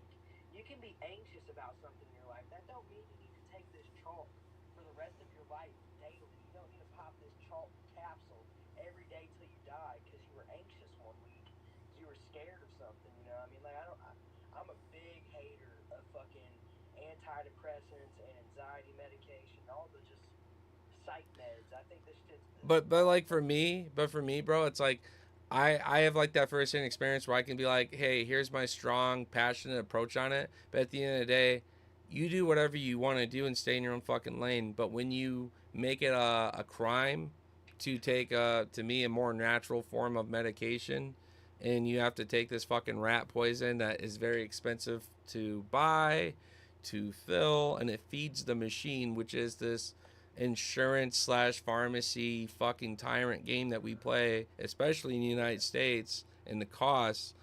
Get the fuck out of here. And that's where I put my foot down and I'm like, fuck you, sheep, little rat, fucking bitch ass, pussy ass bitches. Like, I'm so much more like that's where I stay out of my lane and I jump in yours and say go eat a fucking dick. But if it's like if you just made it legal and gave everyone the choice, they know what would happen. No, for real. They know damn well what would fucking happen. So good on the states, staying firm. Let's represent it the way that our ancestors used to. Light light up. Yeah. Get in this teepee, motherfucker. Let's What are you holding right now? What is that? bro, let me hold this thing back a little bit. This right here, Native American shit, bro? You stole this from Sacagawea? my dad made this. My dad my dad's a fucking mountain man, dude. He is, bro. I feel you, dude. My dad too, bro. My dad's a fucking nutcase. He's a great man, though. But he's fucking psychotic. I love him. My dad had me watching fucking The Ultimate Fighter when I was like 8, bro. That's not cool. That ain't right for the kid, bro. You should be watching John Cena. You shouldn't be telling him John Cena's a pussy. My dad was telling me wrestling was bitch shit. Hey, what do you mean? Crushing like a little kid's imagination. Yeah, it's funny as shit.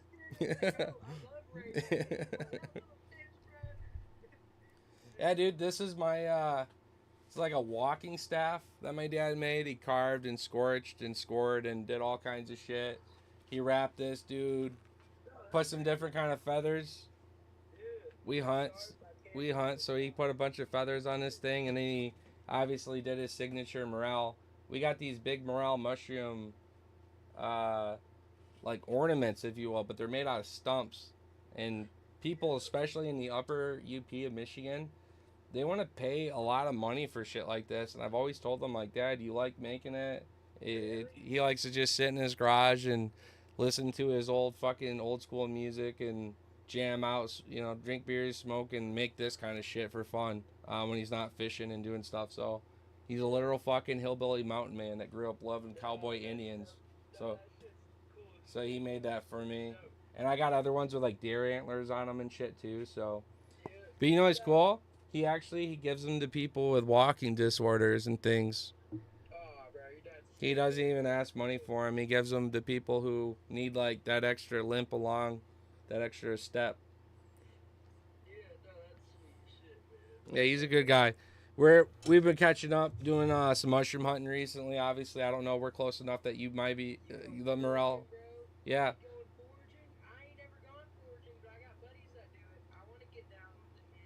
Yeah, we got like 200 morels recently for morel season and yellows, grays, all kinds of good ones. But yeah, no, we actually slayed them, and I did my last pick Wednesday, but it's over now. You have to wait a whole nother year to go into you know early May just to do it again. Sucks.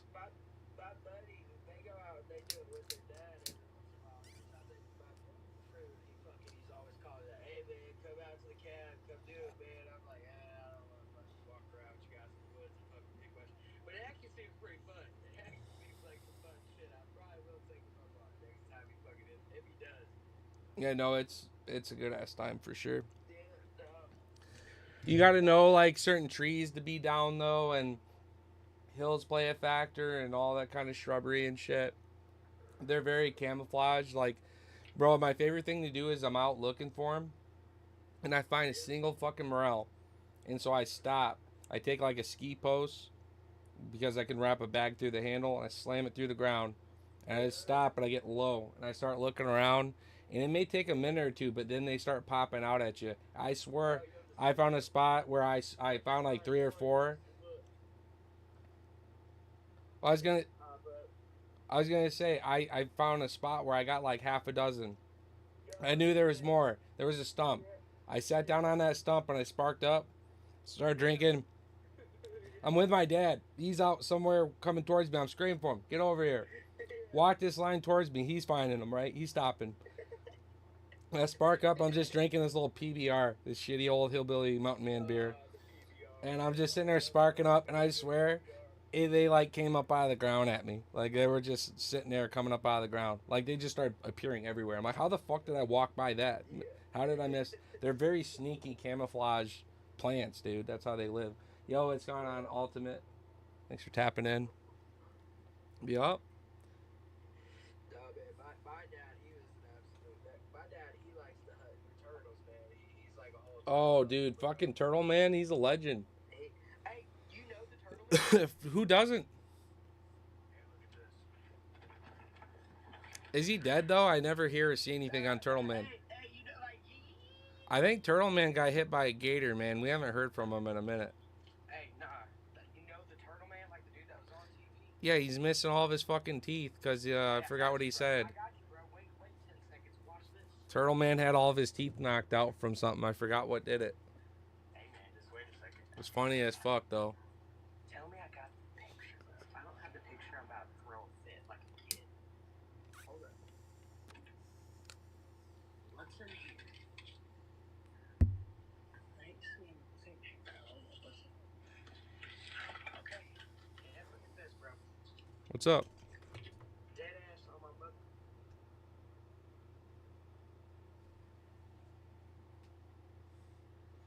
You fucking met the Turtle Man. Dude, not only did I meet the turtle man, there's my dad.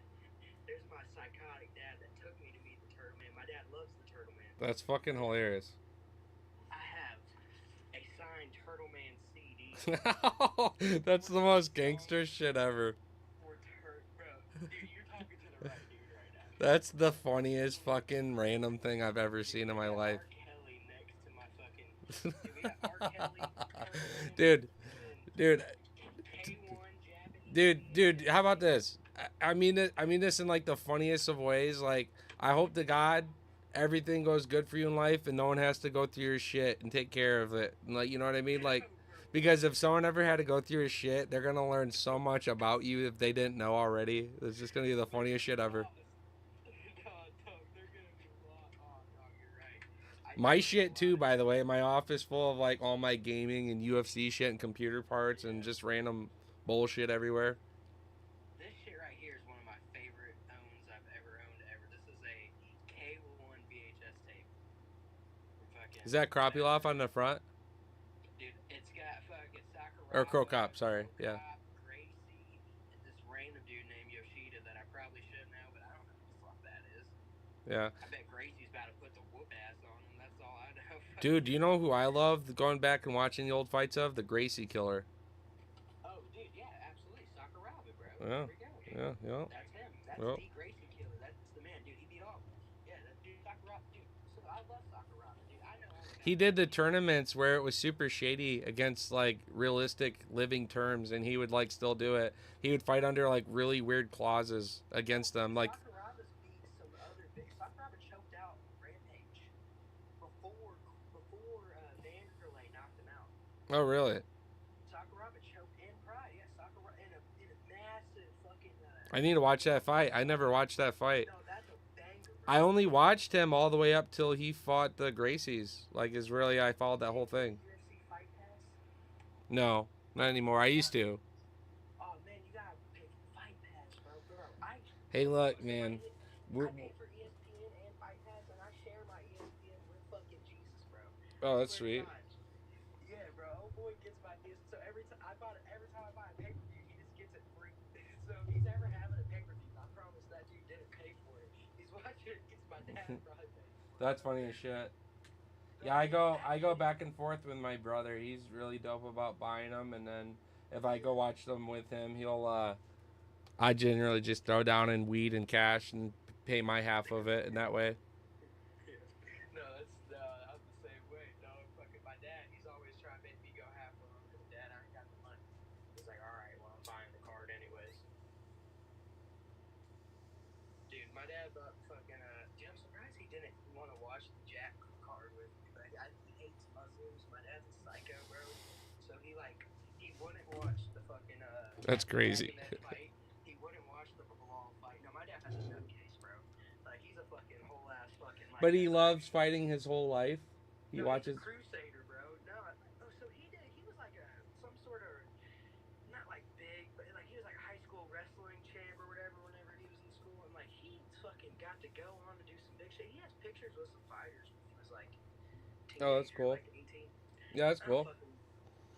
There's probably some weirdo like, dude, why are they making a movie about Mark Kerr and not like Mark Coleman or like Boss Rutan or like anyone other than Mark Kerr, bro? I watched, so like I am actually a hardcore MMA fan. I watched almost every Mark Kerr fight before this movie was ever getting announced years ago. And that nigga's stupid, bro.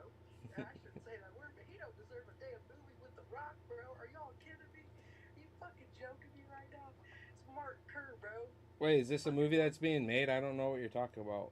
You ain't seen the Smashing Machine, the new Pride Uh-uh. movie that's gonna be, bro? There's a movie all about Japanese in the early days of the UFC that's about to be in movie theaters in a couple weeks. What? Like, does it cover like all the Pride and shit?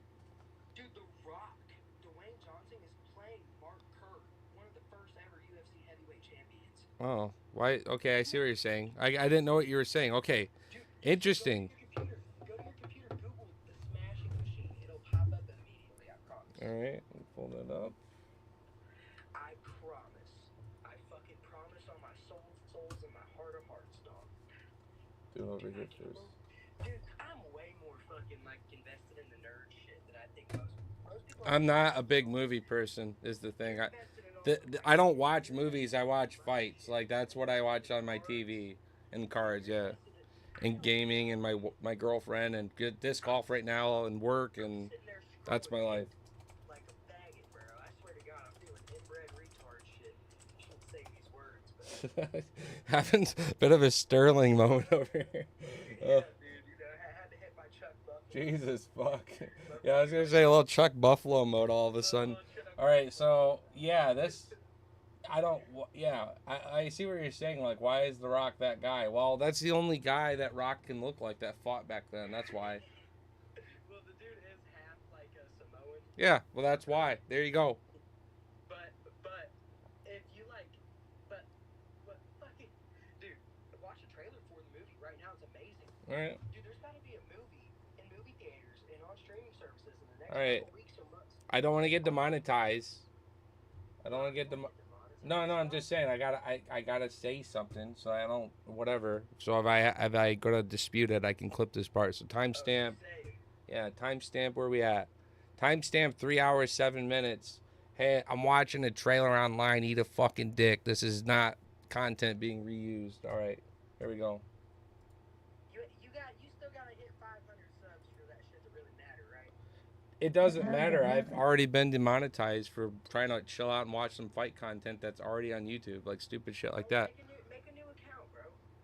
Well, no, when I stream, it goes to my YouTube, right? This is where I'm doing all my picks and shit. I'm trying to build this, so it's like, this is where I'm doing my shit. Yeah. Have you ever heard of the Ultimate Fighting Championship, the UFC? That's the bloody thing they're trying to ban. This guy is the best he has ever seen. Do you hate each other when you fight? Absolutely not. How do you know Mark Kerr?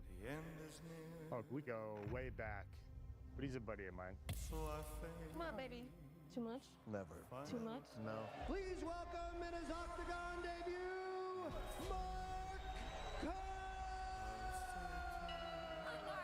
Winning is the best feeling there is.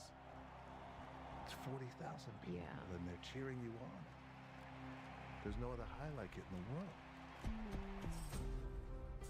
No contract, no money? No money. Do you have any stronger pain medication? Advil? Advil? Yeah. Don, would you like? No. They're handing them out like candy. Let's all get in. Everybody get in. Here, Don, can you take this picture for us? Yeah. What are you thinking at the beginning of the fight? It's simple. Am I going to hurt him before he hurts me?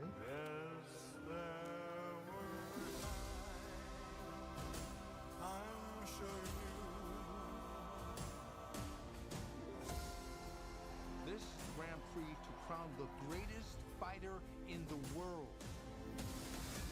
He has come back from the brink. Let's see if he can pull out a victory over Mark Coleman. Have you spoken to either about fighting such a good friend for a life-changing amount of money? I just need you to let me in.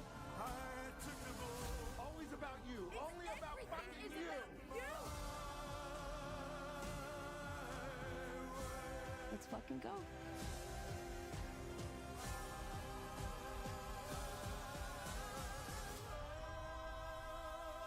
My big strong man, I love you. Think he wants your autograph. Sure, no problem. No fighting. Dog, there's a bro. Have you seen Here Comes the Boom, right? That's October 3rd. What the fuck you mean? And Yeah, it's coming out soon. you said that shit was like coming out next week. I didn't know when it was. Jesus Christ. Like, you don't know? It's coming out next week. I thought it was coming The out. fuck you mean? That's October 3rd, dog. I thought I was driving. That's half a year away. I thought tomorrow night, bro. Fuck. Yeah, I guess I had time. You fucking nerd watching the trailer the moment it just hit YouTube. When did this get fucking posted, you nerd? Hold on a minute. It got posted 2 fucking weeks ago. Dude, that's what I'm saying. You Oh. gotta keep up to date, dog. That's 2 weeks too late. 2 weeks ago from 824. Are you subscribed to 824? Nah, fucking, I seen it on the gray. So again, I'll recap what I do. I watch, I do some tape study. I like a couple other picks and opinions. Obviously, Guru's a fucking hilarious one. You got to catch up on him. Fucking melting on UFC, John Jones, and all the bullshit going on. You got to respect him for talking about it as much as he did. Did you watch the DJ interview? Not actually yet. No, I've seen only clips of it. So I at my job, I sit down 8 hours a day. I get over at 6:30 in the morning, Monday through Friday. Yeah. And all day, I'm allowed to fucking have my phone and a headphone in, so I just watch podcasts. I watch fucking like all the. I be watching the casuals. I be watching. Yeah, I need to do that. My old IT job, I was on the road a lot, so I throw in an earbud and get to listen and be on top of shit a lot more. But with my new job, I'm in my own house working remotely, and I can't even stand to go, like, take a fucking piss and grab water some days. It's bad. Like, it's fucking slave-driven IT work. And I'm definitely getting a new job. Like, Dog, that's why I was saying, like, your YouTube, go hard with it, because I watch YouTube a lot, dog, and I for sure watch yeah. your shit. Well, that's what I want to do. I want to get all these people over from IG over to YouTube and then try to build, like, a snowball community that would slowly grow. But yeah, Do you know the Show Me the Money pod? I'm on it every week. Dude, so that you're on it? Like, you be talking on it? I get on and tell them my picks every week. This week they were much happier than people in chat because, bro, if you get on there and you have a 5-leg plus, they start crying like, donation, that ain't hitting. And I'm like, bitch, do you want to see my 7-8 leg hits that hit just fine this year? Like, what are you on about? Shut the fuck up. I watch them a little bit, but like I was about to say, they're good, dog. Though the guys who run the show and the production crew, they're all sweet. It's some of the people in the chat that they never post their bets. They never get on. All they do is sit around and chat and talk shit. If you don't do a quick 3-4 legger, they start crying like little hoes. It's funny. A lot of these motherfuckers don't like betting money line either, bro. Yeah. They hate money line bets, and I'm like, what are you betting for if you're not taking money line? So I, like in a parlay, I'll include a money line on top of a method, on top of a distance. Like, I just like to choose what I like the bets on and see happenings. Fair and simple. But yeah. No, it's like one of the ones they were crying about, it was a 7-leg, and I sat there, check, check, check, check, check. So the whole time I got ripped on, I'm laughing to myself is because they go on the podcast highlights, and if you say a big bet that hits, they'll make a nice edit and put it on their page. And I'm like, dude, this is going to age so well when this thing cashes for like plus 240 to 1 kind of payout. And What's your picks for tomorrow, dog? I'll tell you all mine right now. yeah. Let me go grab So you can look at the picks online as we talk about it maybe, but I'll tell you for sure, my picks are not all my bets. there's not good props on both sides. Same way. So yeah. I make bets. I'll make a bet, and then I'll make another parlay going exactly against the bets I just made, just in case. What I do is, and I used to do it for fun. Like, okay, I'm gonna actually bet on all my picks. I don't really do that as much anymore. I'll maybe consider it for fun, but what I like to do is I like to go through and look at the fights I expect to go within the distance. I look at the distance prop, step one. And if it's negative 200 or less, I generally include it into a parlay. And if I break it down further and I like ridiculous out of line method props, or by double method, if it's a guy who can hit a submission and a knockout, well, then I generally parlay those together. And I can get all the way up to a 7-8 leg. And if I'm not cashing out early, some of these things smack hard, like 7-8 legs hard.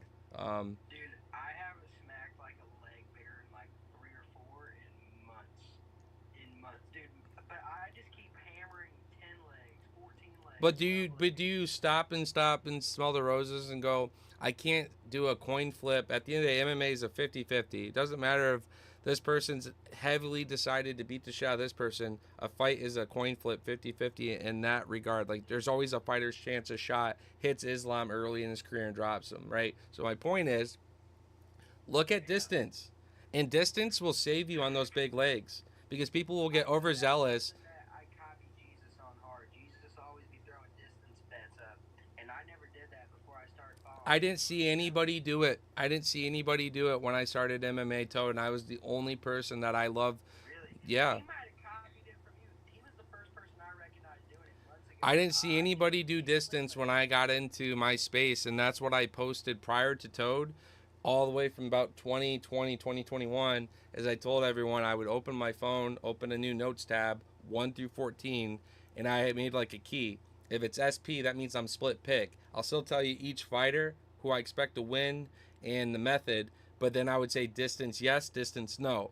And before I knew it, I'd be opening up my pick sheet on my own card after maybe a quick prelim upset, and I just would look at distance and go no, no, yes, no, and just follow it, and I'd be hitting these 6, 7, 8 legs, and that's how I started getting into trading cards. Is like I started being like, well, I'm gonna make these nice little juicy parlays. I'm gonna win, and I'm gonna justify $100 worth of me getting into cards this next couple weeks of sniping because I just turned $5 into $100, easy, you know. Like the biggest bet I've ever made is I flipped a dime into like $20 once on straight through DraftKings on like a fucking 9-leg about a year ago. It was right before the Izzy. Hold up.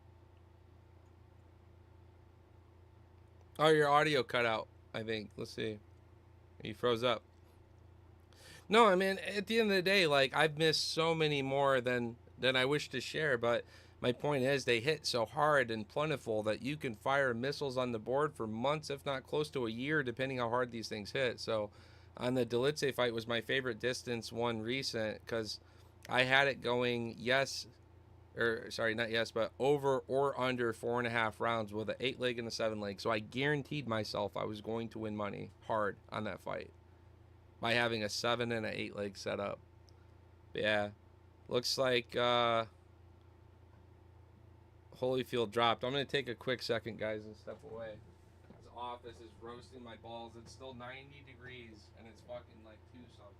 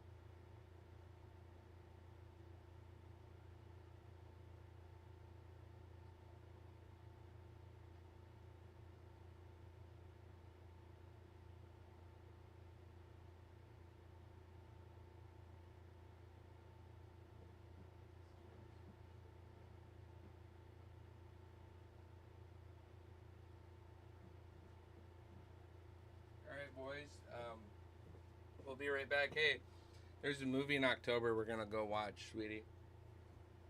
Dwayne Johnson. It's about a pride fighter's career that they made. It's gonna be actually a pretty good movie from the looks of it.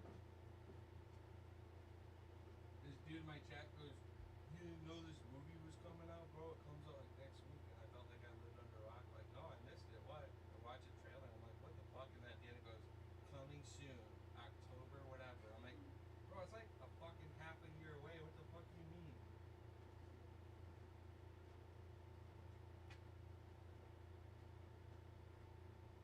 Oh, I'm gonna turn off baby dance. Oh, I didn't because she was on top of the wall. Okay, I'll let her do it since it says it's like.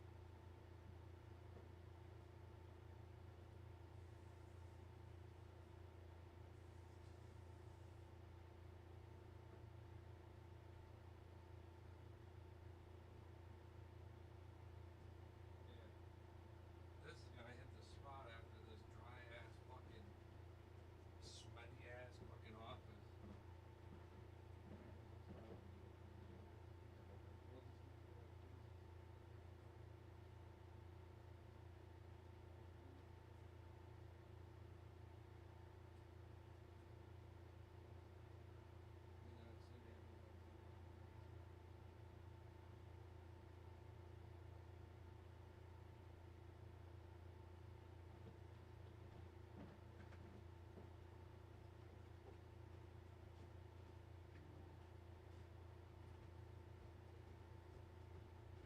Super sorry here, by the way, from sleeping in that chair. It's from being in the chairs, I think, yeah. Alright, sweet ones.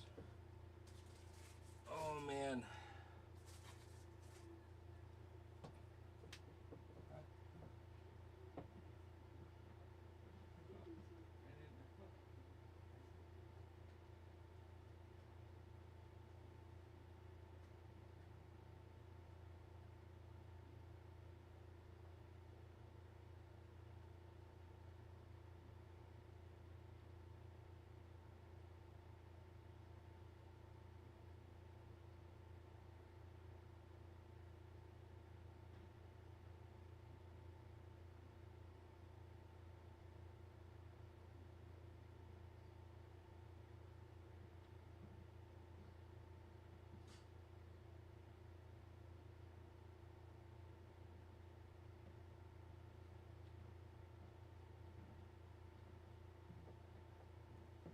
ones.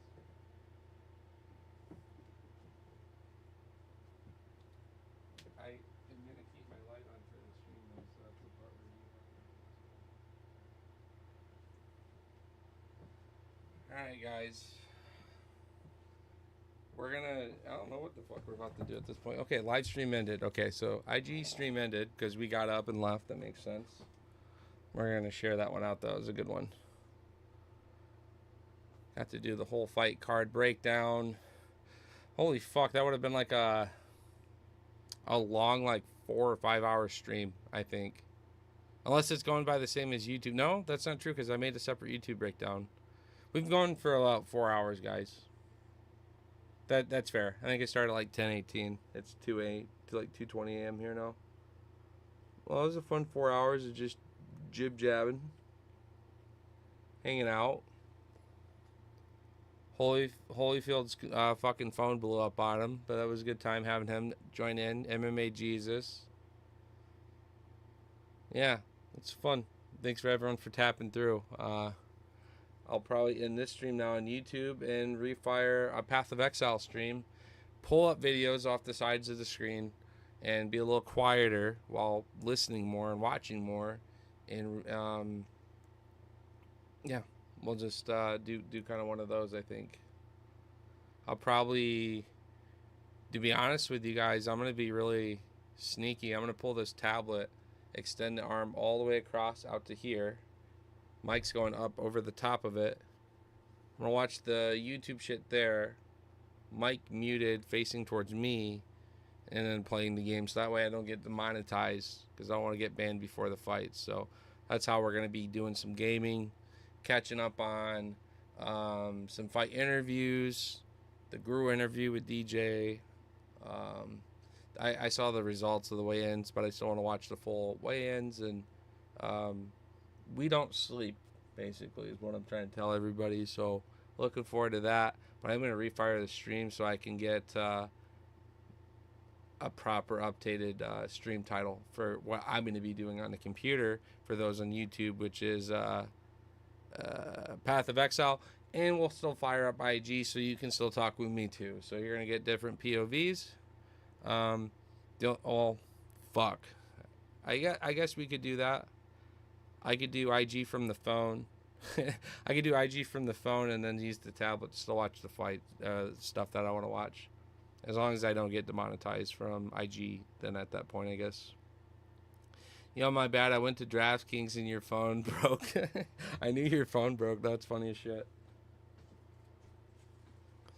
Dude, you have a really dope collection though. I met obviously a lot of people that fuck off with like cards and stuff, gloves, shorts, but you have like all the cool gaming shit, so I respect it.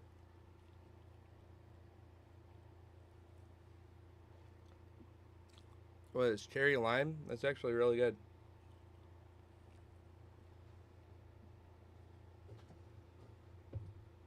That is actually quite tasty. All right. Let me make a quick post on this. Trading cards will come tomorrow also. I just don't know what time. I'm going to make it a last ditch effort to do trading cards before I go to bed. And it's so fucking late already, guys.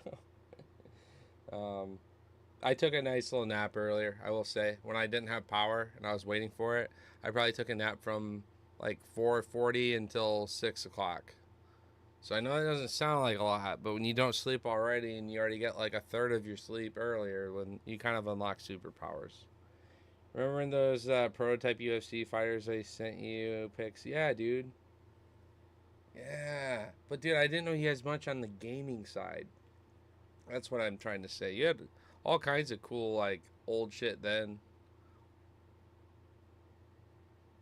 It's the gaming side of it that I was, like, really respecting. Like, bro, you got a really fun collection.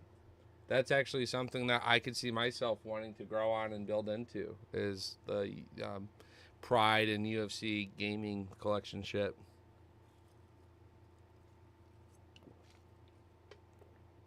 And had they been compatible for PC, I probably would have them, right? But I'm not really much of a retro console and game owner because, sadly, as I moved out, like, my mom had garage sales and sold a lot of my shit, or stuff got ruined in a flood down in a basement kind of thing. Like, I've lost a lot of really cool things, gaming stuff, consoles, games, whatever. Or like she'd like hire her friends to come clean the house that were like people who struggled to have jobs because they're basically like fucking drug convicts and shit, and they'd like steal our possessions. My dad's guns, my like probably like gaming shit for all I know. Like, who fucking knows what happened to some of my shit in storage. You're a donkey ass retro gamer. Dude, I have a friend who's a huge retro gamer, and we used to do LAN parties where we'd show up with our PCs, we'd play like PC games, and then we'd end the night on his old like retro TV setup that he still had, playing with normal NES. I think he had the like top loader version, which we had grown up to, and we'd play caveman games. And so caveman games had all kinds of funny ass like marathon games that you'd used to do. There was also that like actual Olympic NES game too, where you did like the skeet shooting and the javelin and all that shit, pole vault, sprint. I think there was a swimming one I played too. So anyways, like, yeah, we just do like retro fucking competition games just to like piss everyone off. But caveman games is funny as fuck.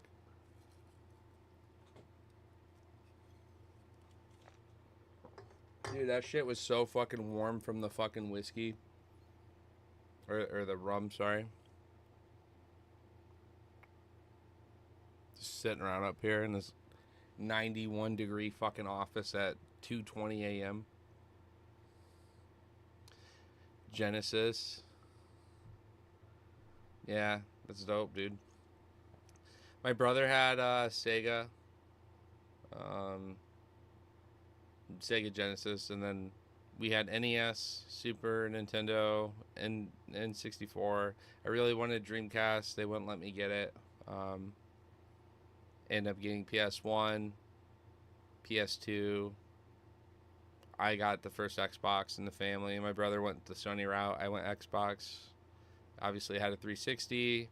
When I worked for Microsoft, they had given us Xbox Ones and then took them away, which was really stupid because like I had already purchased games and controllers, so got to kind of have an Xbox One, and then I ended up buying a PS4, and then basically I walked away from my house, leaving all my like materialistic things behind because really toxic. Just wanted my life back. I can go live somewhere else and rebound kind of thing, right? So gave up more than just dollars worth of bullshit like game console stuff and TVs and sound equipment. It was like, yo, take the house while you're at it too. Fuck this shit. But yeah, I wanted Dreamcast, the first one, because I really wanted to play Soul Calibur because I loved Mortal Kombat, and I was at the mall standing around while my siblings all did their spoiled ass school shopping, and I didn't give a fuck about expensive mall clothes, and I just loved playing games. So I sat around playing the Dreamcast, like, yo, can I take my $100 of school shopping for the whole year and just like, you know, like back to school, whatever they give us in the summer? I go, can I just put that towards a Dreamcast and like mow the lawn and make up the rest of this money and buy this? No. Saved up money anyways, had enough to buy it. Then my brother basically cried to my mom saying how the console's not even going to be supported and it's stupid. I'm like, that just makes it more rare, and people are gonna wish they had this shit later on because that's how this works. I like knew this at a young age. I'm like, but this game's really good, and I do like the games. They don't have to make new games. I'd be totally content having this console and playing these games the rest of my life. Like, I'm sure in a sense I'll come back and play it even still. You know, I was just a kid. Nope, never happened. So there wasn't even just Soul Calibur. There was like a battle arena game that was a 4-player game. It was really fucking sick too. And if I'm not mistaken, Dreamcast may have had like a version of Gauntlet on it as well, which was a sick ass game series at the time. Dude, I love playing Gauntlet. That was like a dope ass multiplayer game.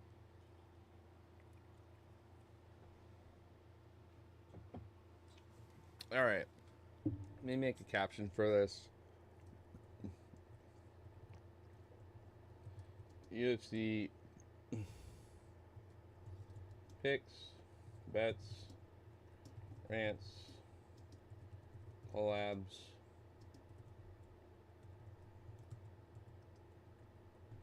jib jabbing.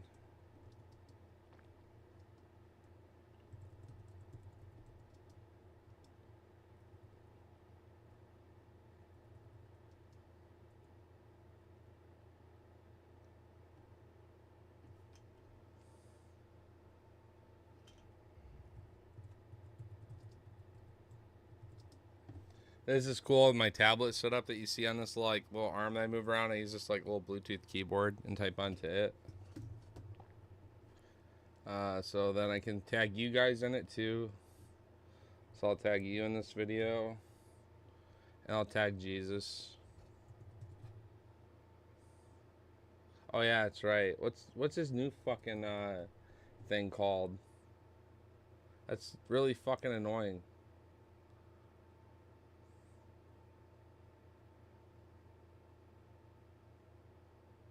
I have to like scroll to find it.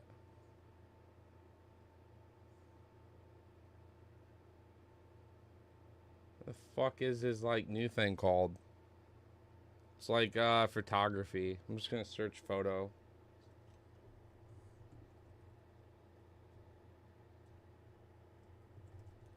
Yeah, that's funny as fuck. It worked.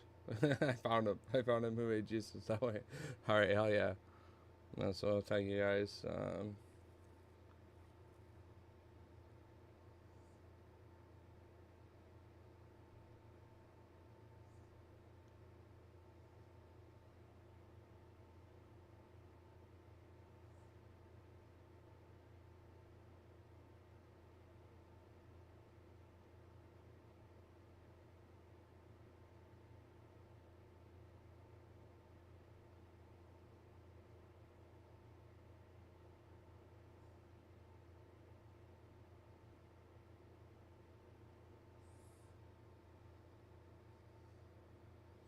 I made the cover of the stream that I'm gonna post, the long ass one on IG. So despite you came in, but at the very end of it, I'm gonna make the cover photo you showing me that uh, badass that badass like pride video that you have.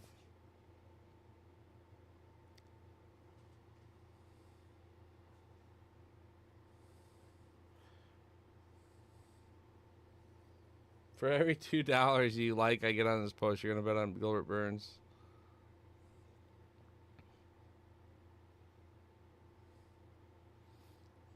I'll be back at 5K likes. Oh shit. That dude's crazy. For every like, he's gonna put $2 in Gilbert Burns. Pretty big profile. He'll probably end up putting like, I don't know, 2-3,000 at least on Gilbert Burns at plus 400 or higher. It's cool. Some kind of random channel there. There's Lethal. Hell yeah, bro. Alright, guys. Give me a second. I'm going to mute my mic, check up on some things on my phone. I'll try just updating the title instead of, like, killing the stream. Because I think there's beauty in just keeping the long-ass stream going. Gives me a better time commitment thing, too. Because I eventually will check out. I got to be up, like, super early in the morning to fix a lawnmower and kick it with some friends a little bit, and then get around for the fights. I'll probably have more time to chill before the fights. But I want to get some cards posted tonight for sure, too. Just to show off real quick, I got some nice new mail with Sandhagen. My collection was low. I tried so many times in the past to hit his big numbered cards and be part of breaks with him. I've actually really never not liked Sandhagen since I started watching UFC and following his career. So anyways, felt nice to get some ink on him for once. That's a Panini Immaculate. That's a, you know, it might be an out of 99, but it's an auto too. So of all the card types you could get, that's a hot one. So that's easy to like there. A bunch of other fucking gas too in this pile here.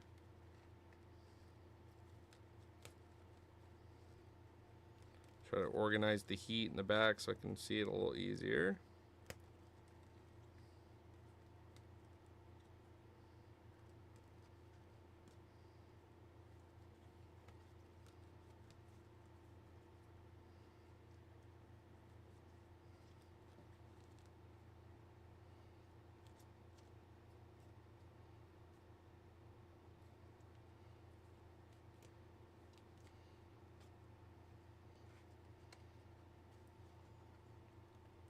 So that's one auto. I'm going to show you guys another one here real quick that's pretty good.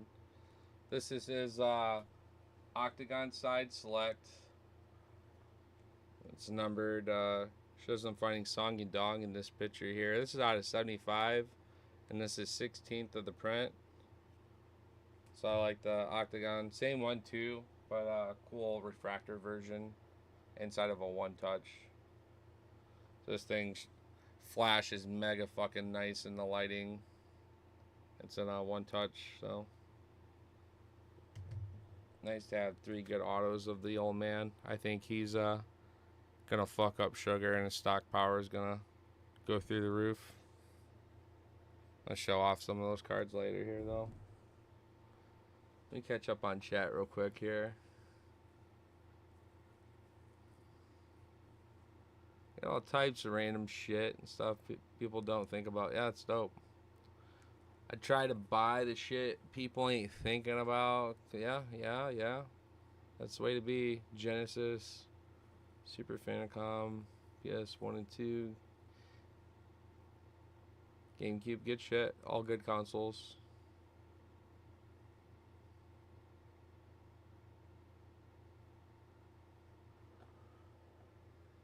Dreamcast is a console I need to buy, yeah.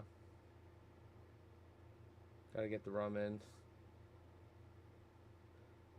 I got a Saturn, but I don't have anything for it at all. Expensive as shit, yeah. GameCube, the exact same way. And OG Xbox, most games, most consoles that are bangers are exclusives, yeah. Yep.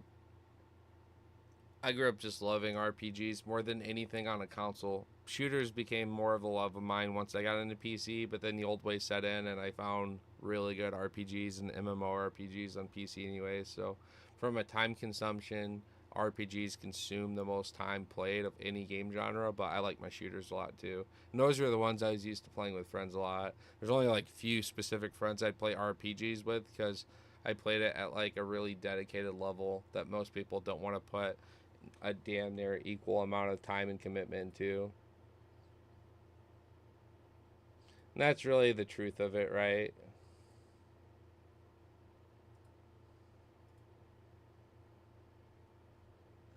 We all have friends that are fun to play games with, but not all friends want to play games the way that we play games, the amount we play them, kind of thing, you know? Anywho, let me check this. Weird. Shows 2 people in chat, but doesn't show the live participants. Anyways, what was I going to go do? I was going to do something real quick here. I guess we reposted that.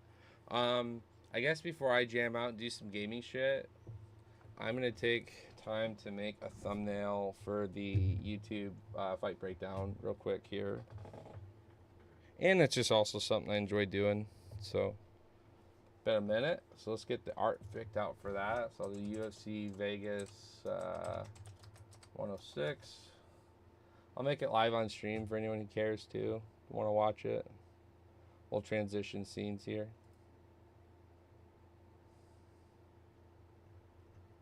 So let's get some images here. Yeah, everyone's doing this. But I don't want to use someone else's shit. There's that graphic there, which I kind of like. Yeah. Open link in new window. Saturday, May 17th, How about open image? I actually do need to transition to my actual glasses, which are probably by the bed.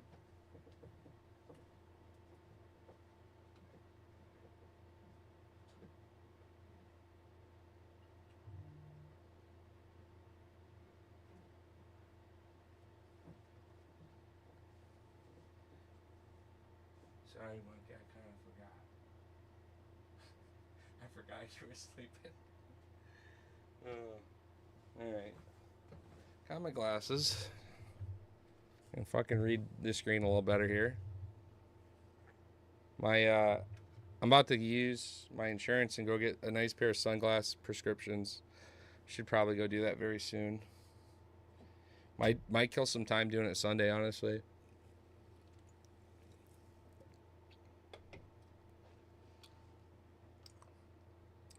Trying to clear that goddamn that smoke throat. And that Sprite's nice on a bit. Woo! We were burning for a minute, boys. I was just chain smoking. It's because MMA content was like, you guys ain't even smoking. After we were just burning like mega fucking fire pre-rolls, like infused keef and shit. I'm like, all right, fine, we'll keep this pipe rolling at least.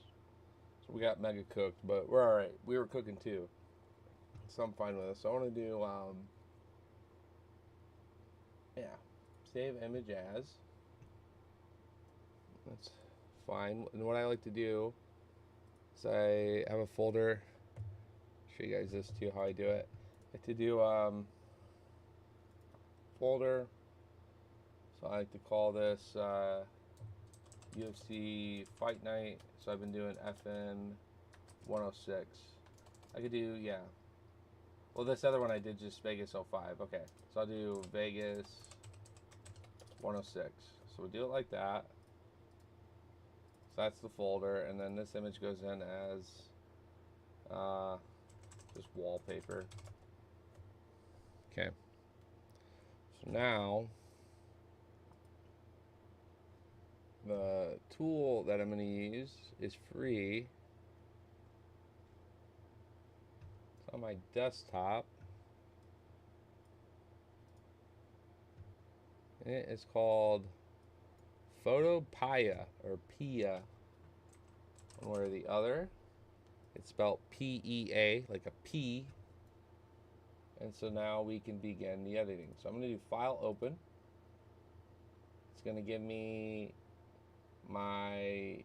there's like a Shavkat one that I've made, but it's these. I don't know them by image. I could clean that up probably better and update the thumbnail image probably. I know I use 4 a lot, so I'm going to use 4 here. And so it's going to be this photo right here. And then I'm going to take this one and just simply swap it with something else. So I'm just going to take this layer, I'm going to delete it. And so I keep the frame of what I just built there. So now I'm going to say you can open File Explorer on a new tab, right? So I'm going to go File Explorer, new tab, and I'm going to go back to my folder I have just called like YouTube. And I'm going to go into this Vegas 106 folder, and there's my wallpaper. Drag the wallpaper right over to the bottom here, and it will position it in the bottom of this new layer I'm creating. So what I like to do next is figure out the dimensions of this layer here. We want to be able to bring it up, but we want to be able to edit that too. So you want to be able to do File, Edit, and you choose. This is the weird part I don't like. You have to go to File, Edit, Transform, and choose. Yeah, you can rotate and everything here. You have to say Transform. And that's just the part I don't like of this as much. So I'll go File and Edit. Yeah, Free Transform. So now we're dragging this layer here. And it needs to go one up more there. So anyways, I gotta select wallpaper again one more time. File, Edit, Free Transform. There's the command, Control T.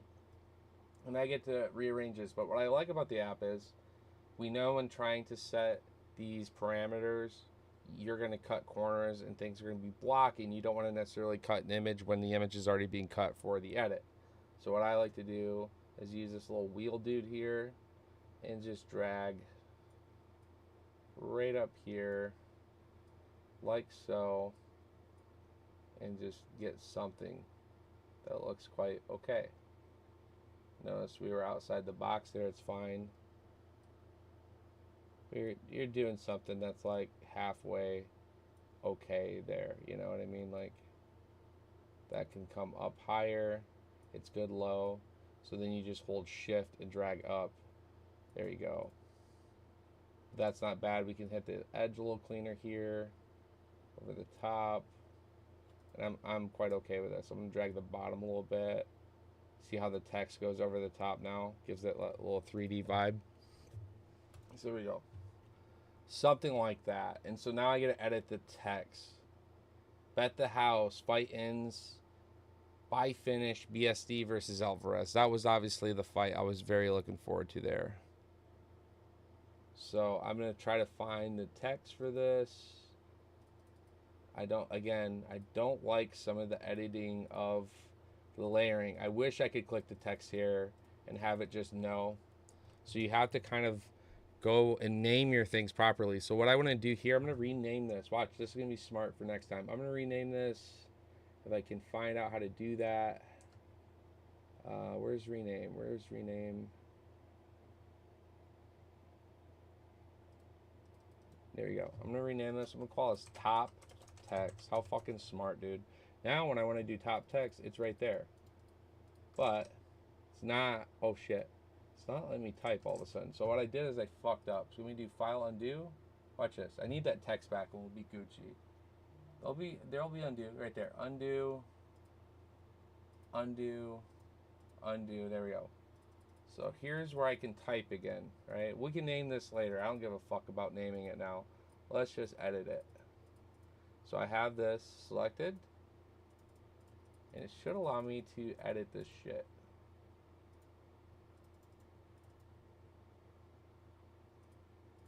So that's that one. That's that one. It's gotta let us edit it. How do you edit? And so again, there's some technical things that I'm not a big fan of. This is why you can use better professional software that's like paid for, things like that, adjustments. I just want to edit the text, bro. Can I edit the fucking text? Here's the whole freeform thing. I can do that and trick it maybe?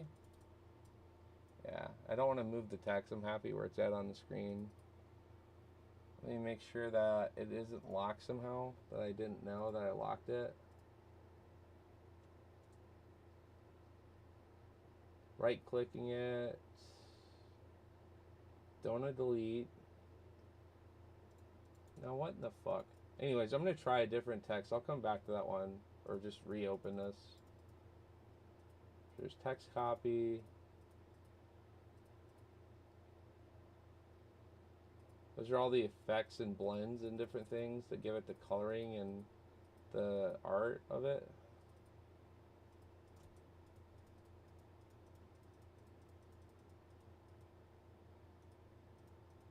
Yeah, I'm clicking anywhere I want to on this text, but I cannot seem to like get the ability to edit it. I think I actually scuffed it when I broke. I'm gonna redo this. Watch this whole thing. I'm gonna redo this. Not a problem. Easy work. Let's do this again. Super fast. We're gonna speed run this one. I actually broke it, I think, when I was spamming the text and deleting it, and then the undo didn't quite fix it. So we're gonna do open. I'm going to choose a prefix that I have here. We're going to choose the old wallpaper, delete, and choose the new wallpaper, add, bring in wallpaper. Actually, I'm going to fix the parameters of this from here. Check this out. So instead of putting it there first, put it into the board, and then go down to File, or sorry, Edit, Free Transform. Drag it now. See this? You see this? You can set this parameter early, and I actually like that blue line for accuracy, so I know that's going to be tight across the top, super perfect on that yellow. Drop it down here all the way, get that little 3D blend across the bottom, and that's like almost fucking perfect, ready to go. I'm going to blend that over just super ever so slightly. Now, since that looks good, now I'm going to drag the wallpaper to position where I think it needs to be. Like that. That looks pretty good. Quick, easy. But the thing is, let's focus text again. Now we're typing. Check this out. UFC Fight Night Vegas.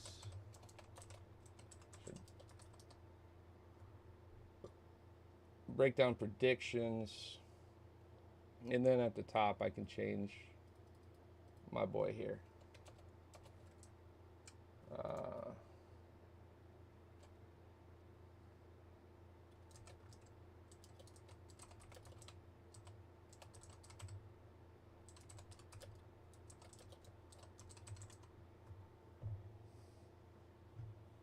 I think that's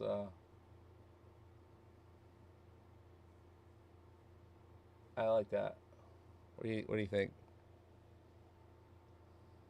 Oh yeah. Can't quite see with the webcam. I'll turn off the webcam real quick. What do you think about that? That MMA Toad logo is just there from the webcam. That's not part of the image. Just to give you an idea. So yeah, we'll do that. So then what I do is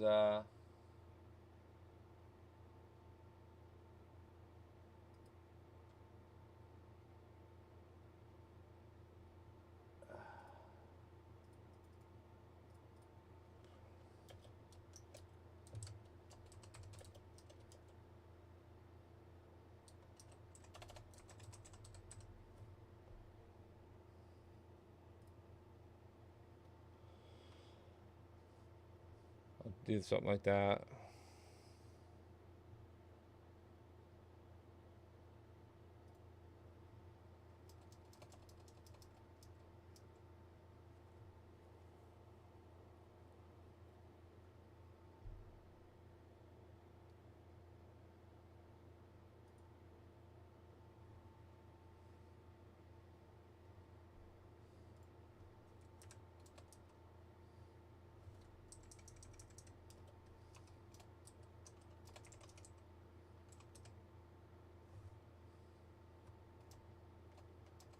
Let's put bets.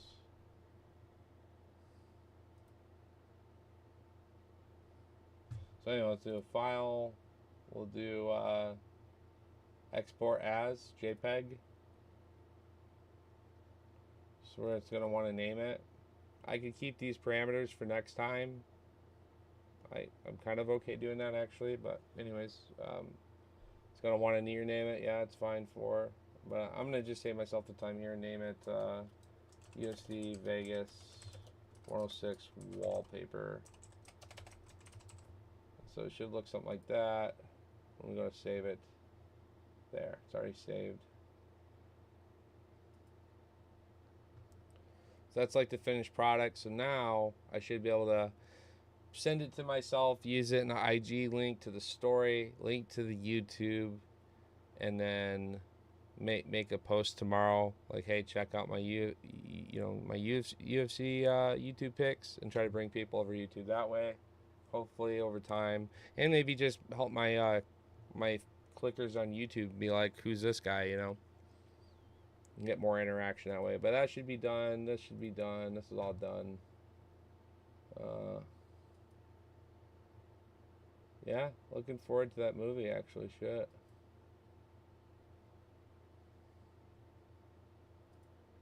Some good questions here recently. Trying that. Damn, I should have kept that other page open. I was gonna say I'm not against having like a little battle center, like outside the top 15 rankings. There's definitely a lot of content that I'm excited into watching. So I'm probably gonna fire up something on my tablet and watch it with my mic muted, and so that way I can watch the video, and I'll like pause it to unmute mic and talk and interact with chat here still, but it'll be just like me doing something else on the PC while catching up on some stream content off this tablet. So probably doing that and then going to bed. It's 3 a.m. here, so gonna transition all that here in a minute, but yeah, I'll have to watch some of these movies. Snatch, that other movie when it comes out in October. Have to look into it. See how my my wallpaper shit's all fucked up? It's like certain things. I use a night filter and it just does not like it. So I need to fix that within my Chrome extensions and shit. It's fucking annoying. I do like the dark theme of every website though. Creates like its own custom.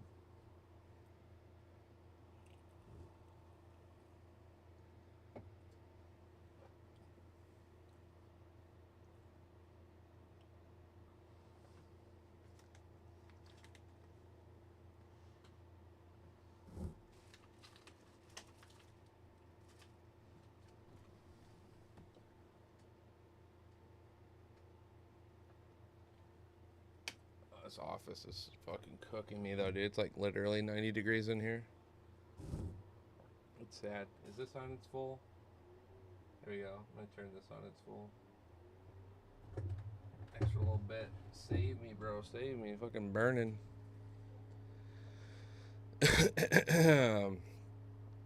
Oh yeah. Let me finish posting this to my YouTube real quick here.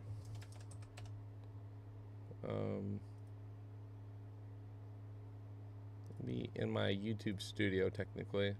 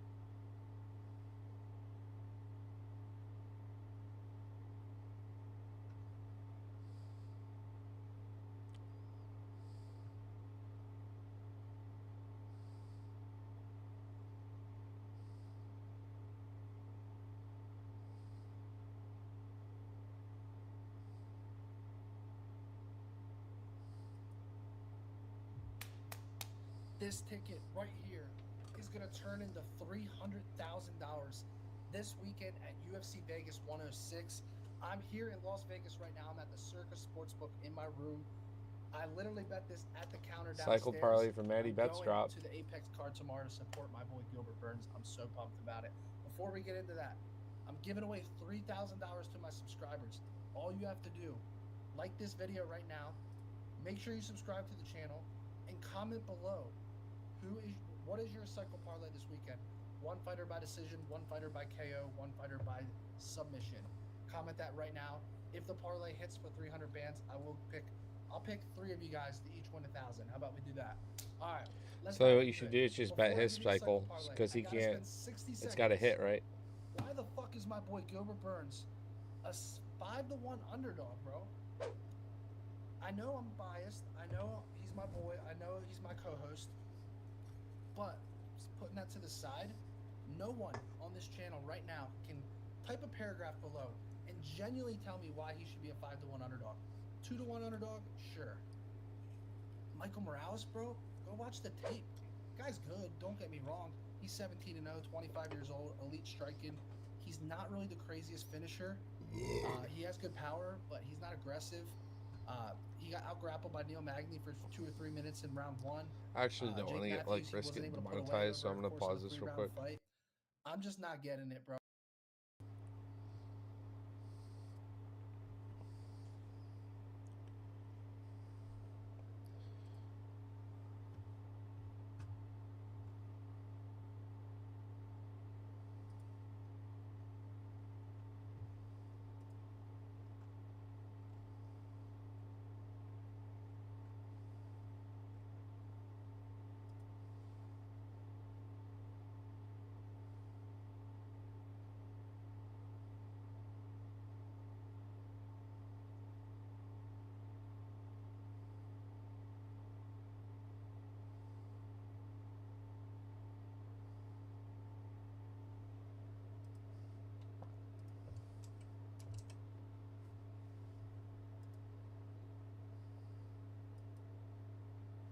Dude, I haven't played this game yet.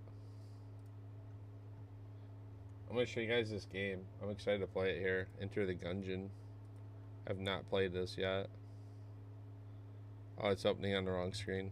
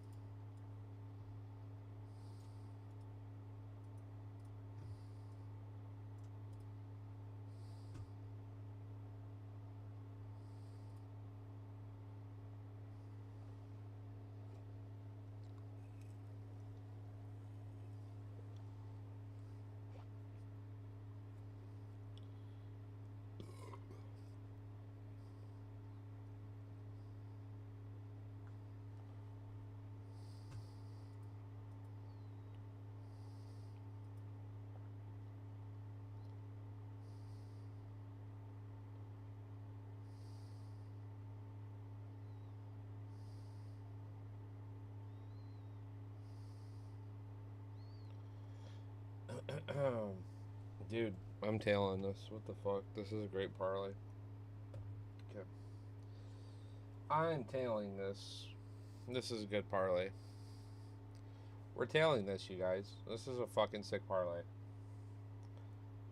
It's gonna chime in the fact that I'm tailing the shit out of this parlay. This is solid.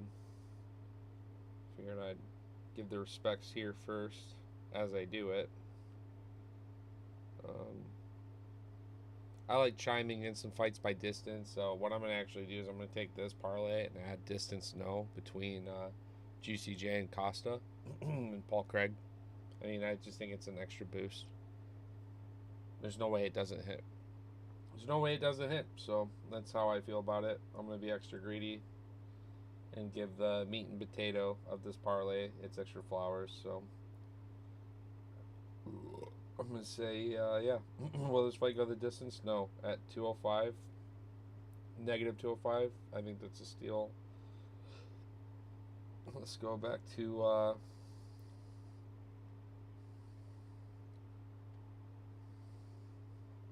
UFC fights.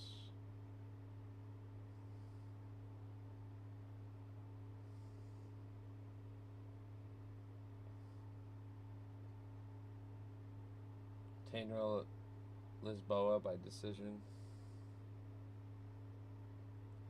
Her at money line's plus 140. To be fair, it's already such a big long shot.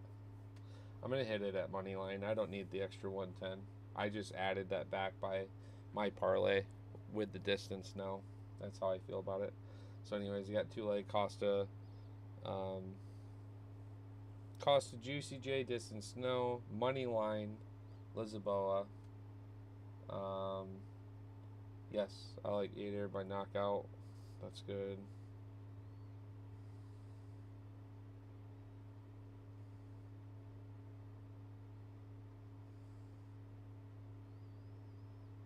He is. He has a negative 560. The knockout prop's actually wild for him. Yep, plus 240. He got a little bit better prop on that than me, barely. And then plus 500. That's a really good prop for Gomez by submission. And it's all early, too. You technically fire this a few ways. I'm going to remove some of these legs and try hooking in some other methods, too. Might as well parlay that with, like, this other dude by knockout against Craig or something, you know. Let's see. Gomes. Here should be negative 650 favor, dude. Distance, no, at negative 112. But yeah, this is how this parlay hits hard. That's a big submission prop. However, FanDuel has it at plus 400, so he had a way better line there. I'm going to take a look at her by double method finish as well. So double method.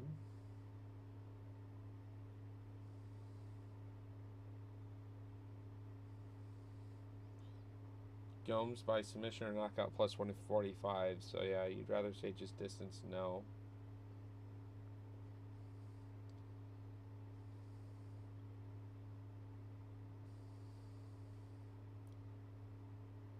Yeah. I'm just going to say distance no. That way if she gets it done with the hands, we're safe either way. My total payout is plus 24K, almost 25K. So he's saying how much pays what? $4,050. Mine would pay at 100,000. His pays at 3. It's tough, man. Mine's like ultra safe though. You know what I mean? Like I'm not getting as much, but I'm not risking as much. I'll throw $5 on this to win 123. I'm cool with that. But I'll go through how I have it listed here. I throw GCJ and Costa distance no.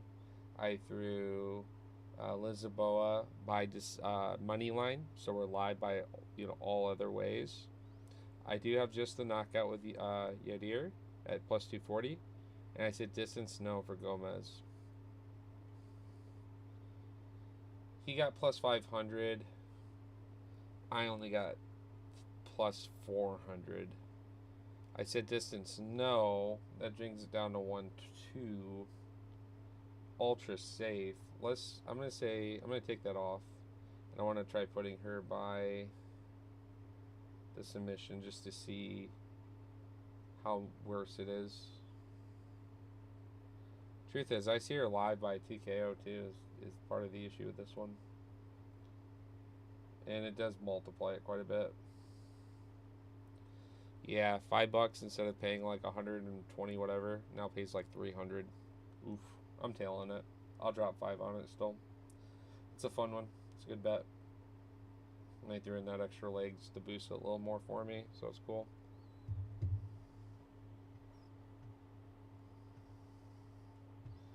I'm gonna say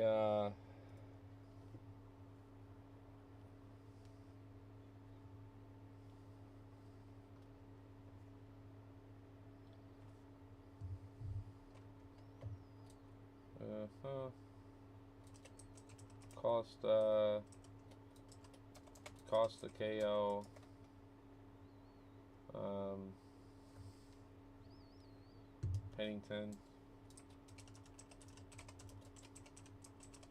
Pennington decision, and I like Gomes by sub also.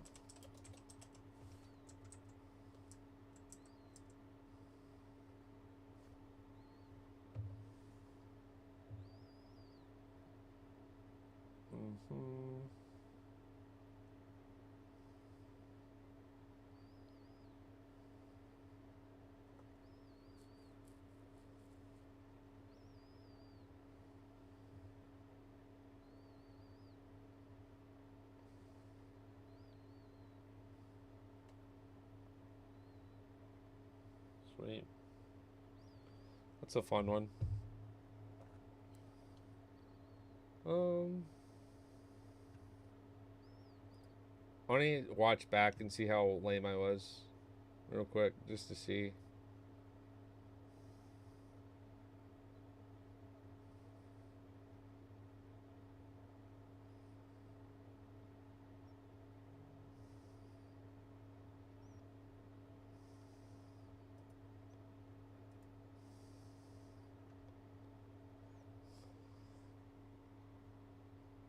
Long shot show is great.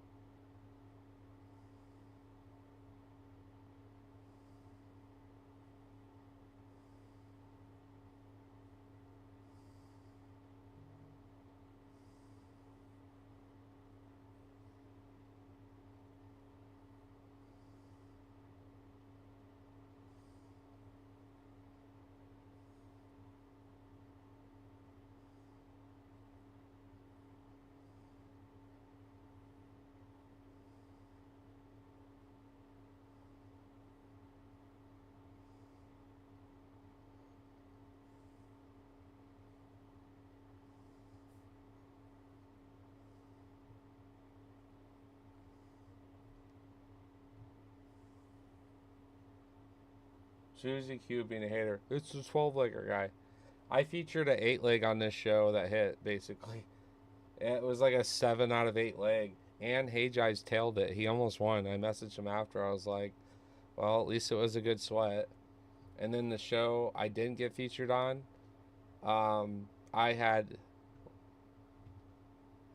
I guess I was just more so trying to see chat being a bunch of fucking assholes. You can't do a long shot in that channel sometimes without people in that chat just being absolute haters. It's like, dude, it's a long shot show. And it's really not truly a long shot when you bet distance a bit, because it's so much safer than people expect. They look at the legs versus like, oh, you have two methods, a couple money lines, and a bunch of legs. And it's still a 7 or 8 leg parlay, sure, but when you look at two killers in respect like Chuck Buffalo versus Proper Mike, it's like, okay, This is a given at negative 200. This is a nice boost to a parlay, but these are incompetent fucking bums that just sit around and chat. They're not featuring in the show. They're not showing their picks as well. Either don't have the money to bet or they're just cowards. It'd be different if it was coming from someone who could show me their own slips and show them just acing it all the fucking time. But I got my own slips too that say, hey, I can fund these just fine. Much like Matty Betts goes on stretches between his cycles, my distance parlays do the same thing, but I'd say they're more frequent than his cycles also. So let him hate. I'm going to hit this weekend for sure. 200 last weekend. We'll probably have another couple hundred day. And when I'm only wagering between $30, $40 of different worths of parlays, $5, $10 there kind of shit, I'll take it.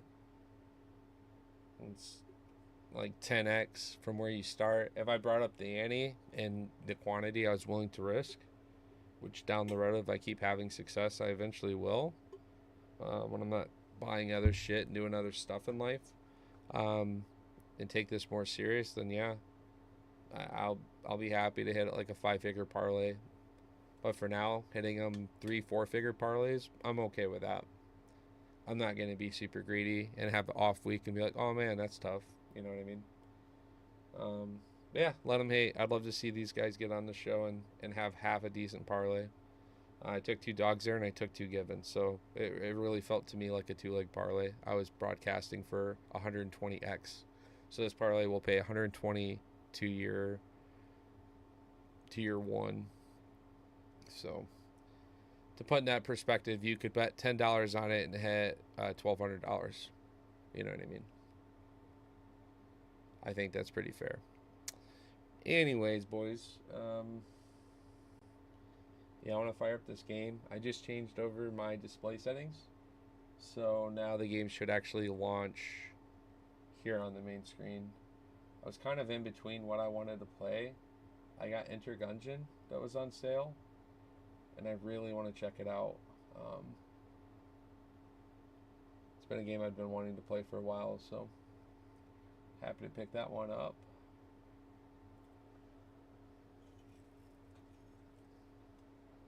Yeah, I'm fucking burning alive in this office. Or I don't game. Depending if anyone's in chat and wants to talk fights, I can switch back to the full feature webcam and focus on trading cards and other stuff. Plenty of other games to play. This is just like random games available to download, but yeah.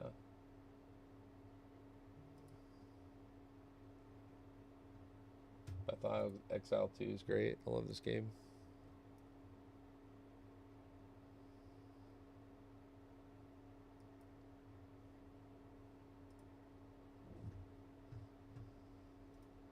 I guess it's Path of Exile. Really want to get into this more.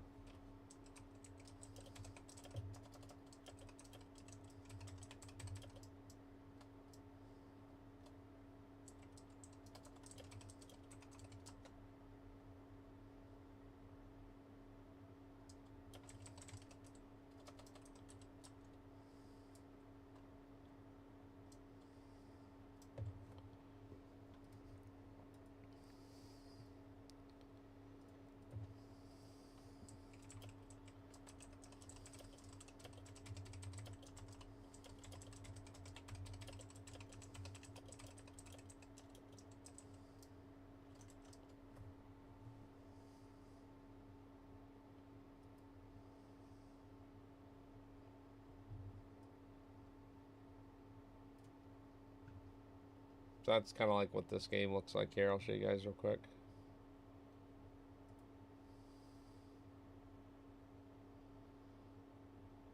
It's kind of cool. Well, I'm gonna play some Path of Exile. I'm gonna grab another fucking drink. Grab some like cold, icy water. Sounds really good right now. And just chill out till I crash. And like I said, I'm gonna watch videos from my tablet. Catch up on some fight content this week. Kind of catch up on IG in general. Gaming when I'm not busy kind of thing, right? Just catching up. But yeah, I like that parlay a lot. I'll have to hit it.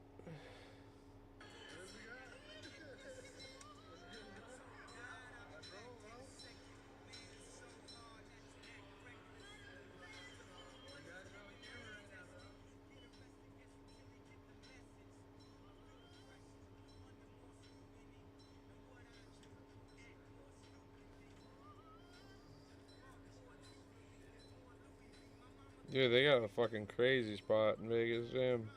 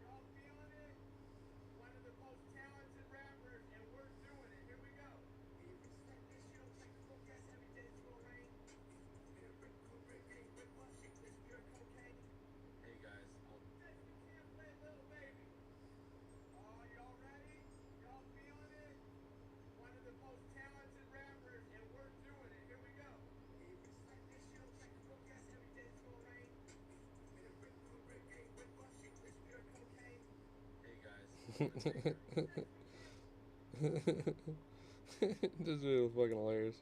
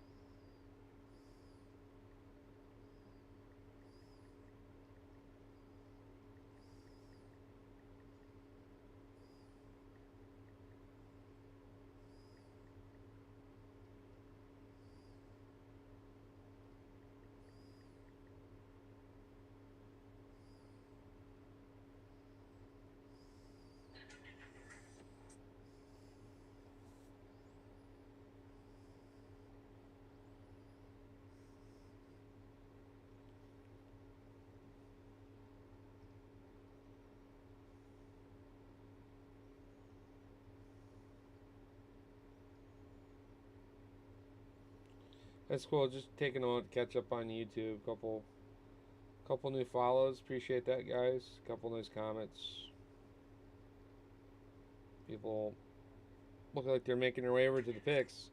For having just posted that tonight and at 510 views on my picks, I appreciate the love there on IG. Seems like people are tuning into my picks more recently. I used to post picks and only throughout a whole like 3 or 4 days online get like 300 views. So I like that I can post picks in a single night and hit up to 500 and see it get a couple thousand or so. It's really cool reception there. Obviously, I want to be able to do more in the YouTube presence. Made that really nice edit here recently. Let me actually finish up my edit and applying it real quick. It should be really quick and easy. So I'm going to go to YouTube Studio.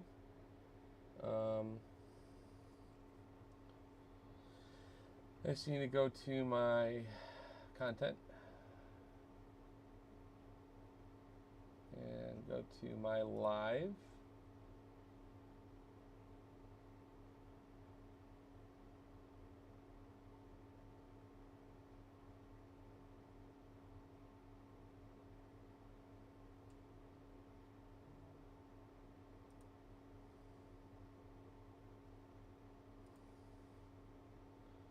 I don't know why this didn't stream.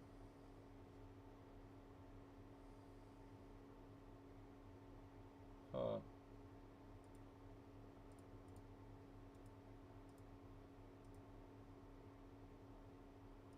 Let's there and go.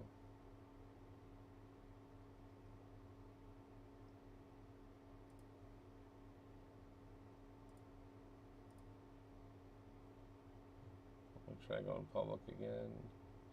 No, it's not for kids. Unlisted, go public again, done. There we go, no scheduled date. That was the issue.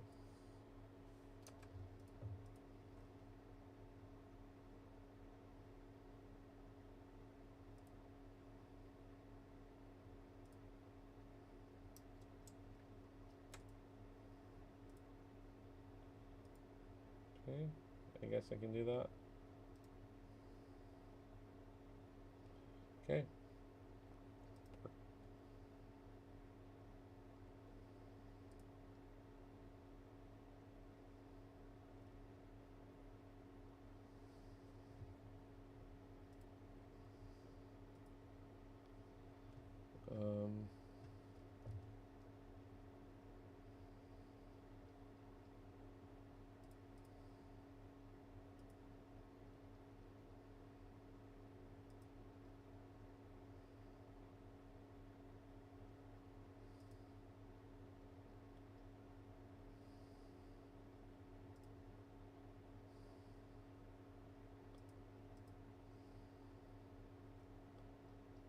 Oh, that's sad. I guess it doesn't have my super long YouTube video. No, we've been live this whole time, right? We never killed it. Yeah, that's right. So here we go. Let me kill this. Add the thumbnail to it.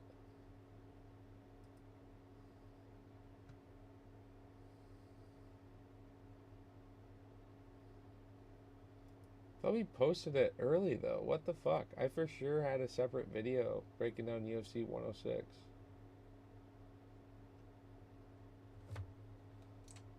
What time is it? 8:17.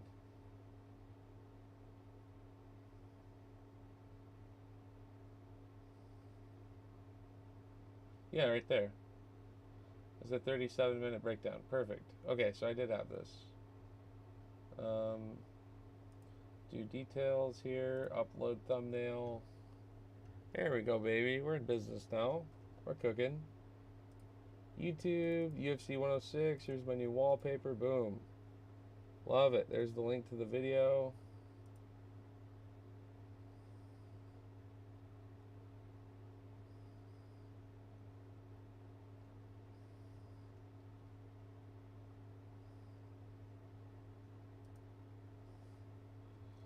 UFC Fight Night, UFC Fight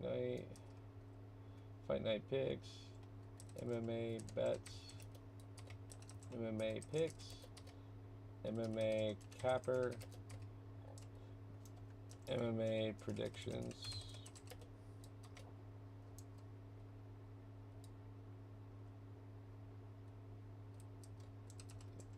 MMA.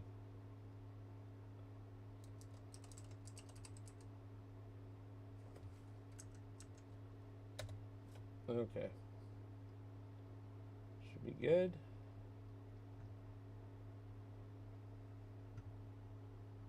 Okay, save. Sweet. Copy the link to the YouTube and send that to myself so I have it later on IG whenever I need it. Dude, I'm excited to transition over gaming and watch some content, guys. Hope you're enjoying your weekend. I've been looking forward to this downtime to do all this and catch up. Just kind of unwind. Put myself to sleep. Damn, my random ass comment on this reel did like 3,200 likes, and it's like the most basic response ever. I don't get it.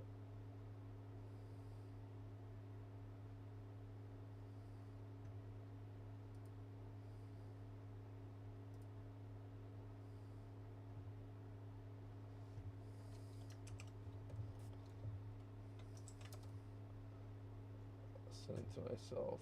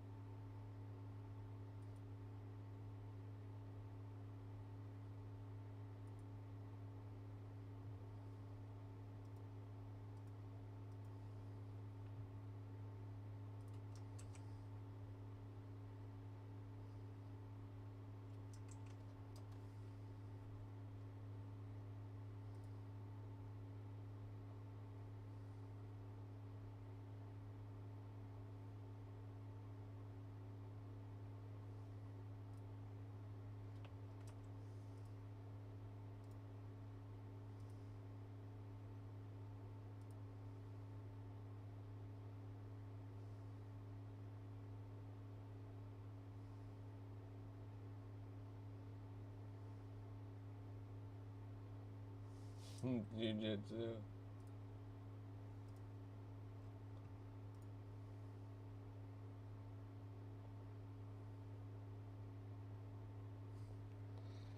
Where the fuck are my earbuds at for this?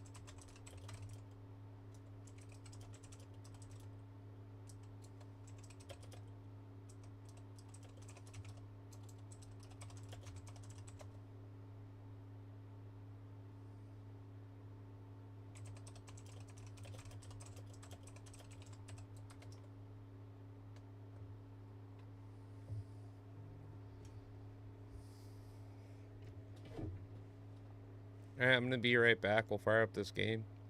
Grab a new drink. Grab some water.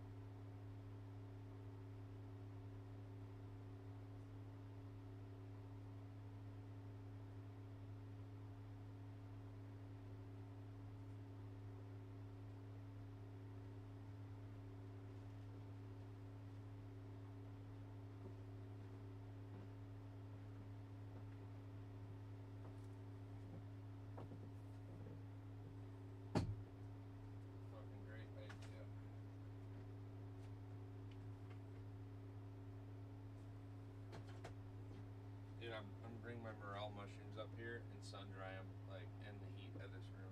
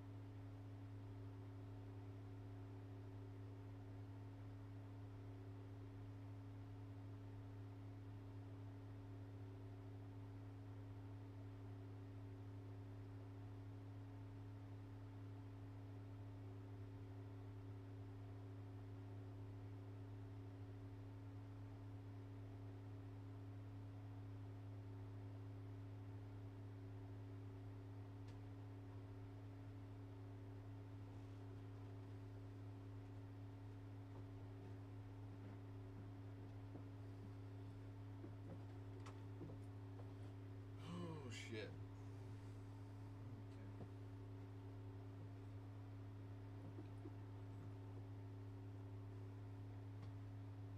Oh shit. All right, y'all.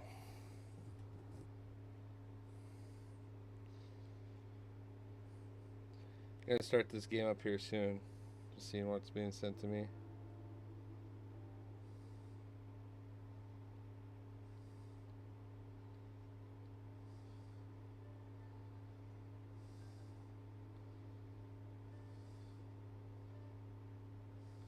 What?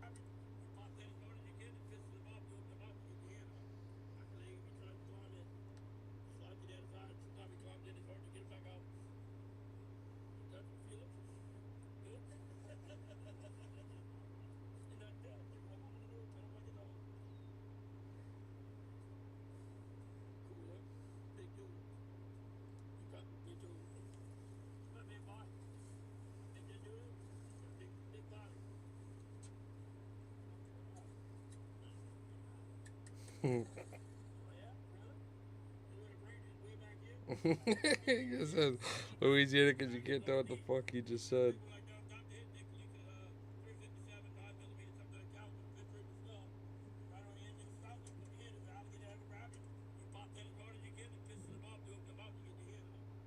Oh fuck, I love that video. Some funny ones.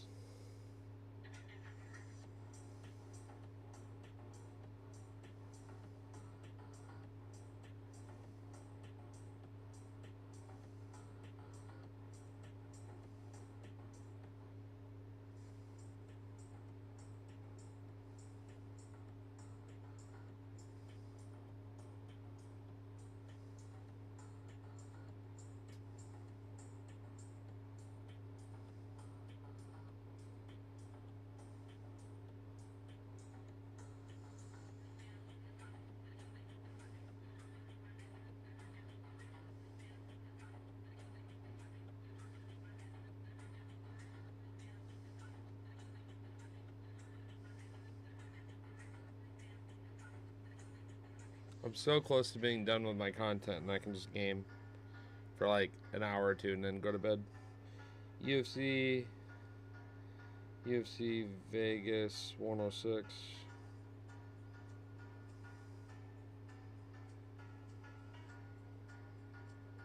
UFC fight. Right. UFC Apex.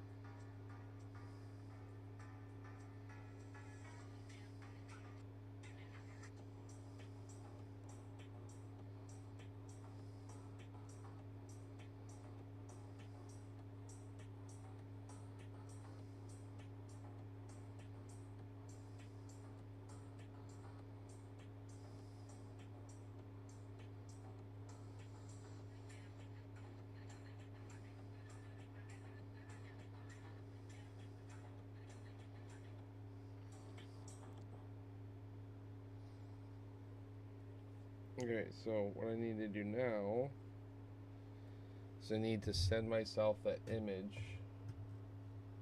Okay, send myself the image of the wallpaper, Dan. Chat.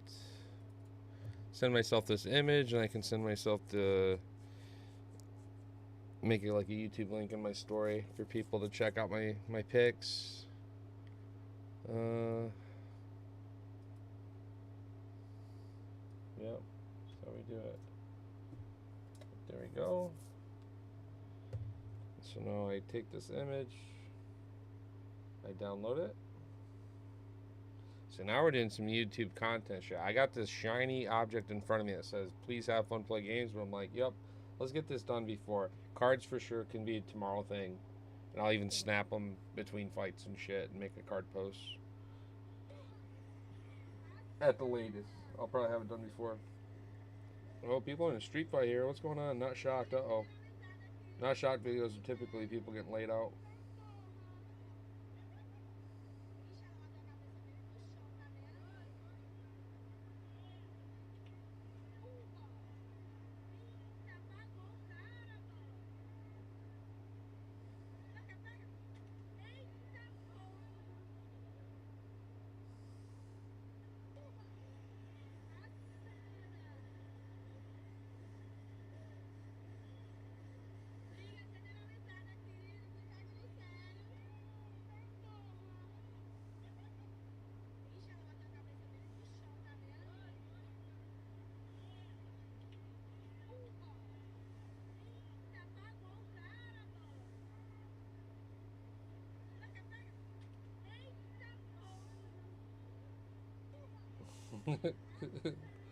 The showstopper, that's funny as shit.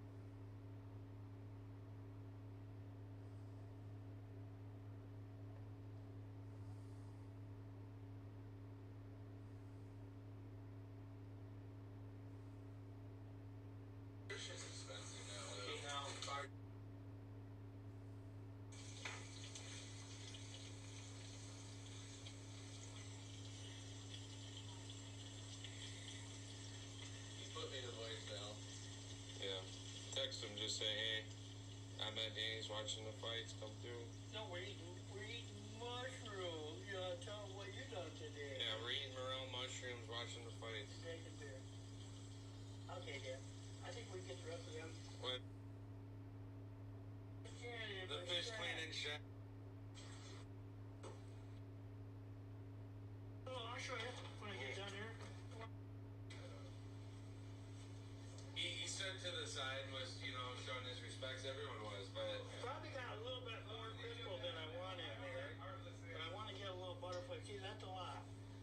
coating in there.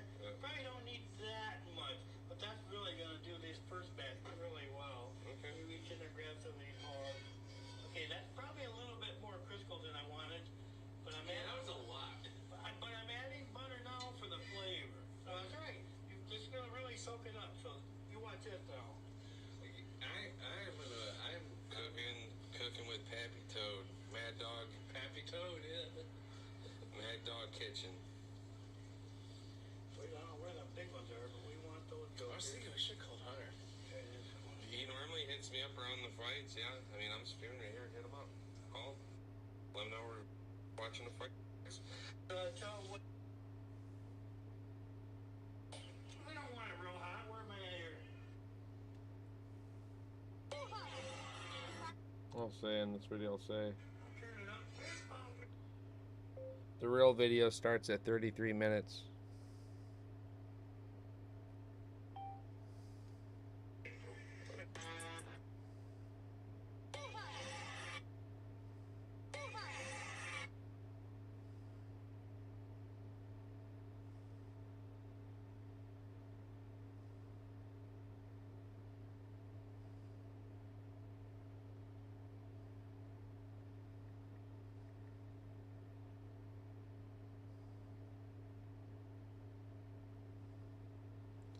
So now I'll go to YouTube, I'll go to my video, and I'll copy the link for it, see? Oh, I can't wait to watch this Guru video. Your videos, clip.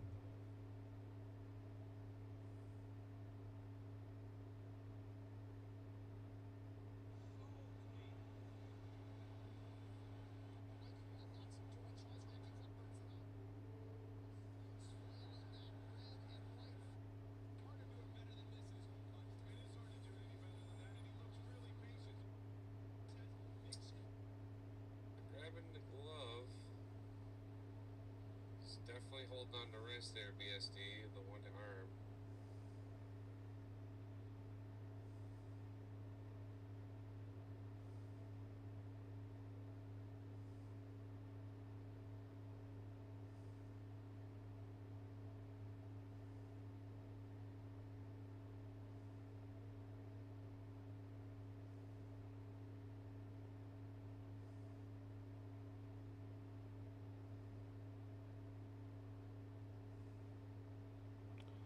Where is my fucking YouTube edit?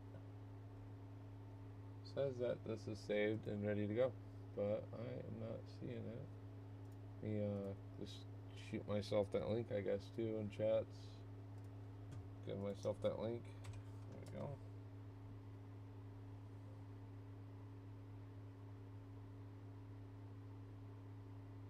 There we go. So now if I go to IG, I say this, I say link,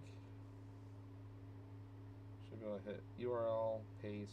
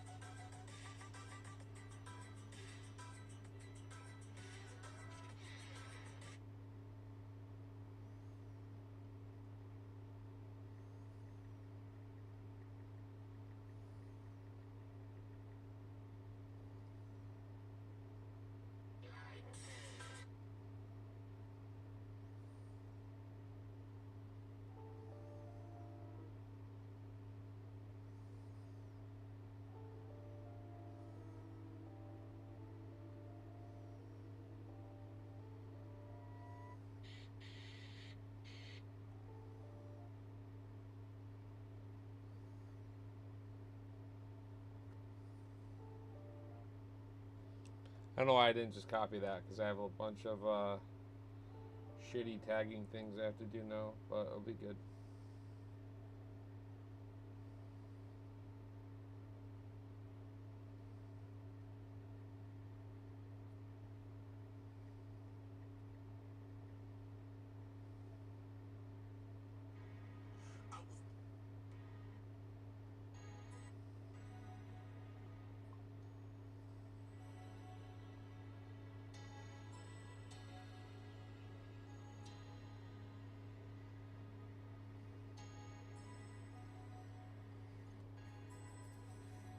That's true.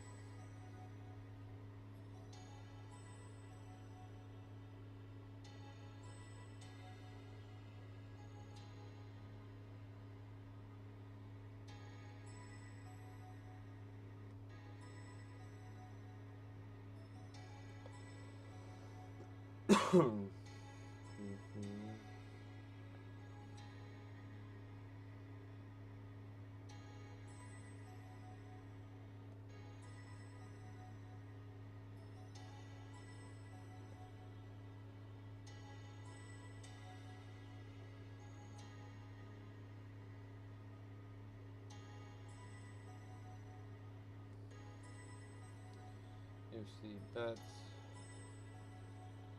UFC YouTube.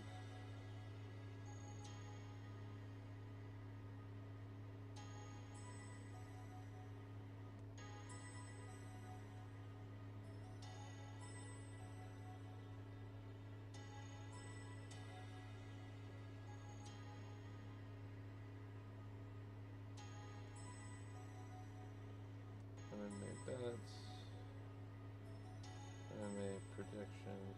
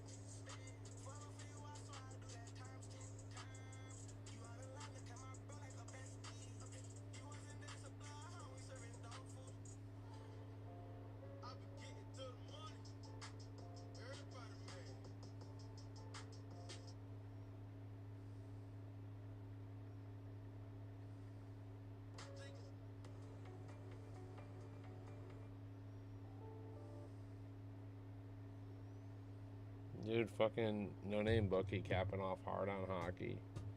Absolutely crushing it. Alright, dude. I can't wait to hit this light. Next thing. Next phase here. Let's see. Move this over on this side. Or on the wire like so. And like so. Alright, here we go. So what we do is we bring it over like so. Microphone a little high in the air there. This dude flat. Pretty much dropping that dude, and then this dude gets to come out. Oh my god, this is sweet. And then that gets to come out to about right there. And as long as it can hold up, which I think it can. Let's see. It's a matter which way, because I can flip this if needed. If needed, I can do it like this. Let's see. Would it hold up? No. Why is that?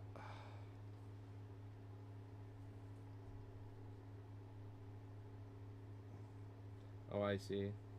I need to potentially swap this dude around. I see.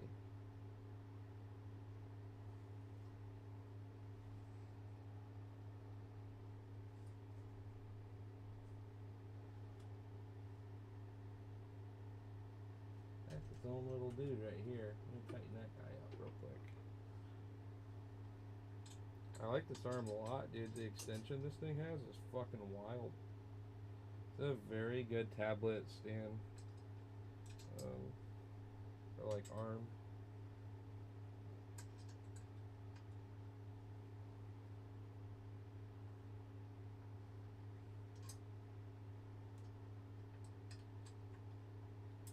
Gnawing on my fucking thumb earlier. This thing hurts like fuck. I need to knock this shit off.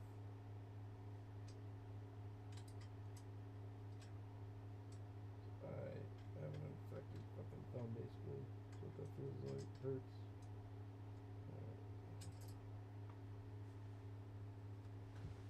I gotta get underneath this one. There you go.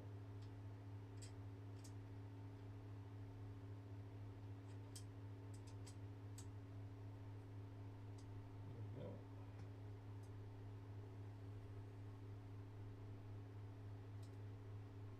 Be righty, tighty.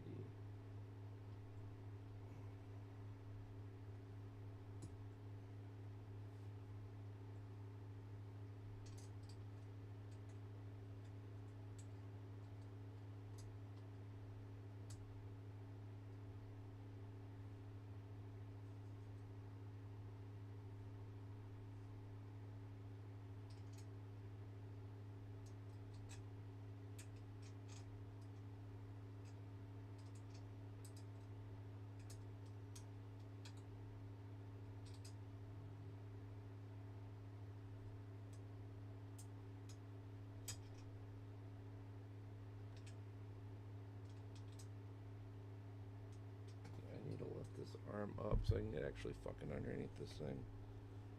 There we go.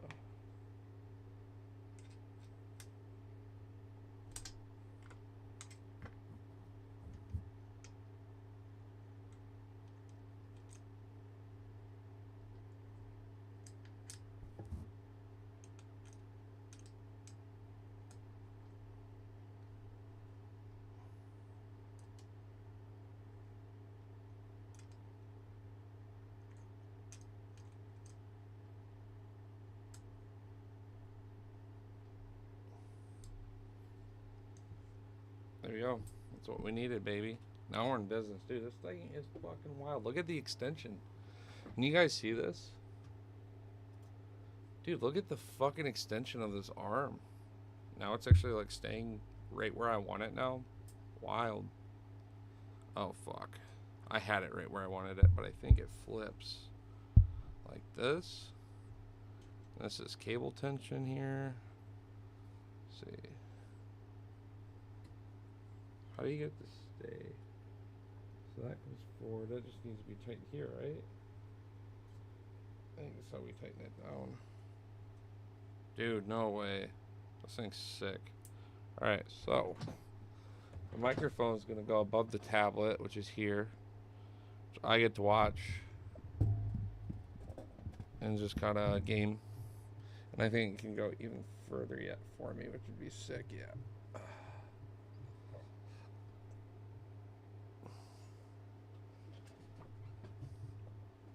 One screen, two screen, three screen, four screen, phone available, 5 screen, 6 screen, 7 screen. This fucking office. There's a reason it's 90 degrees in here, dude. We're fucking cooking. Holy shit. Oh, man.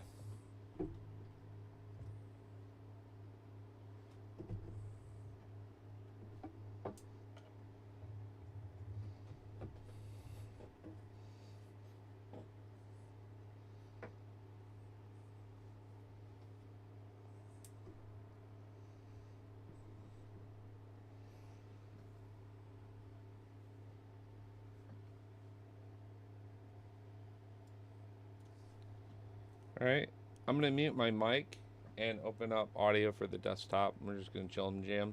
Much love, y'all.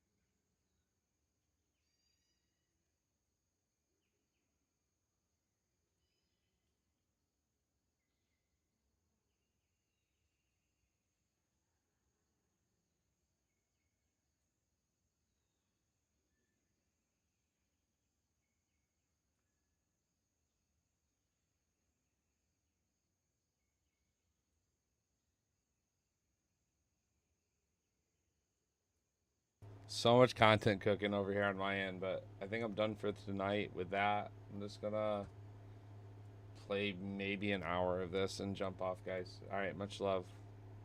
Just gonna be an autopilot zone. Here's your audio back, and muting the mic just so that we can watch some MMA content on the tablet. All right, much love, y'all.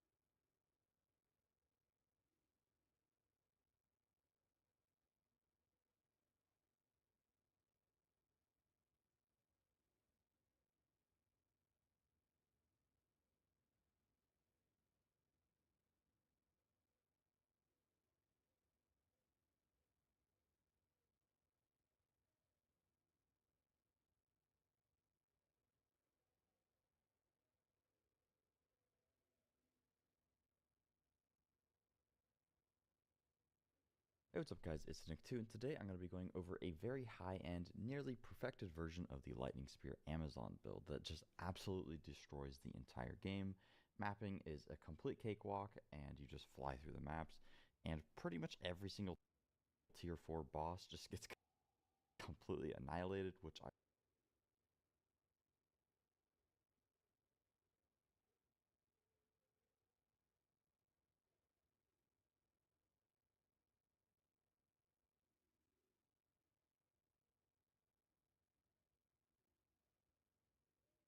Lightning Spear build. We use Lightning Spear for clear, we use Stormlance for single target damage, and we just have a whole bunch of other supplemental stuff, like all our Spirit Gems is just, extra damage against bosses or survivability oriented things. And surprisingly,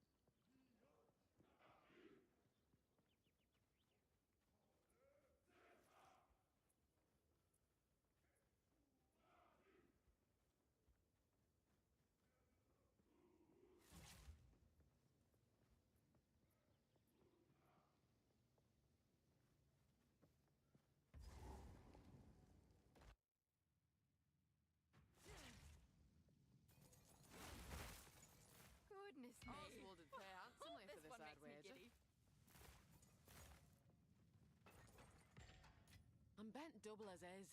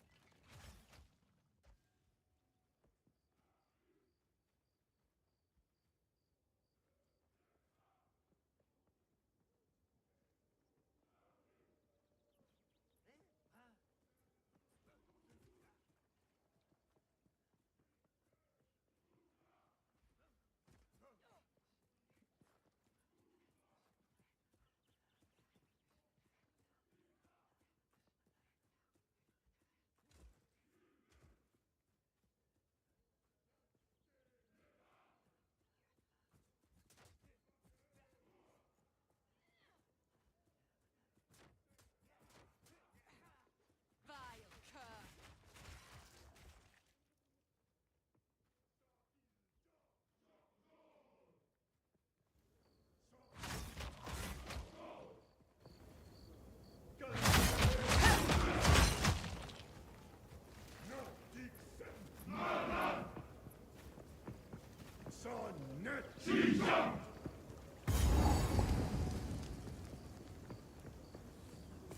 Halt! Your rampage ends here! Ah, don't worry. I can solve this. This is all just a misunderstanding. Which one of you activated the gate? Which one of you is a Val blood? Why, that was me, of course. I am Alva Valai, treasure hunter extraordinary. Take her! Bring her to Doriani. As for you, I will pay back every drop of Val blood you have spilled. If it's a fight you want, it's fight you'll get. Something a wound.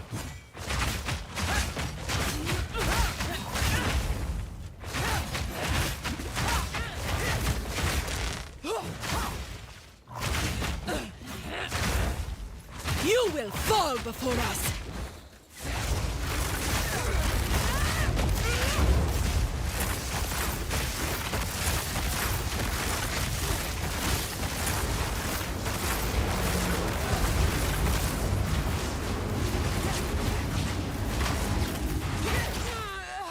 Feel Arakali's sting!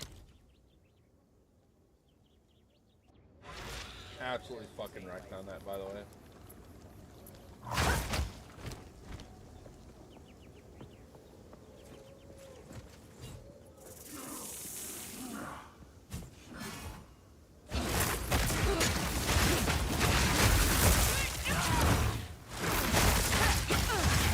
Gormad Shopek!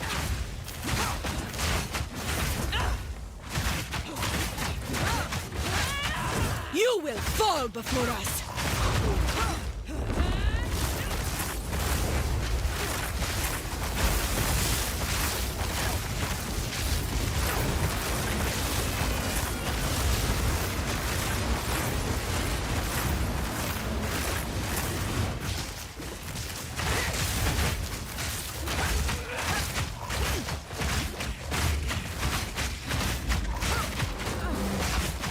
Aisha, you are nothing but a locust! Akali's back!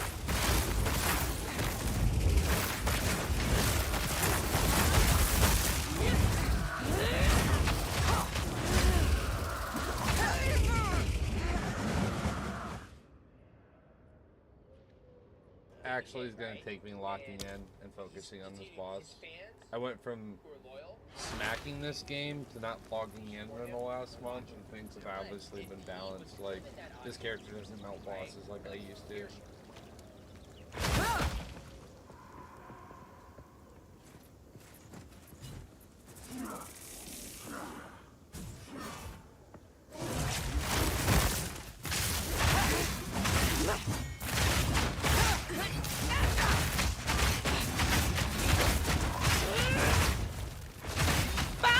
queen or die! I will not relent! You will fall before us! I shall crush you, insect!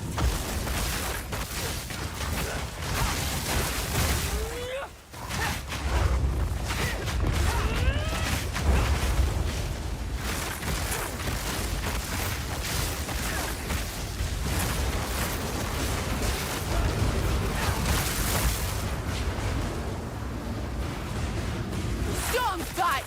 Feel Arakali's sting!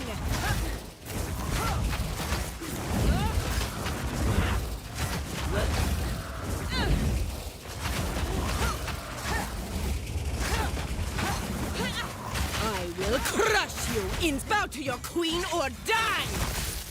I will not relent!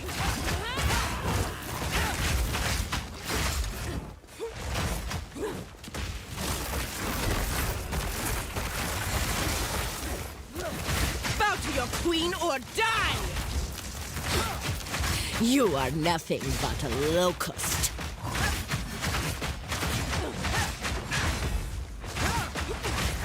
Shopek spear!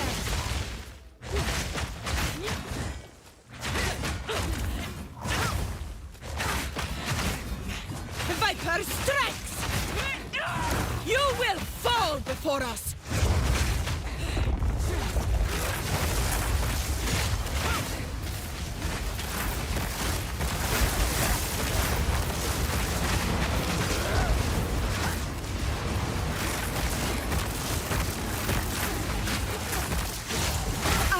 Kali's web!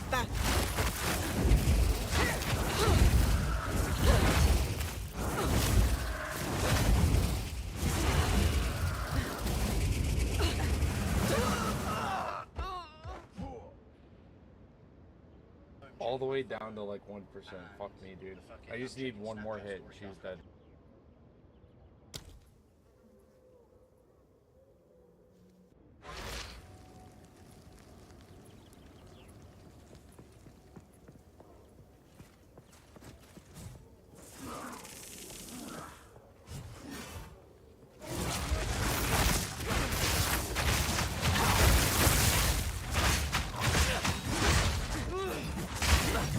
Viper strikes! You will fall before us!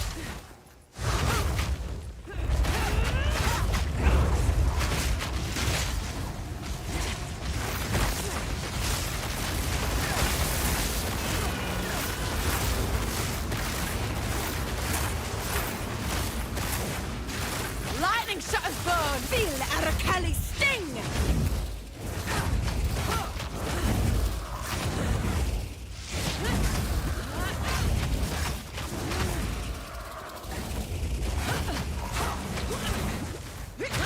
I shall crush you, insect!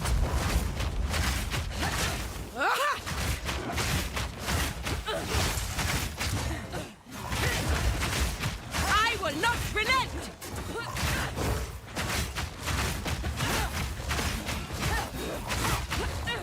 Bow to you! You are nothing but a locust!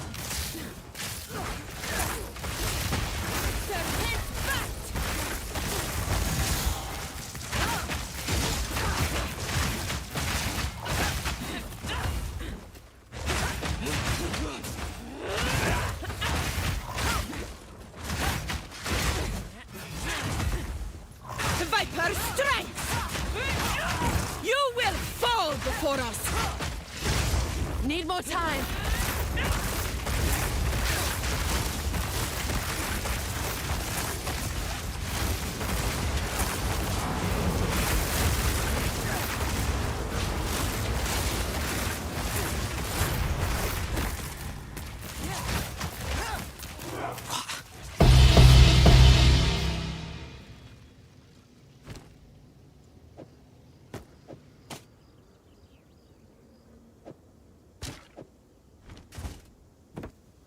I've enough in my pack already.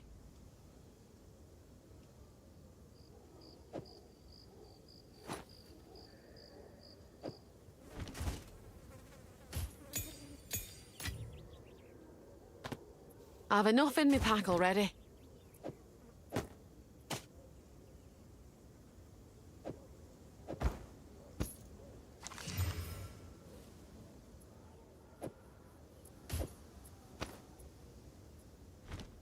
I'm bent double as is.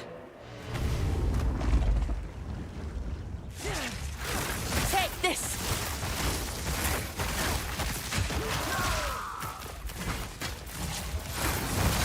Here it comes! Wait!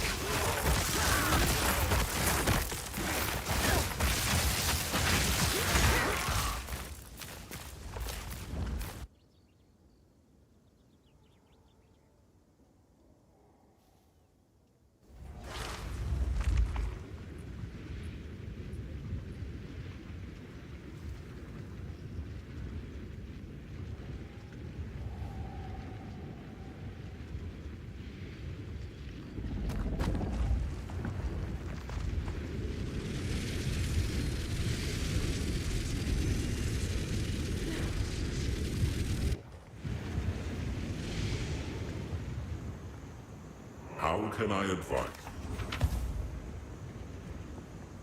Hey there.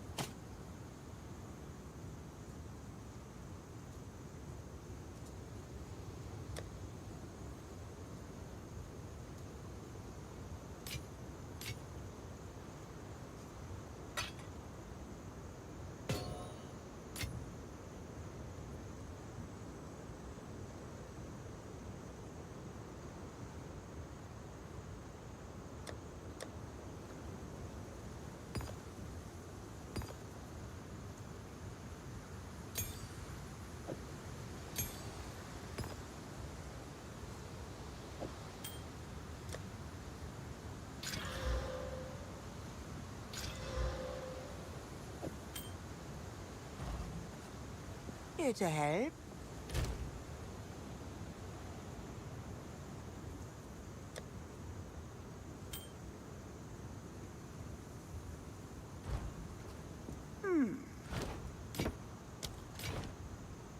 What do you need?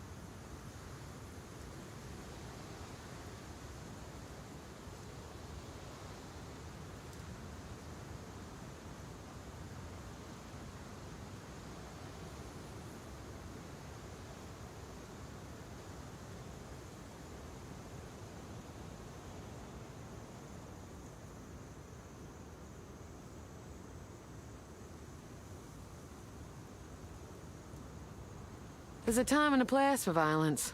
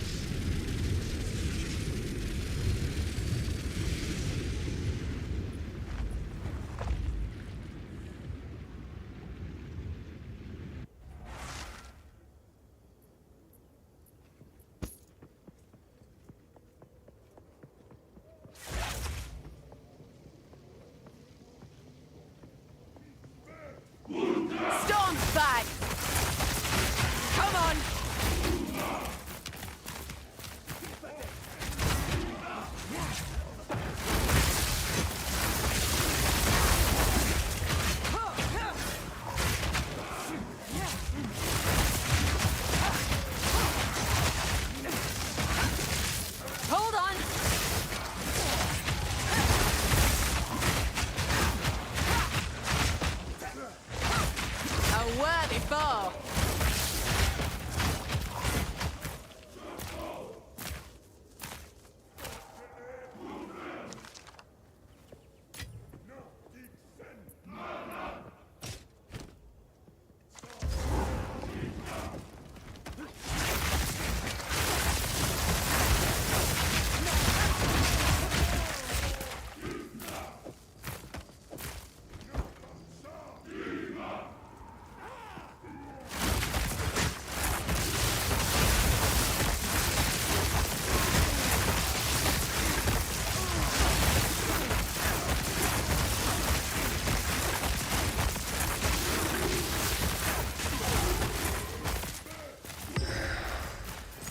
The heart of a giant, this one.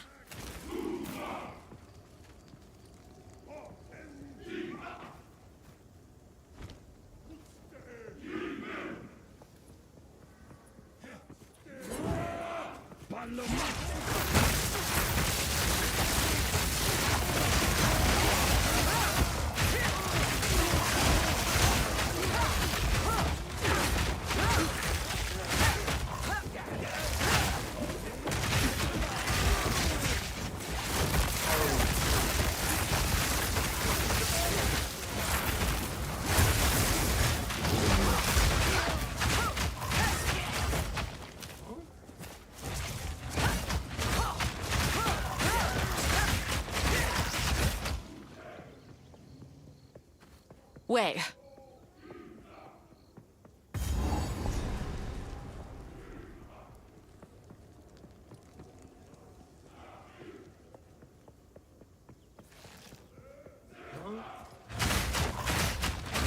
Piece of filth!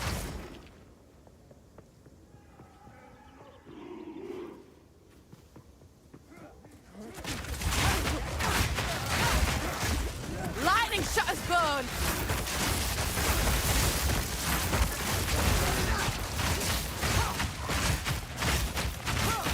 A worthy foe.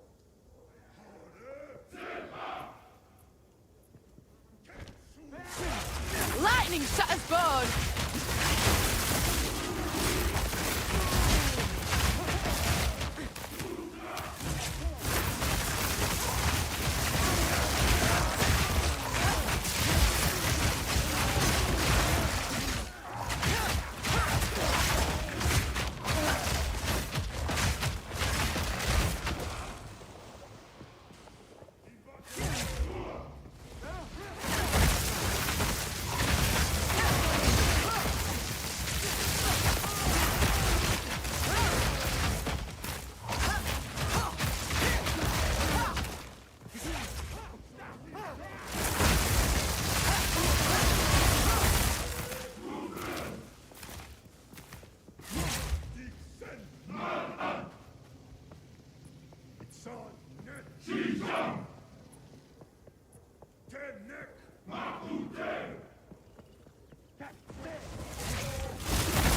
it on.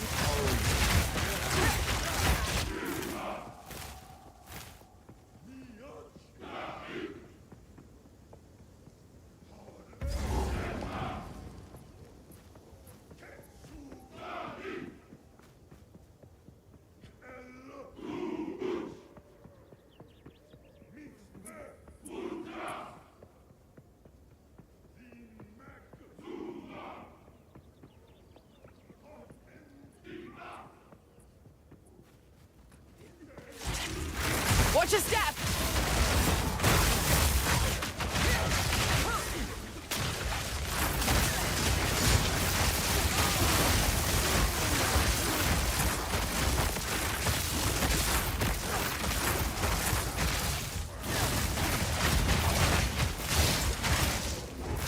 A worthy foe!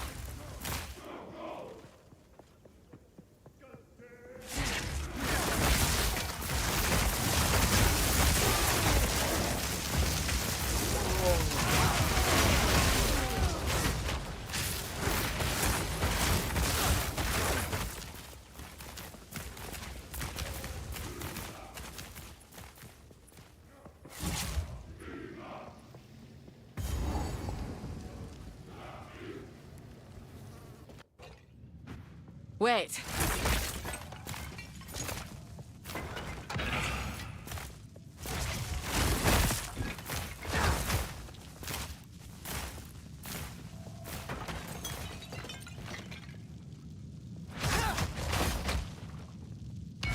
This place is a right treasure trove.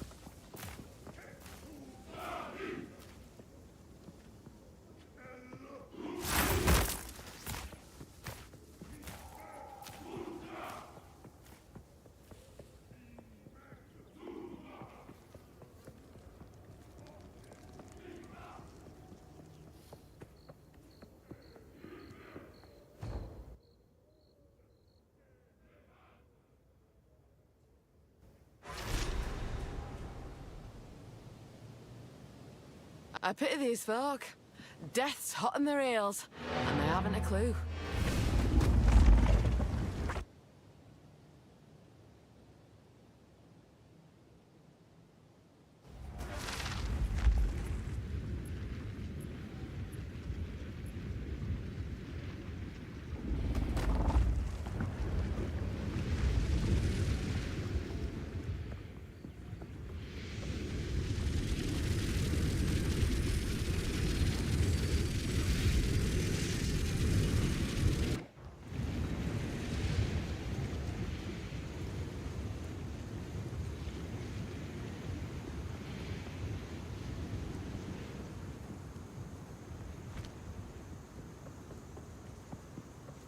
Ah.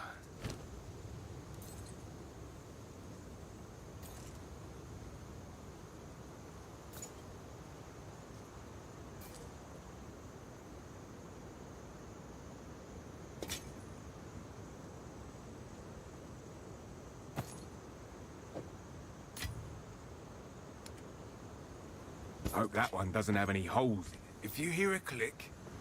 Hey there.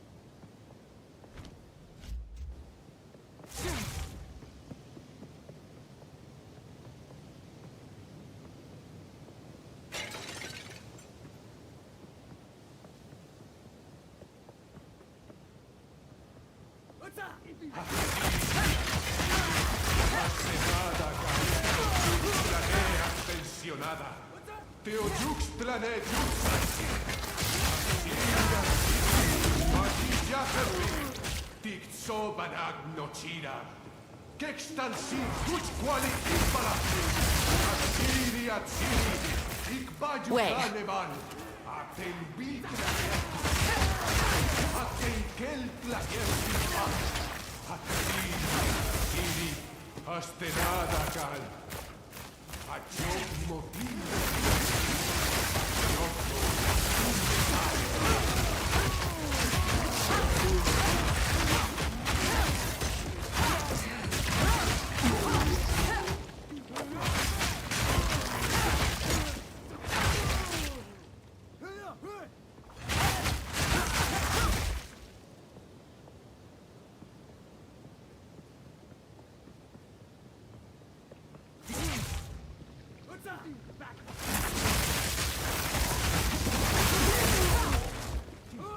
Wait.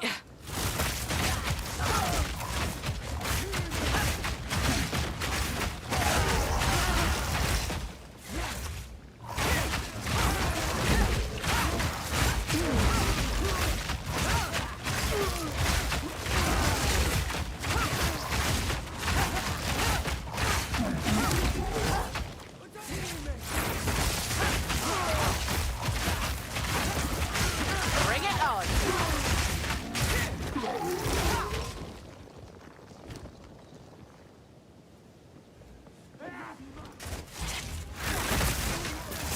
Lead to drive.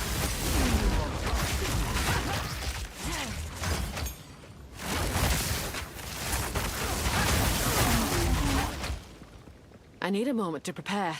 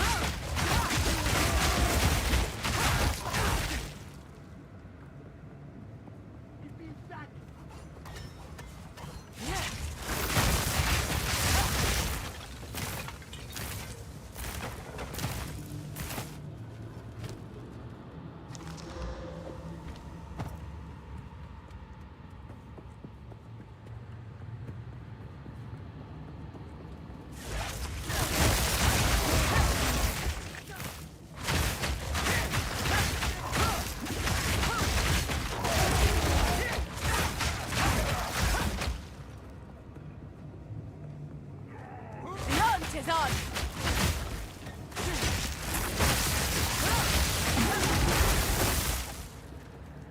Hold on.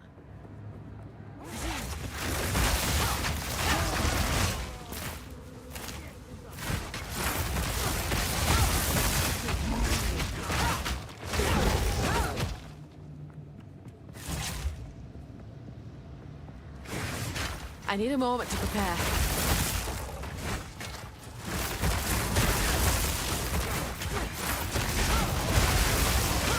Soften the wound.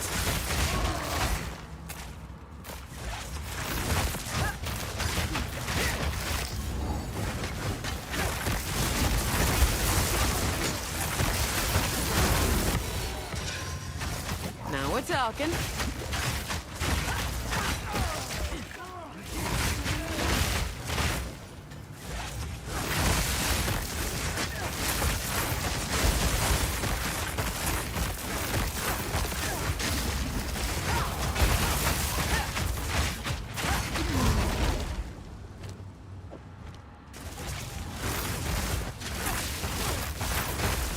Need more time.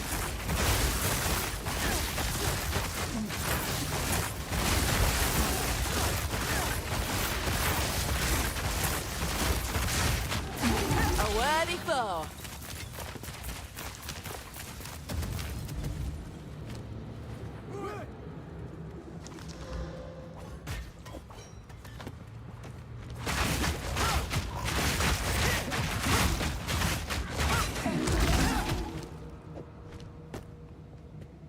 Such horrors. What were my ancestors thinking, welcoming the Val? Spirit, forgive me for this.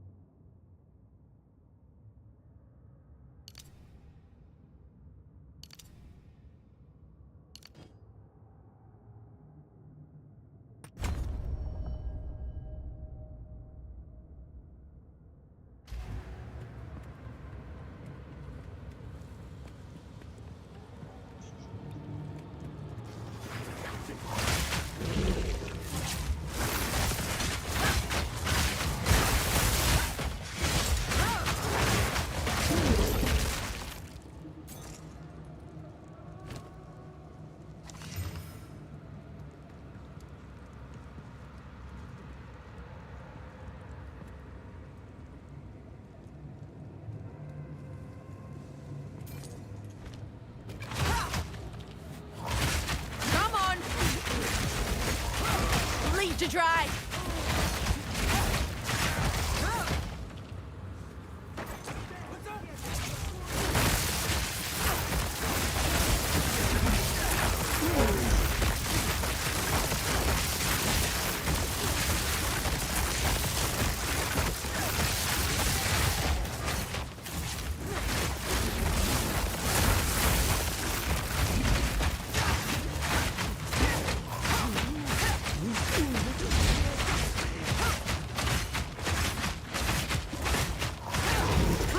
Prowess!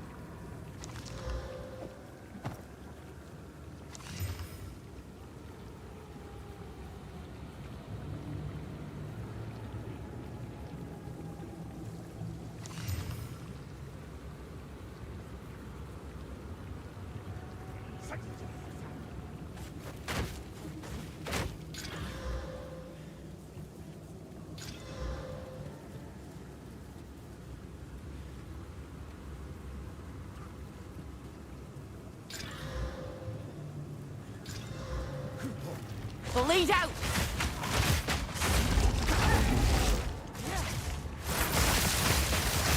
Take this!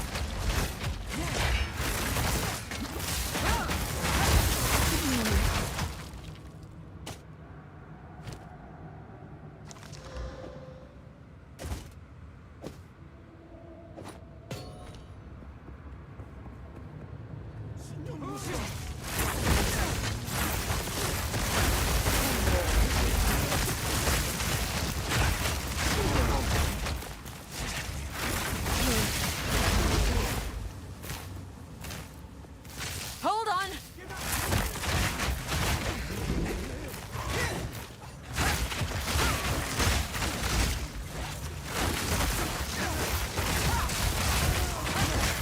Hold on!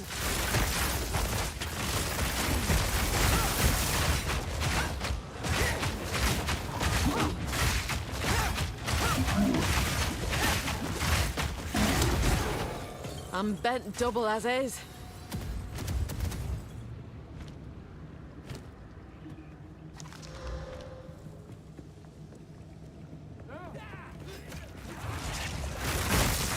Storm strike!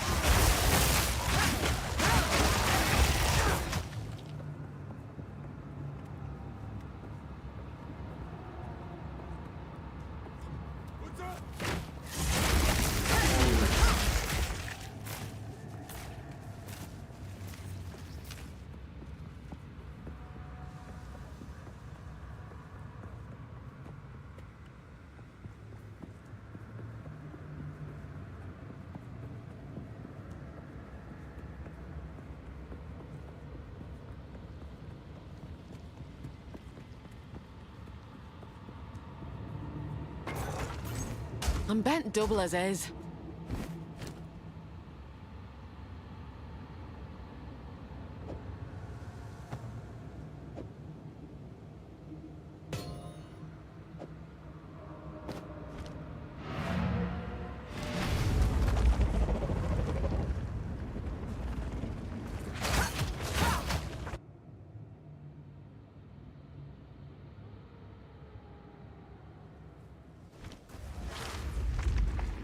I really enjoyed this fucking interview.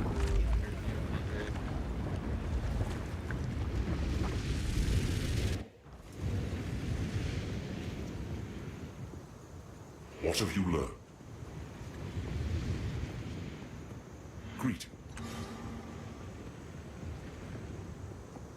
What do you need?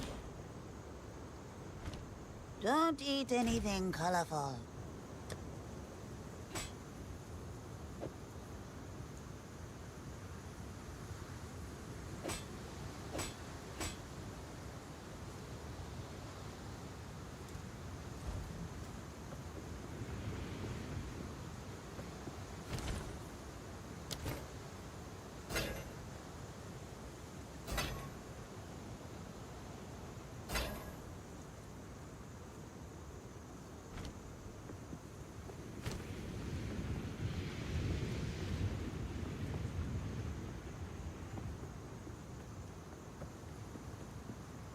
Here to help.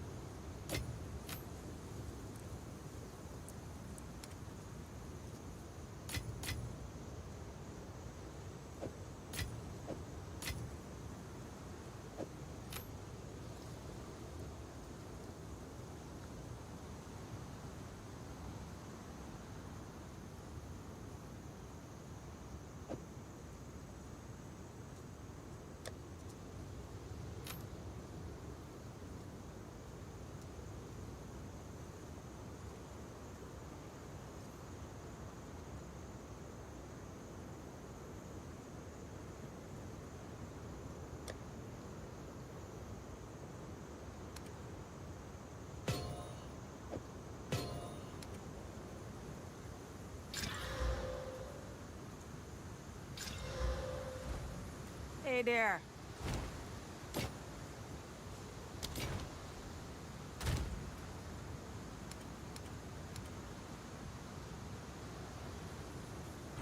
Not now.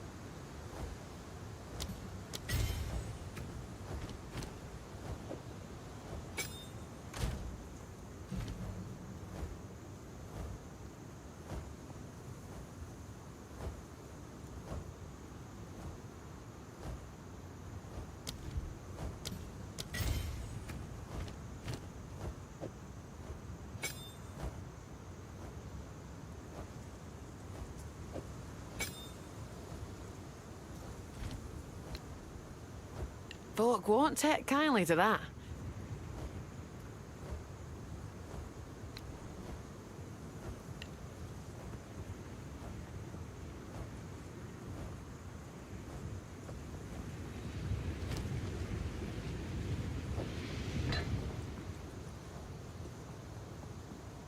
Hey? If you hear a click, duck. Yes? If you hear a click, duck.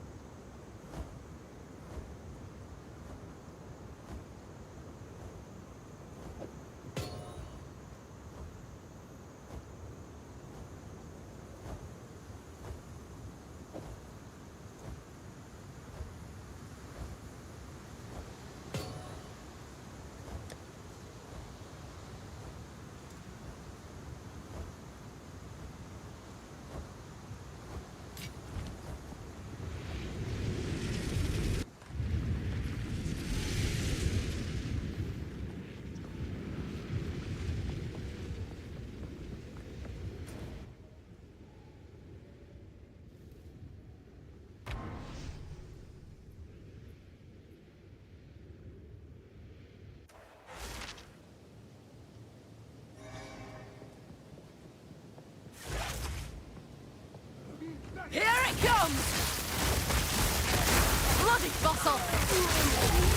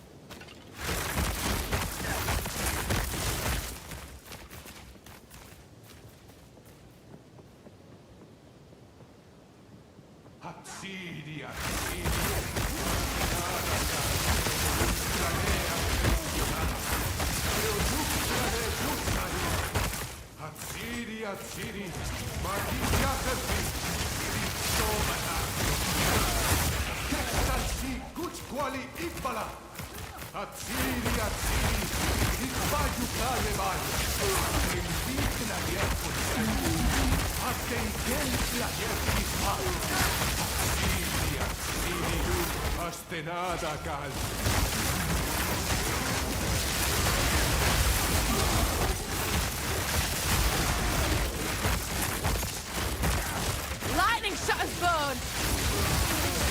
Bring it on!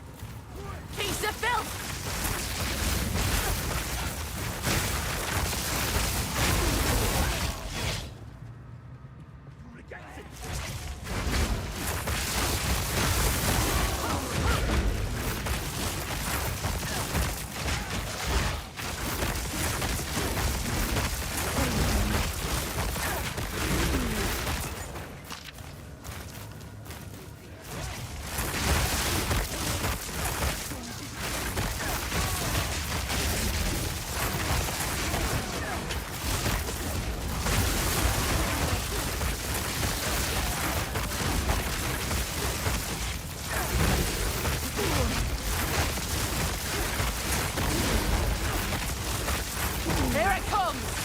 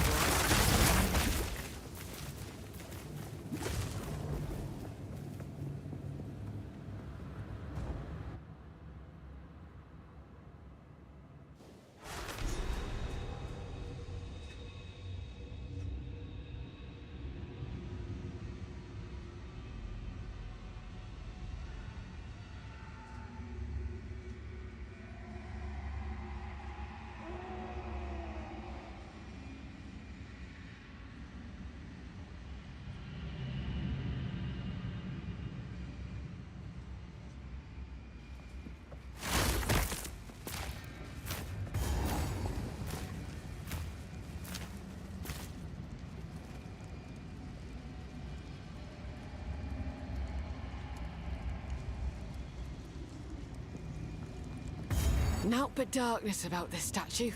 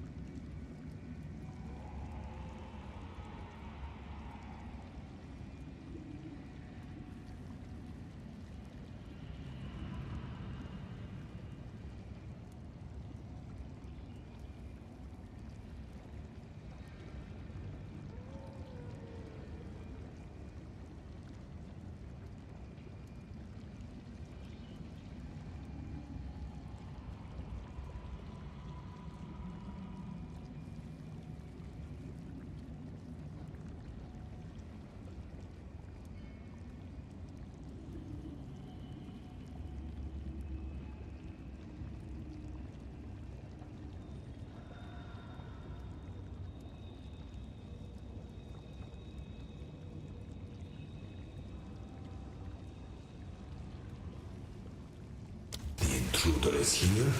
Lightning shot us both! I see. No mercy then.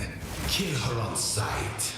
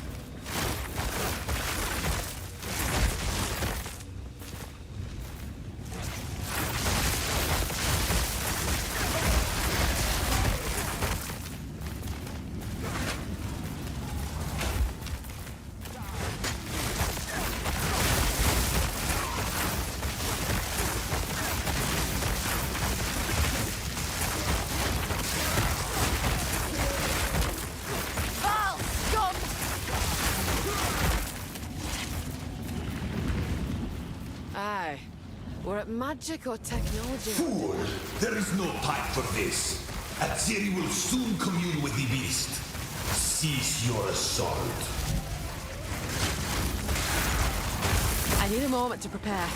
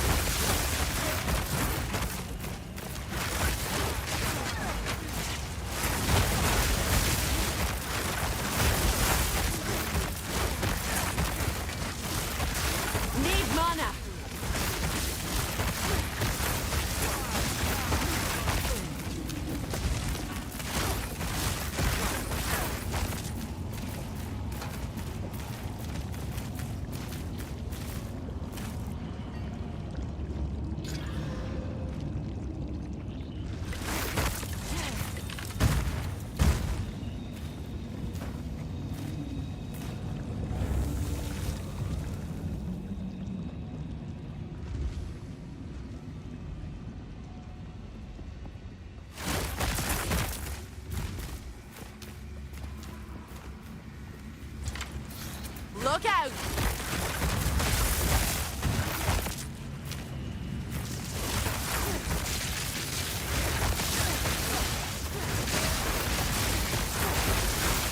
Wait!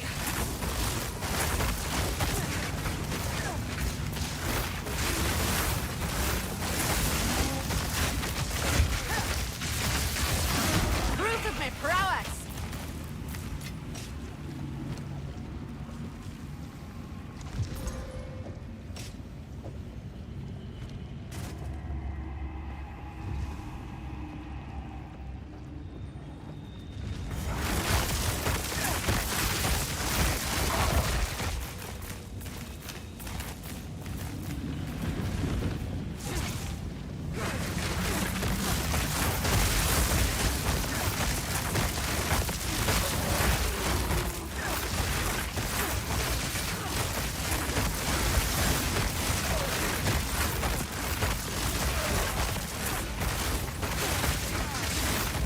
Stop this at once. I take no pleasure in harming one of my own. But if you persist, I will do with her what I must.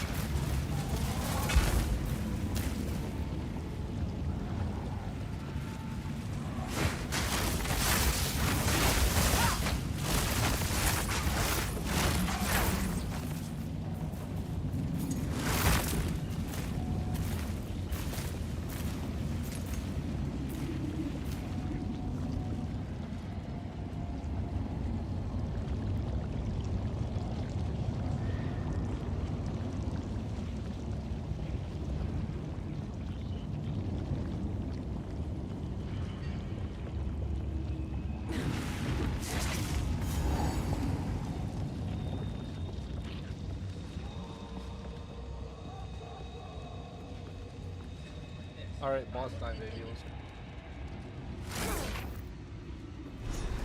So, at the eve of the end, the demon of Vatzoatl has finally come for me. For a smart fella, you're a right fool. Wait. The power of the Val! Leave to dry.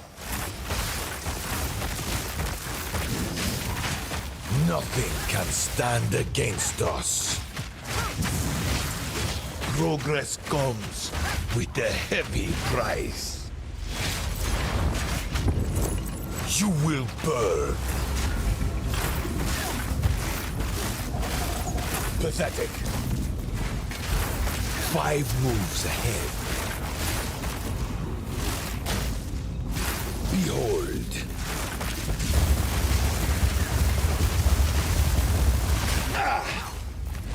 I've had enough of this. I can't give up. I must save my people. You know why we're here. It happened. It cannot be stopped. No, I will succeed. Face me like a man. I cannot allow you to interfere. I cannot let my efforts be in vain. I've been preparing for you for years. You think you can stand in my way? Face the might of Eval. How foolish.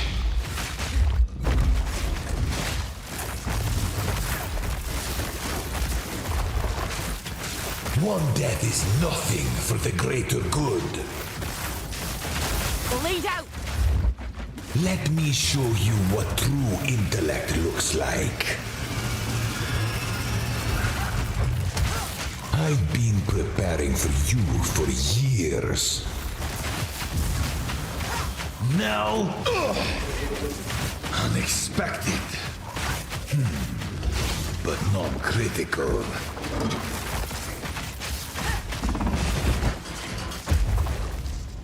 Nothing will stand in my way! Fatal ambition! This is not over yet. I cannot allow you to interfere.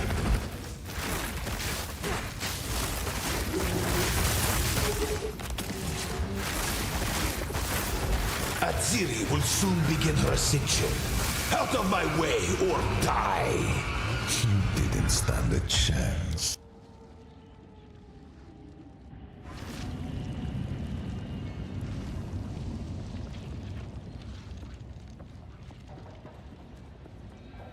So, at the eve of the end, the demon of Vatzoatl has finally come for me. Inevitable.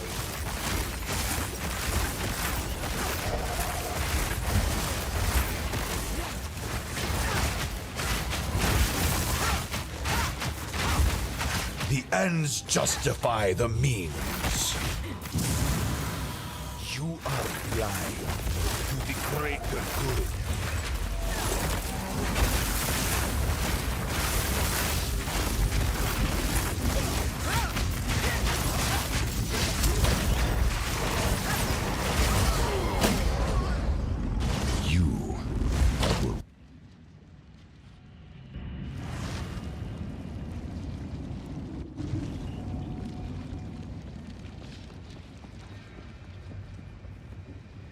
So, at the eve of the end, the demon of Vatzoatl has finally come for me.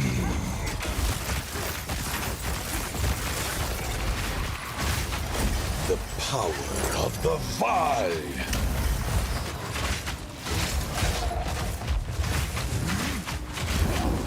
Nothing can stand against us.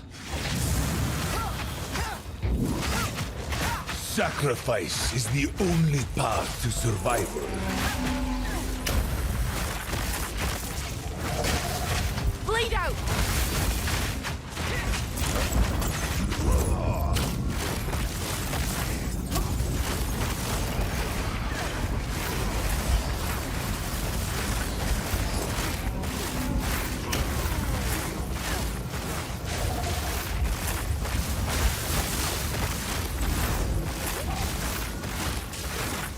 Need more time.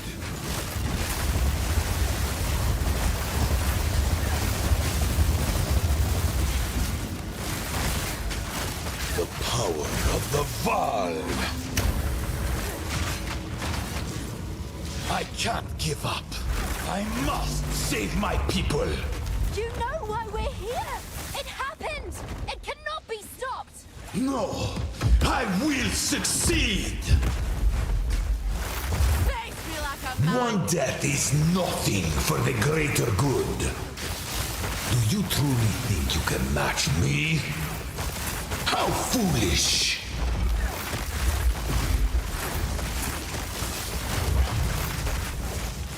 You think you can stand in my way? I've been preparing for you for years.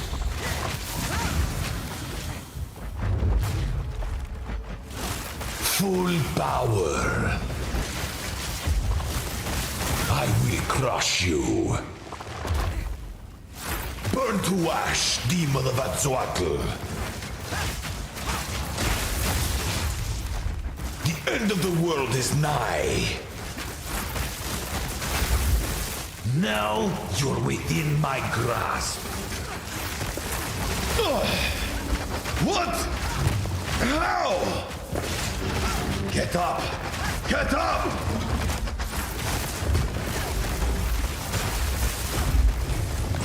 I plan for every contingency. You were warned.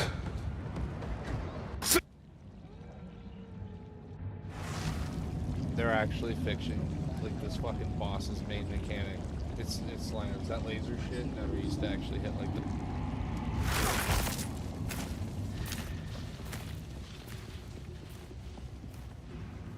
So, at the eve of the end, the demon of Azzoatl has finally come for me. Wait. Lead to drive! This ends now.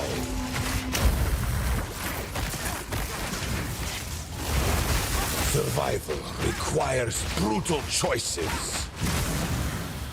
Sacrifice is the only path to survival. The power of the Val.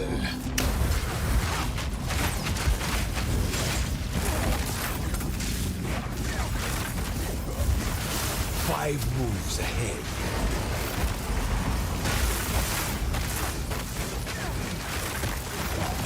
Channel the reactor.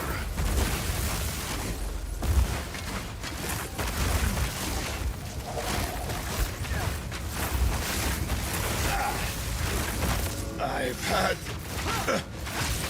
enough of this. I can't give up. I must save my people. You know why we're here? It happened! It cannot be stopped! No, I will succeed. I cannot let my efforts be in vain. There is no escape. I've been preparing for you for years.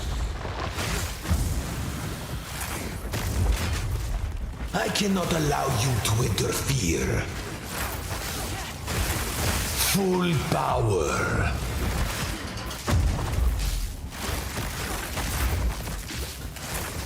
Face the might of the Val.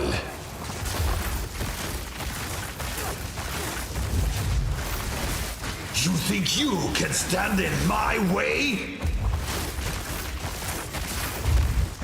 Now you're within my grasp. Let's see you survive this. Do you truly think you can match me? Nothing will stand in my way!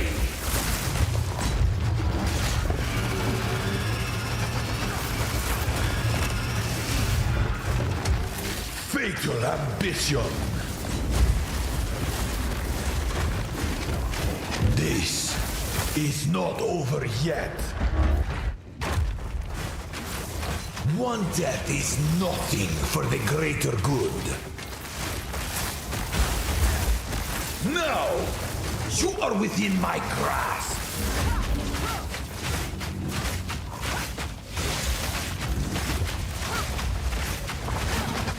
I cannot let my efforts be in vain. The destruction of Atzoatl will be repaid 1,000-fold. Look out!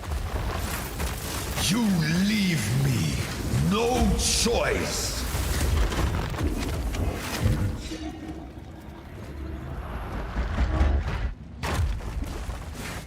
I cannot allow you to interfere.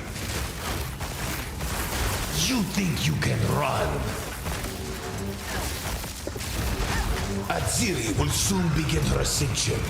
Out of my way or die!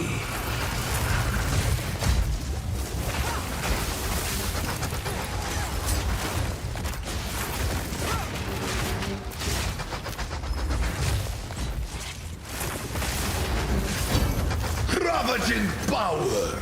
Need more time. Now! You are within my grasp!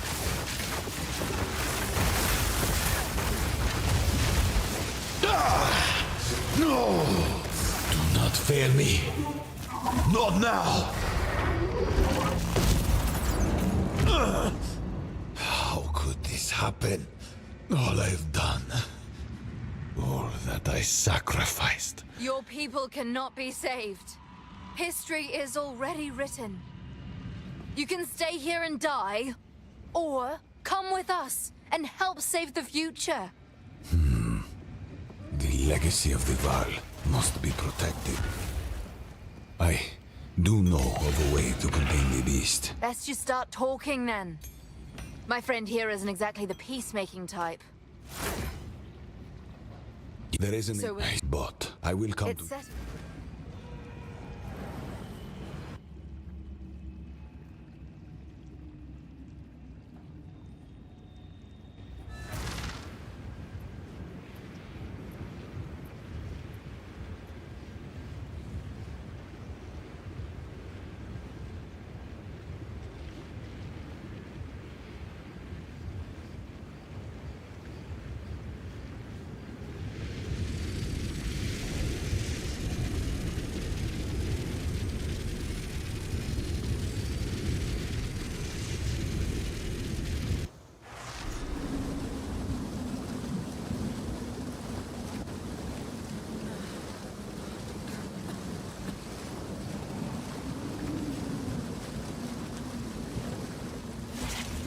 By the first one, you're alive. I'm glad, but now I would appreciate it if you could.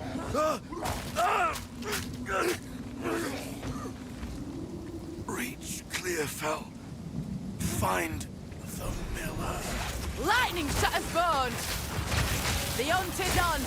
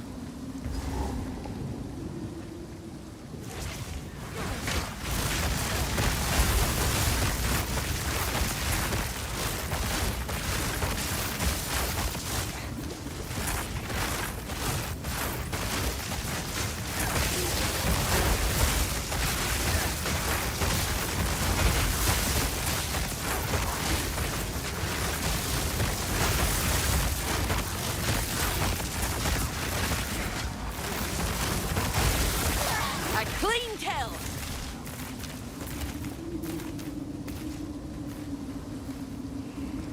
You out there! Help her! So this is the sickness I were warned about.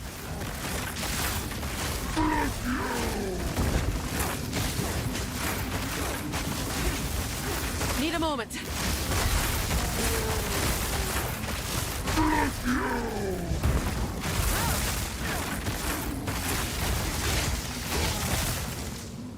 Look out!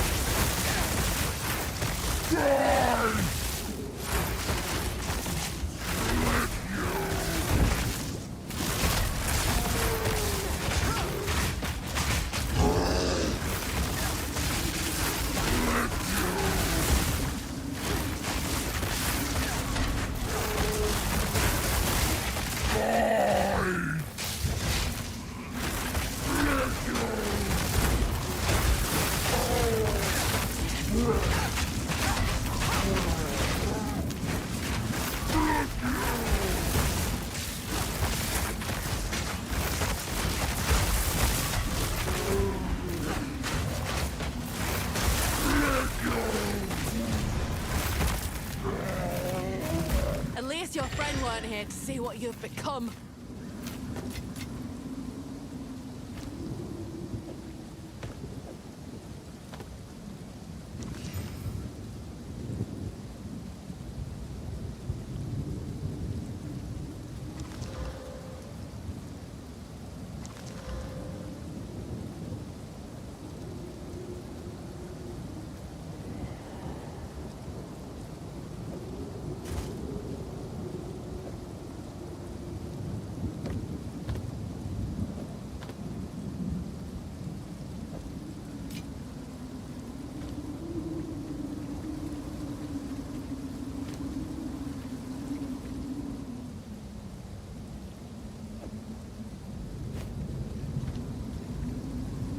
Well done.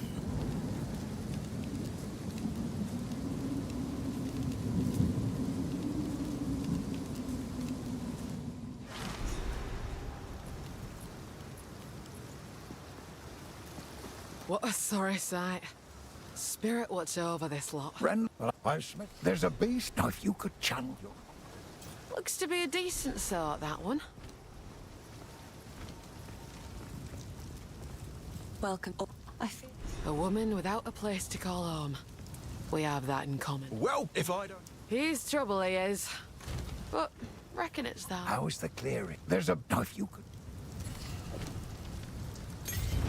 Till next time.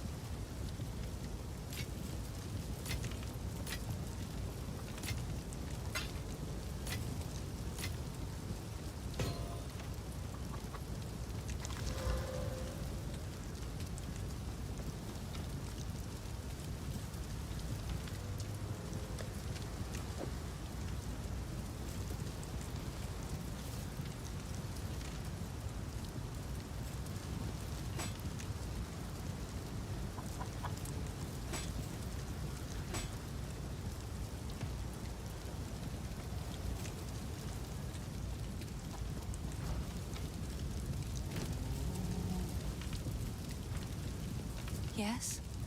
These are just some odds and ends of mine. That might save your life.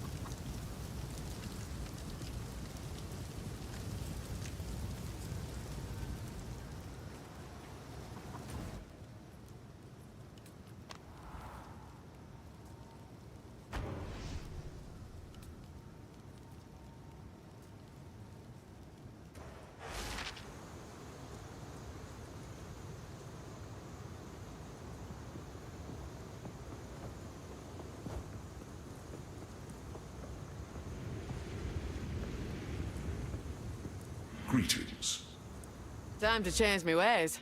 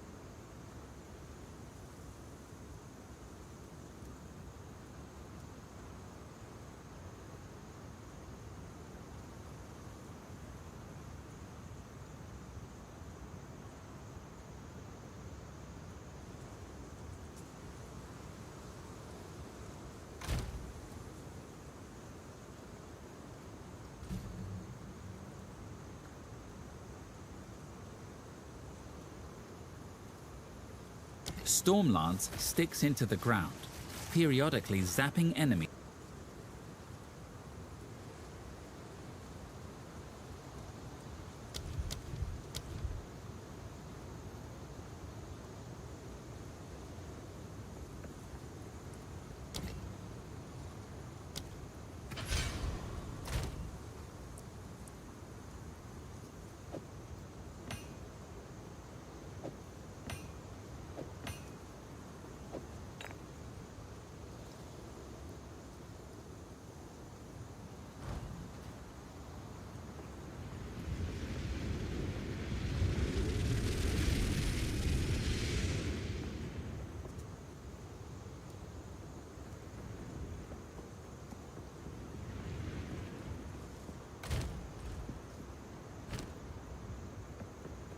You bring someone.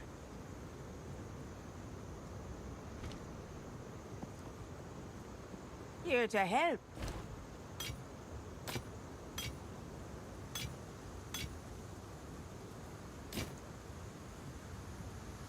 Be wary. For that to happen, go. A marriage of convenience, if ever I've seen one.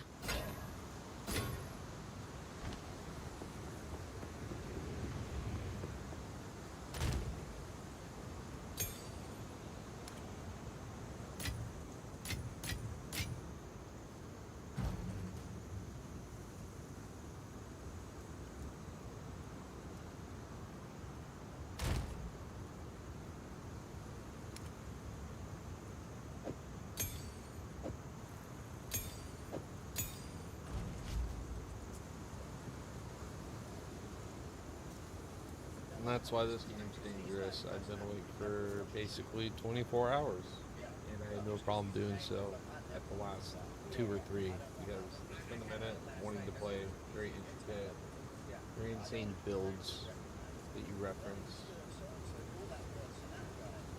These talent trees here are absolutely fucking nuts. You see how big these talent trees are? It's fucking insane, dude. And there's the alarm.